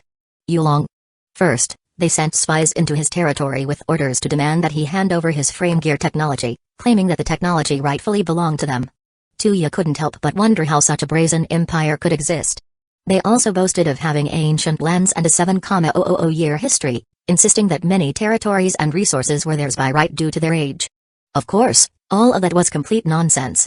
They claimed to have 7,000 years of history when in reality, most civilizations had been wiped out by the phrase 5,000 years ago. Clearly, that country was just looking for excuses to invade other nations under the pretext of, this is mine by right, so shut up and accept it. Yulong was known as a nation of thieves, liars, cheats, and greedy, self-centered people. According to their twisted perspective, cheating was simply a natural part of business. To them, the cheater wasn't to blame, The real culprit was the one who got tricked for not being clever enough. For this reason, other kingdoms deeply despised the people of Yulong. The reason Tuya was upset was clear. Yulong had recently declared war on a neighboring kingdom called Hanok, and this conflict threatened to involve a subordinate of his Order of Knights. He couldn't stand idly by in the face of such a situation, as the celestial empire of Yulong would surely cause many deaths. To make matters worse, the first area Yulong intended to conquer was precisely the hometown of that subordinate. Determined to act, Tuya sought an alliance with the king of Hanok to stop the war. Fortunately, the king agreed, as he also didn't want to drag his people into a conflict fueled by the greed of the celestial empire of Yulong. With the monarch's support, Tuya used his workshop, a tool from the floating islands of Babylon, to build an imposing wall on the borders, blocking the enemy's movements. However, raising that barrier didn't intimidate the emperor of Yulong, who proceeded with his attack.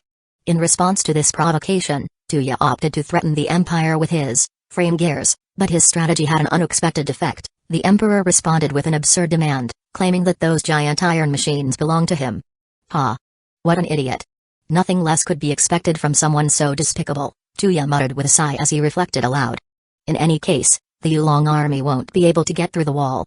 I made sure that, upon touching it, they'll be teleported directly to their capital, forcing them to make the long journey back to the border. Even their arrows will be sent back. So, really, they don't have many options. He paused, frowning as he considered the matter. But it's still annoying to deal with this guy. I guess it's better to consult with the Alliance. As he continued working, absorbed in his thoughts, the door to the room suddenly opened.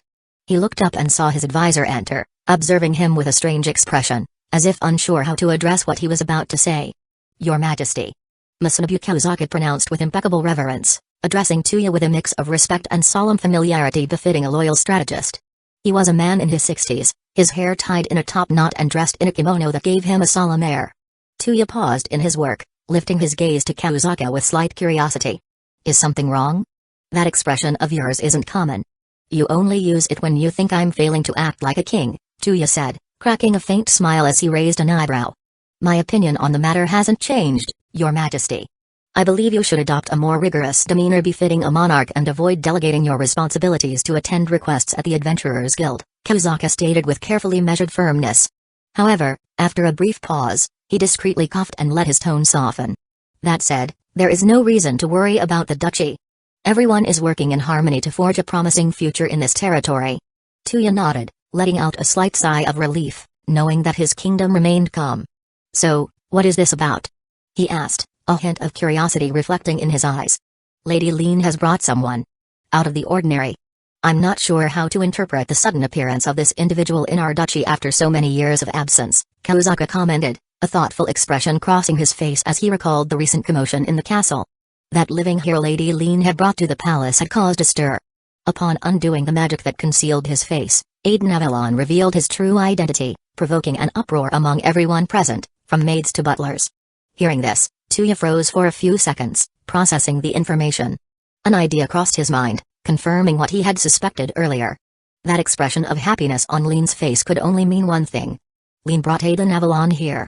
Tuya asked, narrowing his eyes as surprise mixed with slight disbelief in his tone. Kusagakure tilted his head slightly, reflecting. Indeed. I don't understand what reasons that legendary hero could have for coming here. However, he doesn't seem to harbor any conflictive intentions. Lady Lean assured us he's not someone we need to worry about. Kusagakure recalled all the stories about Aizen. Although he was now an older man, in his youth, he had read and heard the legends of that hero. He deeply admired Aizen, even now, but having him present in the castle was difficult to process. After thinking about it for a few moments, he arrived at the simplest conclusion, perhaps Aizen had simply come to visit the matriarch of the fairies. After all, the tales spoke of the friendship between Aizen and the tribe.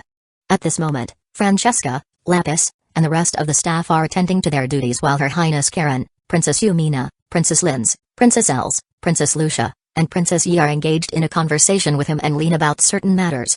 Kohaku, Kakaiu, Sengo, and Kagyaku are also present, Kusagakure explained with his usual formality and precision in every word.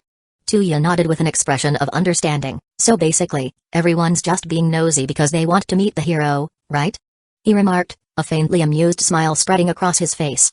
He couldn't blame them, after all, it was as if a world-famous celebrity suddenly showed up at your doorstep in his previous world. Aizen was a living legend, and even though 100 years had passed since his story began, The tales about him were still well known by many in this world. Without wasting more time, Tuya, after hearing Kozaka's report, decided to head to the reception room where everyone was gathered. Aizen observed Lin as she spoke with those she had introduced as Tuya's fiancés. Looking at them closely, he could perceive a kind of divine power within them, a blessing that seemed to make them flourish. Is this the love of God? The one Yog-Sothoth mentioned before sending me here? Aizen wondered, intrigued. The room was full of people. Among those present was a young woman with blonde hair and heterochromatic eyes, one blue and one green. Aizen immediately sensed that the girl's eyes weren't normal, they were mystic eyes, though he didn't know what kind of power they held.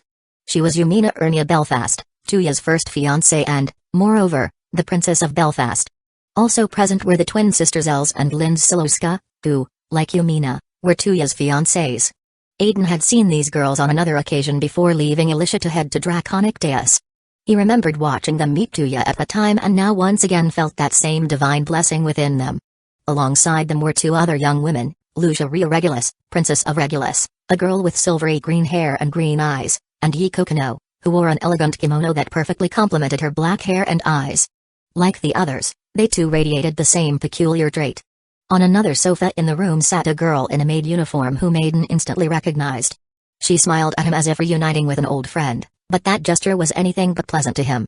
Aizen curled his lips upon realizing that Francesca, one of the automatons managing the floating islands of Babylon, was looking at him with that expression. He knew perfectly well what it meant, a silent but clear lilicon. That smile, filled with an irritating mockery, was nothing new to him.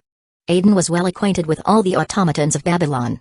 He had visited the various floating islands to analyze them, and during that process, the girls accompanying him had befriended those peculiar creations of Regina Babylon. Among all the places, he particularly remembered his visit to the garden, managed precisely by Francesca. From the first moment, she acted as if she already knew him, which initially puzzled him. But it all made sense when he discovered that Regina Babylon had created an artifact capable of glimpsing fragments of the future. That artifact allowed Regina to observe much of Tuya's future, though she could barely glimpse Aiden's. However, it was enough for Regina to tell her automatons about him. She even offered to study his advanced technology as a gesture of gratitude for his work dealing with the phrase for so long. Regina Babylon had known about Aizen for 5,000 years, but Regina herself, well, she was asleep. Apparently, she had fallen in love with Tuya, built an automaton body for herself, and decided to hibernate for 5,000 years to meet him in person. Her body rested in the research laboratory, one of Babylon's facilities that Tuya had yet to find. According to Lin, Tuya had only located 6 of the facilities so far: the garden, the workshop, the alchemy laboratory, the hangar, the wall, and the tower. The immortal body Regina had created for herself, transferring her brain to an automaton, was still waiting in the research laboratory.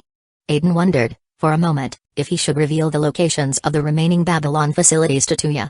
He also observed 3 peculiar beasts.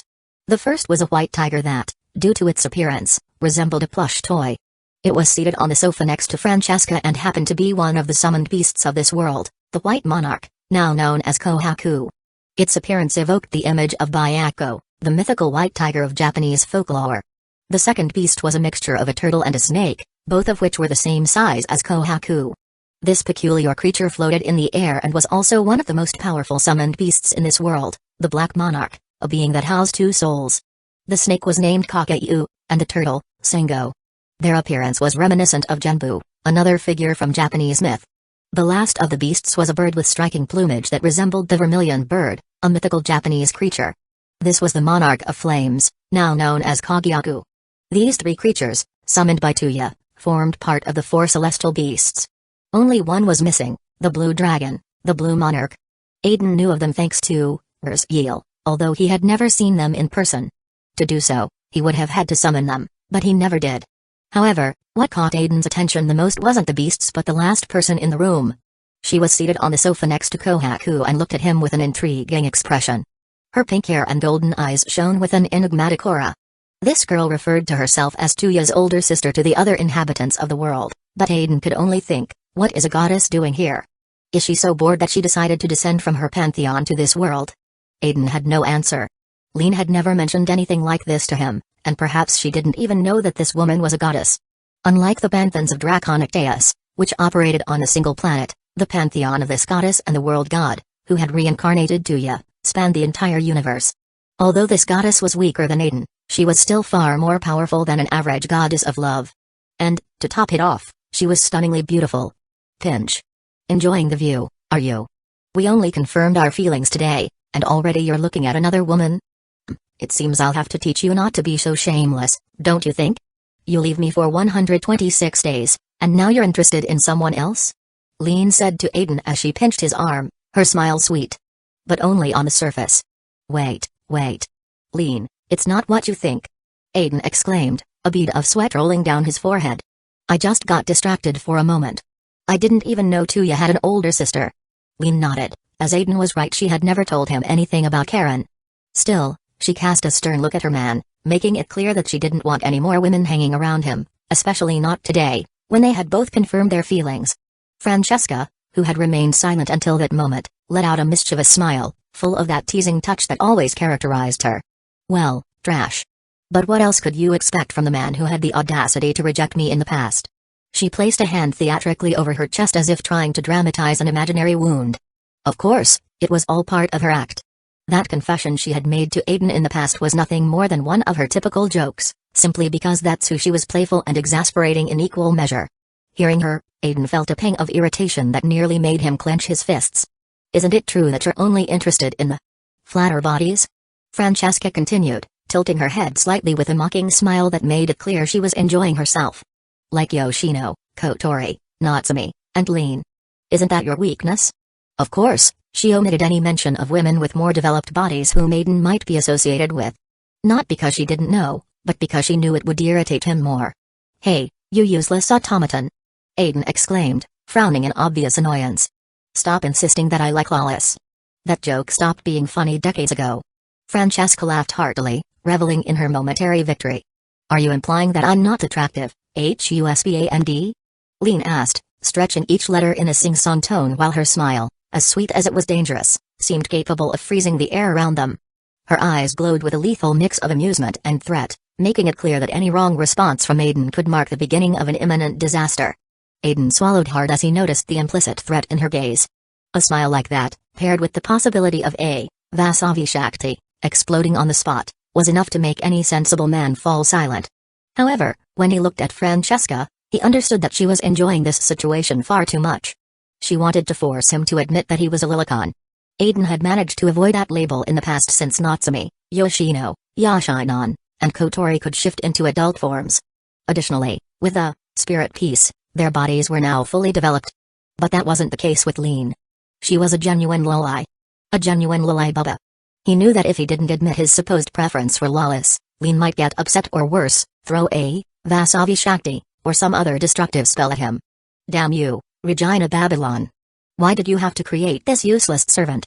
Aizen thought helplessly, holding back the fury boiling within him. He had no escape. All he could do was embrace his fate with resignation and face it with some dignity. Or at least try to. Closing his eyes, aware that he was about to die socially, surrounded by his Isekai companions' fiancés, 3 of the 4 celestial beasts, and a goddess who didn't seem particularly interested in saving him, Aizen spoke with a solemn voice, like a fallen hero accepting his final defeat. I am a lilicon. Open. The door opened just as Aizen finished speaking. Tuya, who had just entered, heard his confession and froze in place, speechless. Aizen could only curse his luck's development ability, convinced that it was a complete fraud. After that, no one said anything to Aizen, they simply looked at him with pity. Everyone knew Francesca well and understood just how annoying and useless she could be.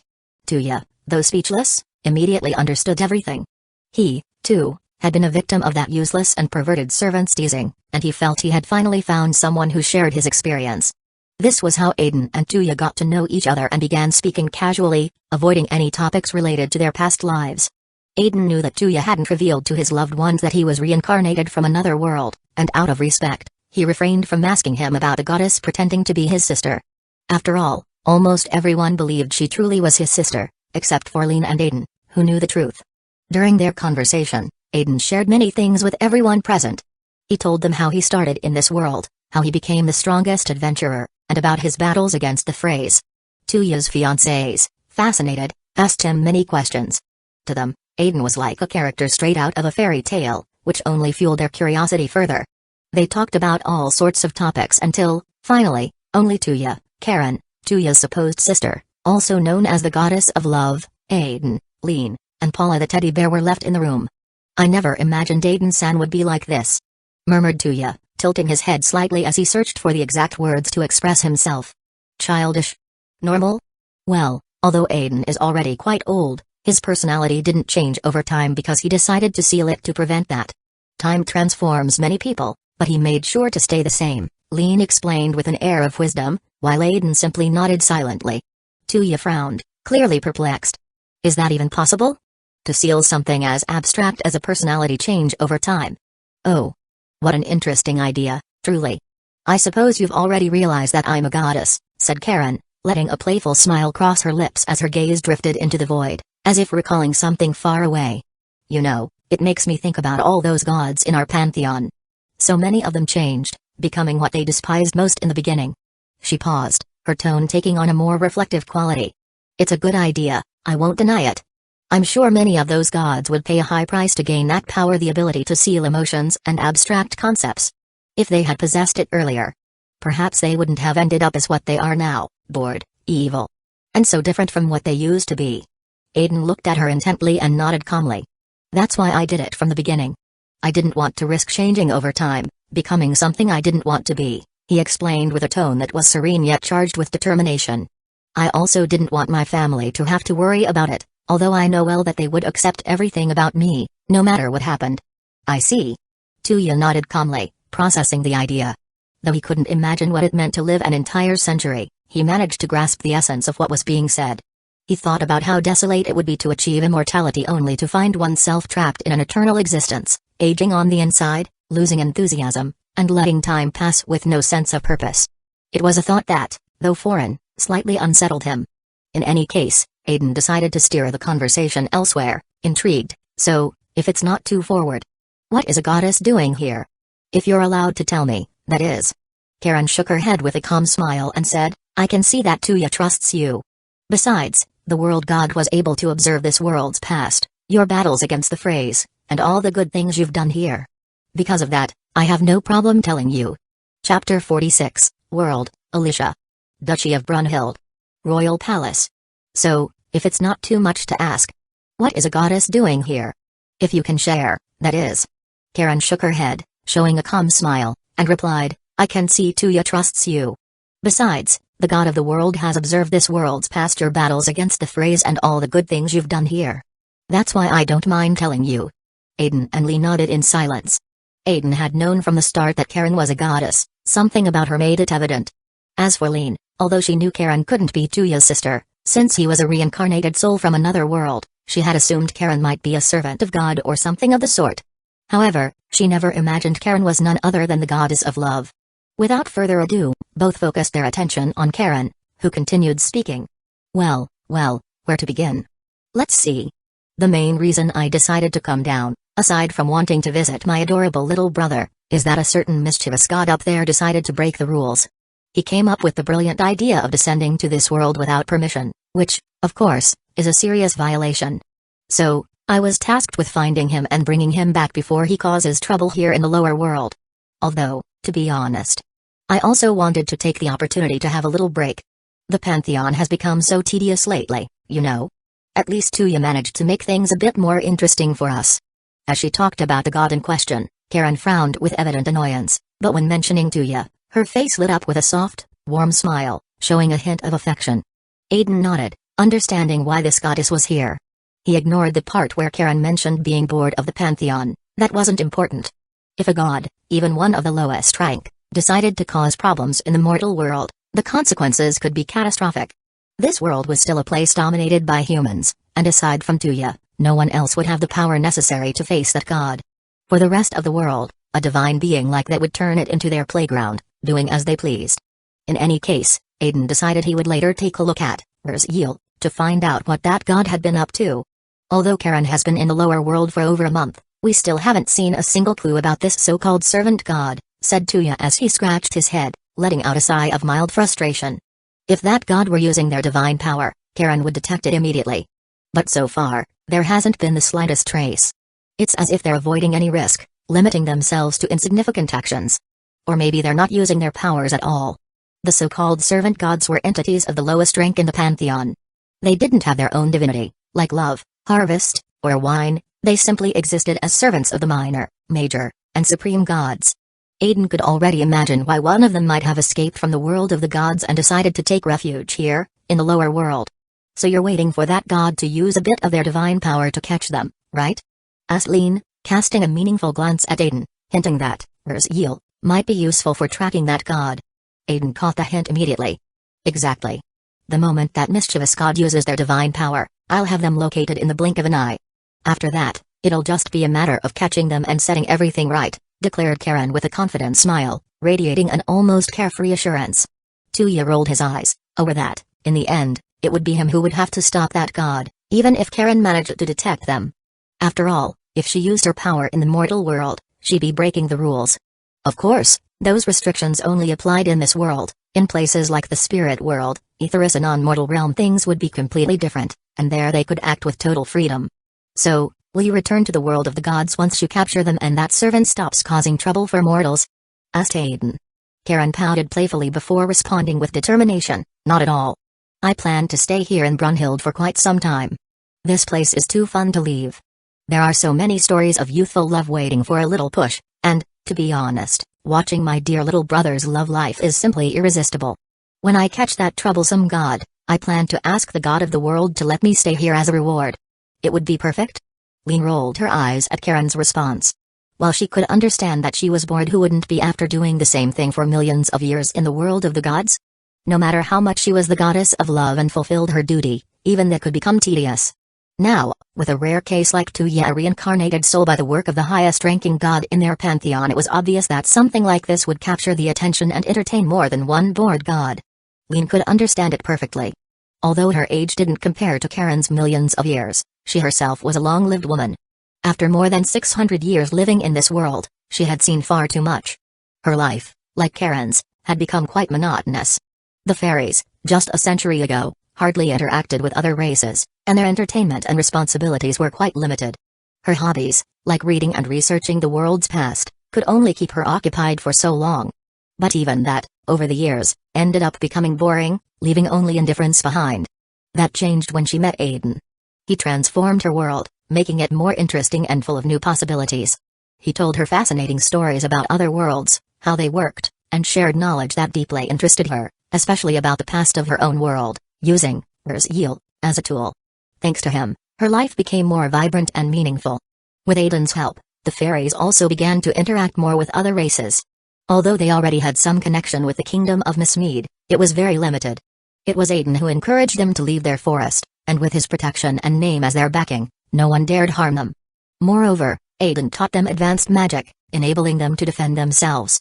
As a token of gratitude, the fairies allowed him to study their runes, further strengthening the bond between them. And so, Lin didn't know exactly when she began to fall in love with him. Even though Aizen had a harem, she had always wanted to be by his side, but she had never had the courage to confess. Until now, when they finally confirmed their mutual feelings. At that moment, she looked at him with a tenderness that seemed to envelop everything, a gaze full of love that he returned, albeit with a hint of confusion. He tilted his head slightly, wondering why Lin was suddenly looking at him so intensely in the middle of a conversation. Is she lost in her thoughts? He wondered. Lin noticed his gaze and, realizing how obvious she had been, blushed immediately. Without saying a word, she turned her head to the side, trying to hide her face, now flushed red. That's it, that's it. How beautiful. How sweet. Karen exclaimed with a radiant smile, almost lighting up the atmosphere around her. As the goddess of love, every heartbeat of emotion in the air was like music to her ears. A love that has spent decades, finally blooming. Hee, this is simply exquisite, she added, savoring the moment with a mischievous sparkle in her eyes, as if watching the climax of one of those romantic stories where, after endless misunderstandings, the protagonists finally find their happiness. Tuya, however, pursed his lips for two reasons. First, because he never would have imagined seeing that kind of look on the face of the demonic Lilai who used to work him to exhaustion. And second, because this strange goddess treated other people's romances as if they were a spectacle made solely for her amusement. Thwack? Stop smiling like a pervert. Seriously, you're dragging the god's name through the mud, Tuya said, sighing as he gave Karen a light tap on the forehead. Karen puffed out her cheeks and began complaining like a child, but Tuya simply shifted his gaze to Aizen, resigned. Not all gods are like this. Probably, he added in a tone that didn't convey much confidence. Although, well, at least the Almighty God is decent. Though yes, he definitely feels more like a laid-back grandpa. Aizen and Lean couldn't hold back their laughter, letting the atmosphere relax as Karen continued pouting. Anyway, goddess of love. Lean began, addressing Karen, but the latter quickly interrupted her. Call me Karen. Here in the lower world, titles aren't necessary, don't you think? She said with a carefree smile, tilting her head slightly. Besides, I can't use my divine power in this place, so I prefer something simpler. Karen is fine. Or, if you're comfortable, Big Sister works too. Her expression turned playful, and her eyes gleamed with mischief. In fact, I could give you some tips on how to make that boyfriend of yours lose his mind over you. What do you say? Sounds fun, doesn't it? I think I'll pass, Lean replied with a polite smile, though her tone hinted at some discomfort. There's no need. She won my heart a long time ago. I was a fool not to accept her feelings earlier. But she doesn't need advice. I love her. Aizen said it so naturally that it left Lean completely red with embarrassment. She was weak to those kinds of comments, especially with others present. Fairies are shy creatures. TCH. Karen huffed, clearly disappointed that she couldn't meddle in their relationship. Well, you really tried to come off as the cool guy, huh? I don't even know how I'm supposed to react to that, Tuya commented, scratching the back of his neck and shuddering slightly at the scene.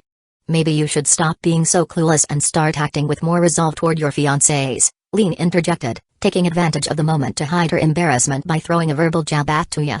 Honestly, they're the ones always taking the lead.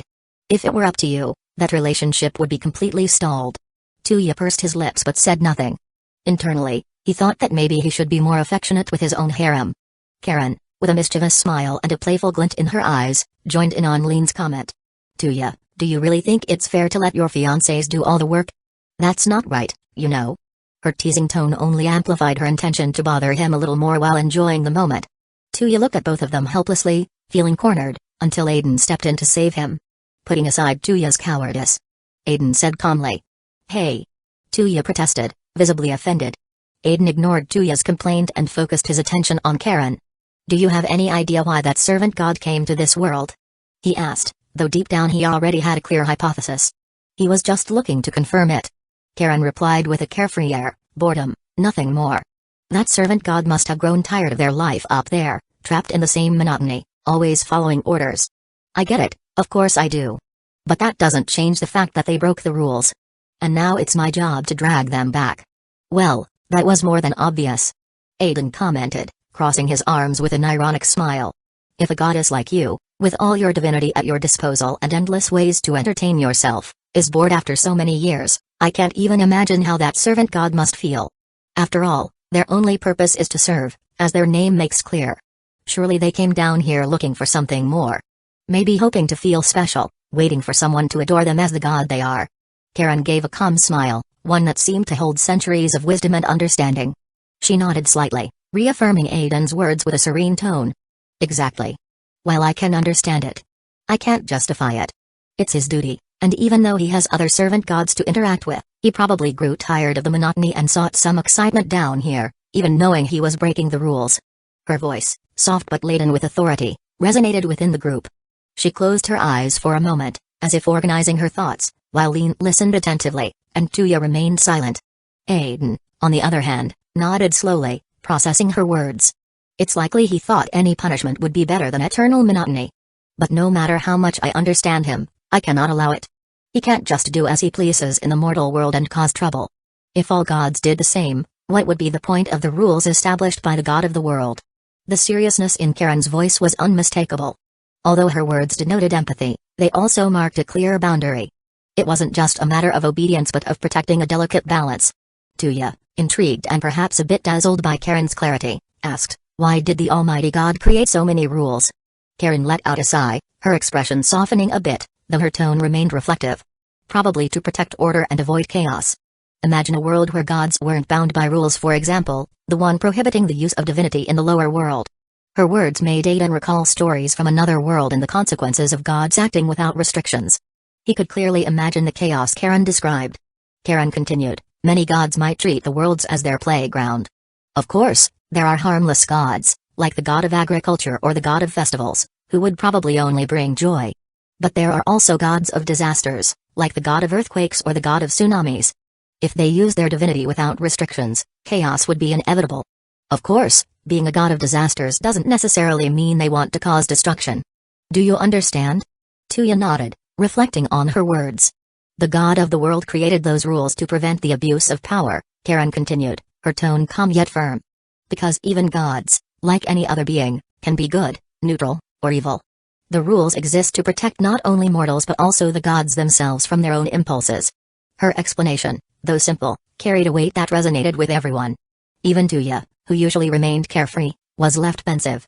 Karen's words not only clarified a complex situation but also offered a new perspective. After that conversation, Karen bid farewell with a smile and wandered off. In the room, only Aizen, Lean, the stuffed bear Pala, and Tuya remained. The latter sat alone on the couch across from them, while Lean was to Aiden's right, and Paula to his left. A varied conversation arose among them, which included Tuya's progress in his strength. Aiden noted that Tuya had learned to imbue his divinity into both his attacks and the magic Lean had taught him. Using his imagination, Tuya imitated Lean and, borrowing names from myths of his previous world, transformed them into spells. One of these was a thunder sword capable of easily cutting through the phrases, as well as many other things in this world. He called this spell, Aim no Habraki, designed to break the phrase's course. It was a swift projectile that ignored magical absorption thanks to being imbued with his divinity. Aiden recalled hearing the name Aim no Habraki in the anime One Piece from his past life, where it was one of Odin's swords. However, according to Tuya, in his previous world, that sword belonged to Takamika's Yachi no Kami in the myths. After a while of conversation, Lean explained to Tuya how Urs Yeel worked, which he quickly grasped. Then, Tuya directly asked Aiden for his help in locating the remaining Babylons. Aiden, without much effort, provided him with the information he needed. Now, Tuya owed him a favor as well. Aiden calmly browsed through the information on the Babylons after sharing it with Tuya. At the same time, he read about the activities of the enigmatic servant god who had been causing trouble in this world. Do you know where he is? Tuya asked, with a hint of hope, aware that this information could solve many of his problems. Aiden looked up and replied calmly, there are some records here. It seems that this guy disguises himself as an ordinary person in this world and barely uses his divine powers, probably to avoid detection. According to this, he was hiding in Ishan, the equivalent of Japan in this world, but his exact location isn't listed. It seems he spends a lot of time hiding in the dimensional rift. Tuya's hope deflated upon hearing that there was still much work to be done. Aiden continued narrating the minor mischiefs of that god.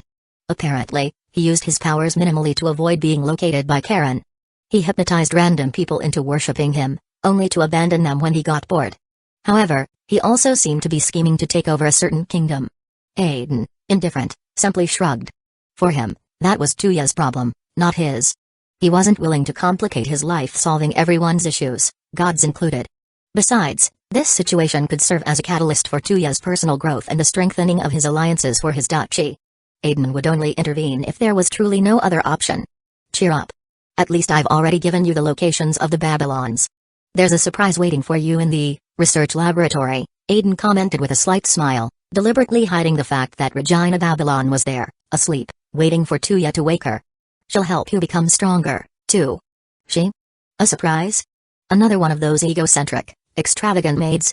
Tuya asked, raising an eyebrow with evident weariness, already accustomed to encountering more peculiar characters than he'd like. Aiden gave a malicious grin. Why don't you find out for yourself? I highly doubt you could even imagine it. Tuya let out a sigh of resignation. Why not? Suddenly, Lean broke the moment with an unexpected declaration. By the way, Tuya, I want to resign as court magician. I'll be leaving with Aiden. It's been a pleasure working with you until now. She slightly inclined her head with a smile, leaving Tuya completely frozen in place. Oh, but don't worry. I'll send one of the fairies from my village to replace me. I'm not so irresponsible as to leave you without support, after all. Tuya let out a faint sigh as he scratched the back of his neck, showing a calm smile. Well, you made it clear from the start, you'd leave when Aiden-san came for you, he commented with a courteous bow.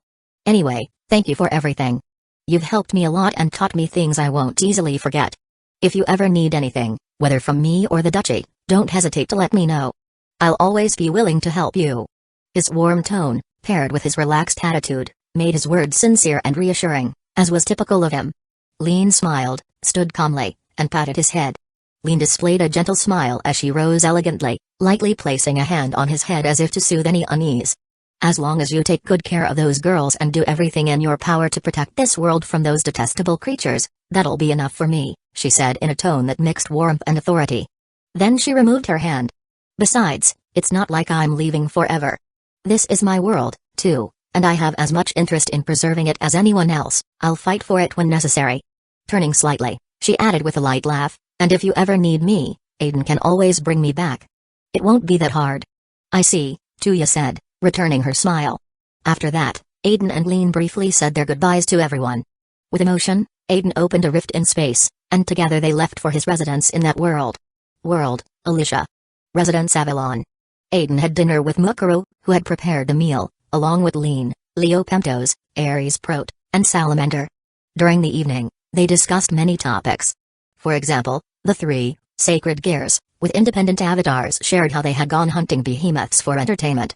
Aizen also took the opportunity to tell Mukuro about Tuya's Dachi, as well as Karen and the servant god. Mukuro, however, showed little interest in the topic. She also had no strong opinion about the servant god, making it clear she didn't plan to get involved in the god's problems. For her, if it became an issue, they could simply execute him and be done with it, a stance Lean agreed with. Lean also mentioned that the next day she would go to her tribe to delegate her roles as Miss Mead's ambassador and Brunhild's court magician to another fairy she had personally trained, named Elaine. Additionally, she planned to inform them of her decision to marry Aizen in the future. Although Aizen offered to accompany her, Lean declined, assuring him it would only be a quick visit and she preferred to avoid making too much of a scene. The night ended with Aizen, Lean, and Mukuro bathing together.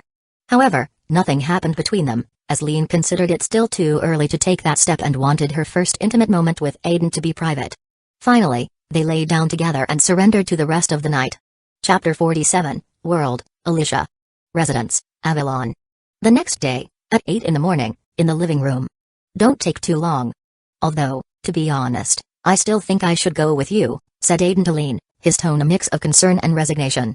"Don't worry, really. I'm just going to have a quick talk with the elders and the council, give Elaine a few instructions to replace me, and that's it. Why complicate things by bringing you along too? It's better to finish this as soon as possible," Lean replied, waving her hand carelessly, as if the matter were a triviality. Her priority was to finish quickly and return to Aizen. There would be time to go back if necessary later. "I understand. Well, don't take too long. I'll be waiting for you here," murmured Aizen, though his expression betrayed that he wasn't entirely convinced. Lean nodded softly before stepping closer with a mischievous glint in her eyes. She placed a quick kiss on his lips, leaving just a hint of her warmth. As they separated, a magic circle began to glow beneath her feet. "I'll be back soon, dear husband. Don't miss me too much, okay?" Lean flashed a playful smile and, with a flirtatious look, vanished in a flash of light, taking Paula with her. Aizen stood staring at the empty space where she had been, raising a hand to his lips. He found it endearing that Lean wanted to return so quickly just to be with him. As his thoughts wandered, he wondered if it would be possible to create a permanent magical door connecting different worlds. It didn't seem too complicated. After all, traveling randomly between dimensions wasn't the same as establishing a stable link between two specific points. Despite the intriguing idea, he decided to leave that project for another time. Shaking his head to dismiss his musings, he began walking through the halls of the house. He climbed the stairs and, upon reaching his room, paused when he saw Mukuro sleeping peacefully in his bed. Her long blonde hair spread across the mattress like a golden mantle, and she was wrapped in the sheets, dressed in rather provocative lingerie. Aizen couldn't help but wonder how he had managed to sleep peacefully the previous night, considering Mukuro had embraced him on one side while Lean surrounded him on the other. With a gentle smile, he stroked her head without waking her and then lay down beside her. Carefully, he discreetly pulled out a Game Boy from the Gate of Babylon, lowered the volume, and started playing Pokémon Fire Red. Even though it was an old game, it remained one of his favorite pastimes. In his past life, he had been a huge fan of the Pokémon series, to the point of dreaming about creating a virtual reality game using Nervegear technology. Unfortunately, his death had cut that dream short. Time passed as he played until the clock struck noon and Mukuro finally woke up. Aizen put his game aside, and the two headed to the bathroom, waiting for Lean's return. During the bath, Aizen couldn't help but ask Mukuro for help in dealing with his sexual desire, as he was still quite aroused from the night before. Mukuro, of course, thought Aizen was as wild as ever, something that seemed to never change. In the end, both spent a lot of time there, protected by a barrier that ensured the melodious voice of Mukuro would not leak outside. Meanwhile, Leo Pentos, Ares Prot, and Salamander were having fun running around the vast Avalon residence. In addition to the main house, the place had several additional areas, as it was located in a beautiful beachside area. There were scattered constructions such as training fields, a soccer field, a beach volleyball court, and many other facilities to explore and enjoy. At 2 in the afternoon, on the beach area, the sand crunched under their feet while the sky was adorned with clouds and a radiant sun. Around them, cabins, a soccer field, and, in one of the cabins, a kitchen area could be distinguished. Aizen and Mukuro remembered how they used to prepare a lot of food for everyone there, especially for Taka. Both walked leisurely through the place, accompanied by Leopemptos, Ares Prot, and Salamander. "Lean is taking too long," Mukuro commented, letting her long hair float to the rhythm of the sea breeze. Then, she added with a thoughtful air, "I guess it makes sense. She must be busy talking with the elders of her tribe and organizing all the details with Elaine, right?" In her mind appeared the image of that fairy with blonde hair and eyes of the same color. Elaine was, without a doubt, one of the most talented fairies. Lean had taught her many things, preparing her to take on the role of matriarch of the fairies and ambassador of Miss Mead once she retired. Mukuro wonders if she might have encountered difficulties leaving so suddenly, Mukuro expressed, fully aware of how complex everything could be in the intricate world of politics. Aizen watched as Leopemptos and Salamander dashed towards the beach, flying at full speed until they disappeared into the distance. Then, he turned his attention back to Mukuro, who was still holding his hand, and replied calmly, "Well, I don't mind waiting as long as it takes her. It's logical for it to take a while, considering she's leaving her position as ambassador of Miss Mead and court mage of Brunhild so abruptly." He knew she would have to give explanations and reasons for her departure, but with her name in play, there likely wouldn't be major problems with the fairies. After all, Aizen had done a lot for them in the past. Besides, she must delegate all her responsibilities to Elaine, her successor, and travel to Miss Mead to meet the Beast King and formally present her resignation. However, I doubt that will be an issue. She's leaving behind a successor as competent as herself, and after more than 90 years in that role, she more than deserves to retire without any problems. As he said this, his gaze once again turned to the direction where Leopemptos and Salamander had disappeared. Both had activated their balance breaker, transforming their small forms into their original versions. Far away, about 10 kilometers out at sea, they began exchanging blows and attacks. The waves roared violently, and occasional lightning lit up the scene. The battles continued even in the sky, where, although Leopemptos didn't have wings like Salamander, flying posed no obstacle for a being of his caliber. "Do they like their new bodies that much? Though I understand they need to get used to them, now that they are beings distinct from what they used to be," Aizen commented. Previously, the spirits were purely spiritual entities, formed from elements like fire, water, or even constellations. However, now they were independent avatar type, sacred gears, which required adapting to a new existence. This process wouldn't be quick, as their bodies worked very differently. For instance, they no longer produced their own power source, instead, they depended on their bearer's energy to use their abilities and powers. Aizen could feel how Leopemptos and Salamander were drawing large amounts of energy from his body, whether spiritual or magical, to fight each other. Of course, they could only do this because he had given them permission, otherwise, it would be impossible for them. Aizen, for his part, had no problem sustaining their existences in their full glory, as his energy reserve was immense. Since the Tree of Life in his soul fused with the Monument of the King, and the Spirit Pieces of the girls, his energy capacity had grown even further, though it was already colossal. Now he could maintain the existence of Leopemptos, Ares Prot, and Salamander without difficulties all day, if he so desired. Still, they couldn't produce their own energy yet because they had just been born as a new form of existence. But, once the core of the sacred gears fully fused with their souls, they would be able to generate their own power, as if they were living beings. Although the energy they produced wouldn't be enough to enter Balance Breaker, for that, they'd have to rely on their bearer Aizen. However, at least in their basic form, they could fight on their own without depending on spiritual power, magic, or another energy source from him. "We have to get used to using our powers, and battle is the most effective way to achieve that," Ares Prot commented, calmly observing, in his basic form, the intense fight between Leopemptos and Salamander. "That was also the reason we roamed the world yesterday hunting so many behemoths." "Behemoths, huh?" Aizen reflected, evoking in his mind those creatures, so diverse and intriguing. They could take forms such as wooden golems, oxen, or even giant pigs. He had hunted quite a few of them in the past, as they provided a good amount of excelia. It was by facing those monsters that he managed to accumulate the merits necessary to move from level 4 to 5 in the Falna, and later they helped him advance from level 5 to 6. Before, Nashizama hunted many of those. Although they were quite common, it's surprising they still exist, Mukuro commented, evoking in her mind those monsters and how Taka and Kotori used to slice them in half with astonishing ease. Well, they are creatures scattered around the world, and the world is enormous. I never bothered trying to extinguish them or anything like that, Aizen responded calmly, while refocusing his attention on the battle of the two avatars. A golden lion that mastered electromagnetic energy was facing a fire dragon.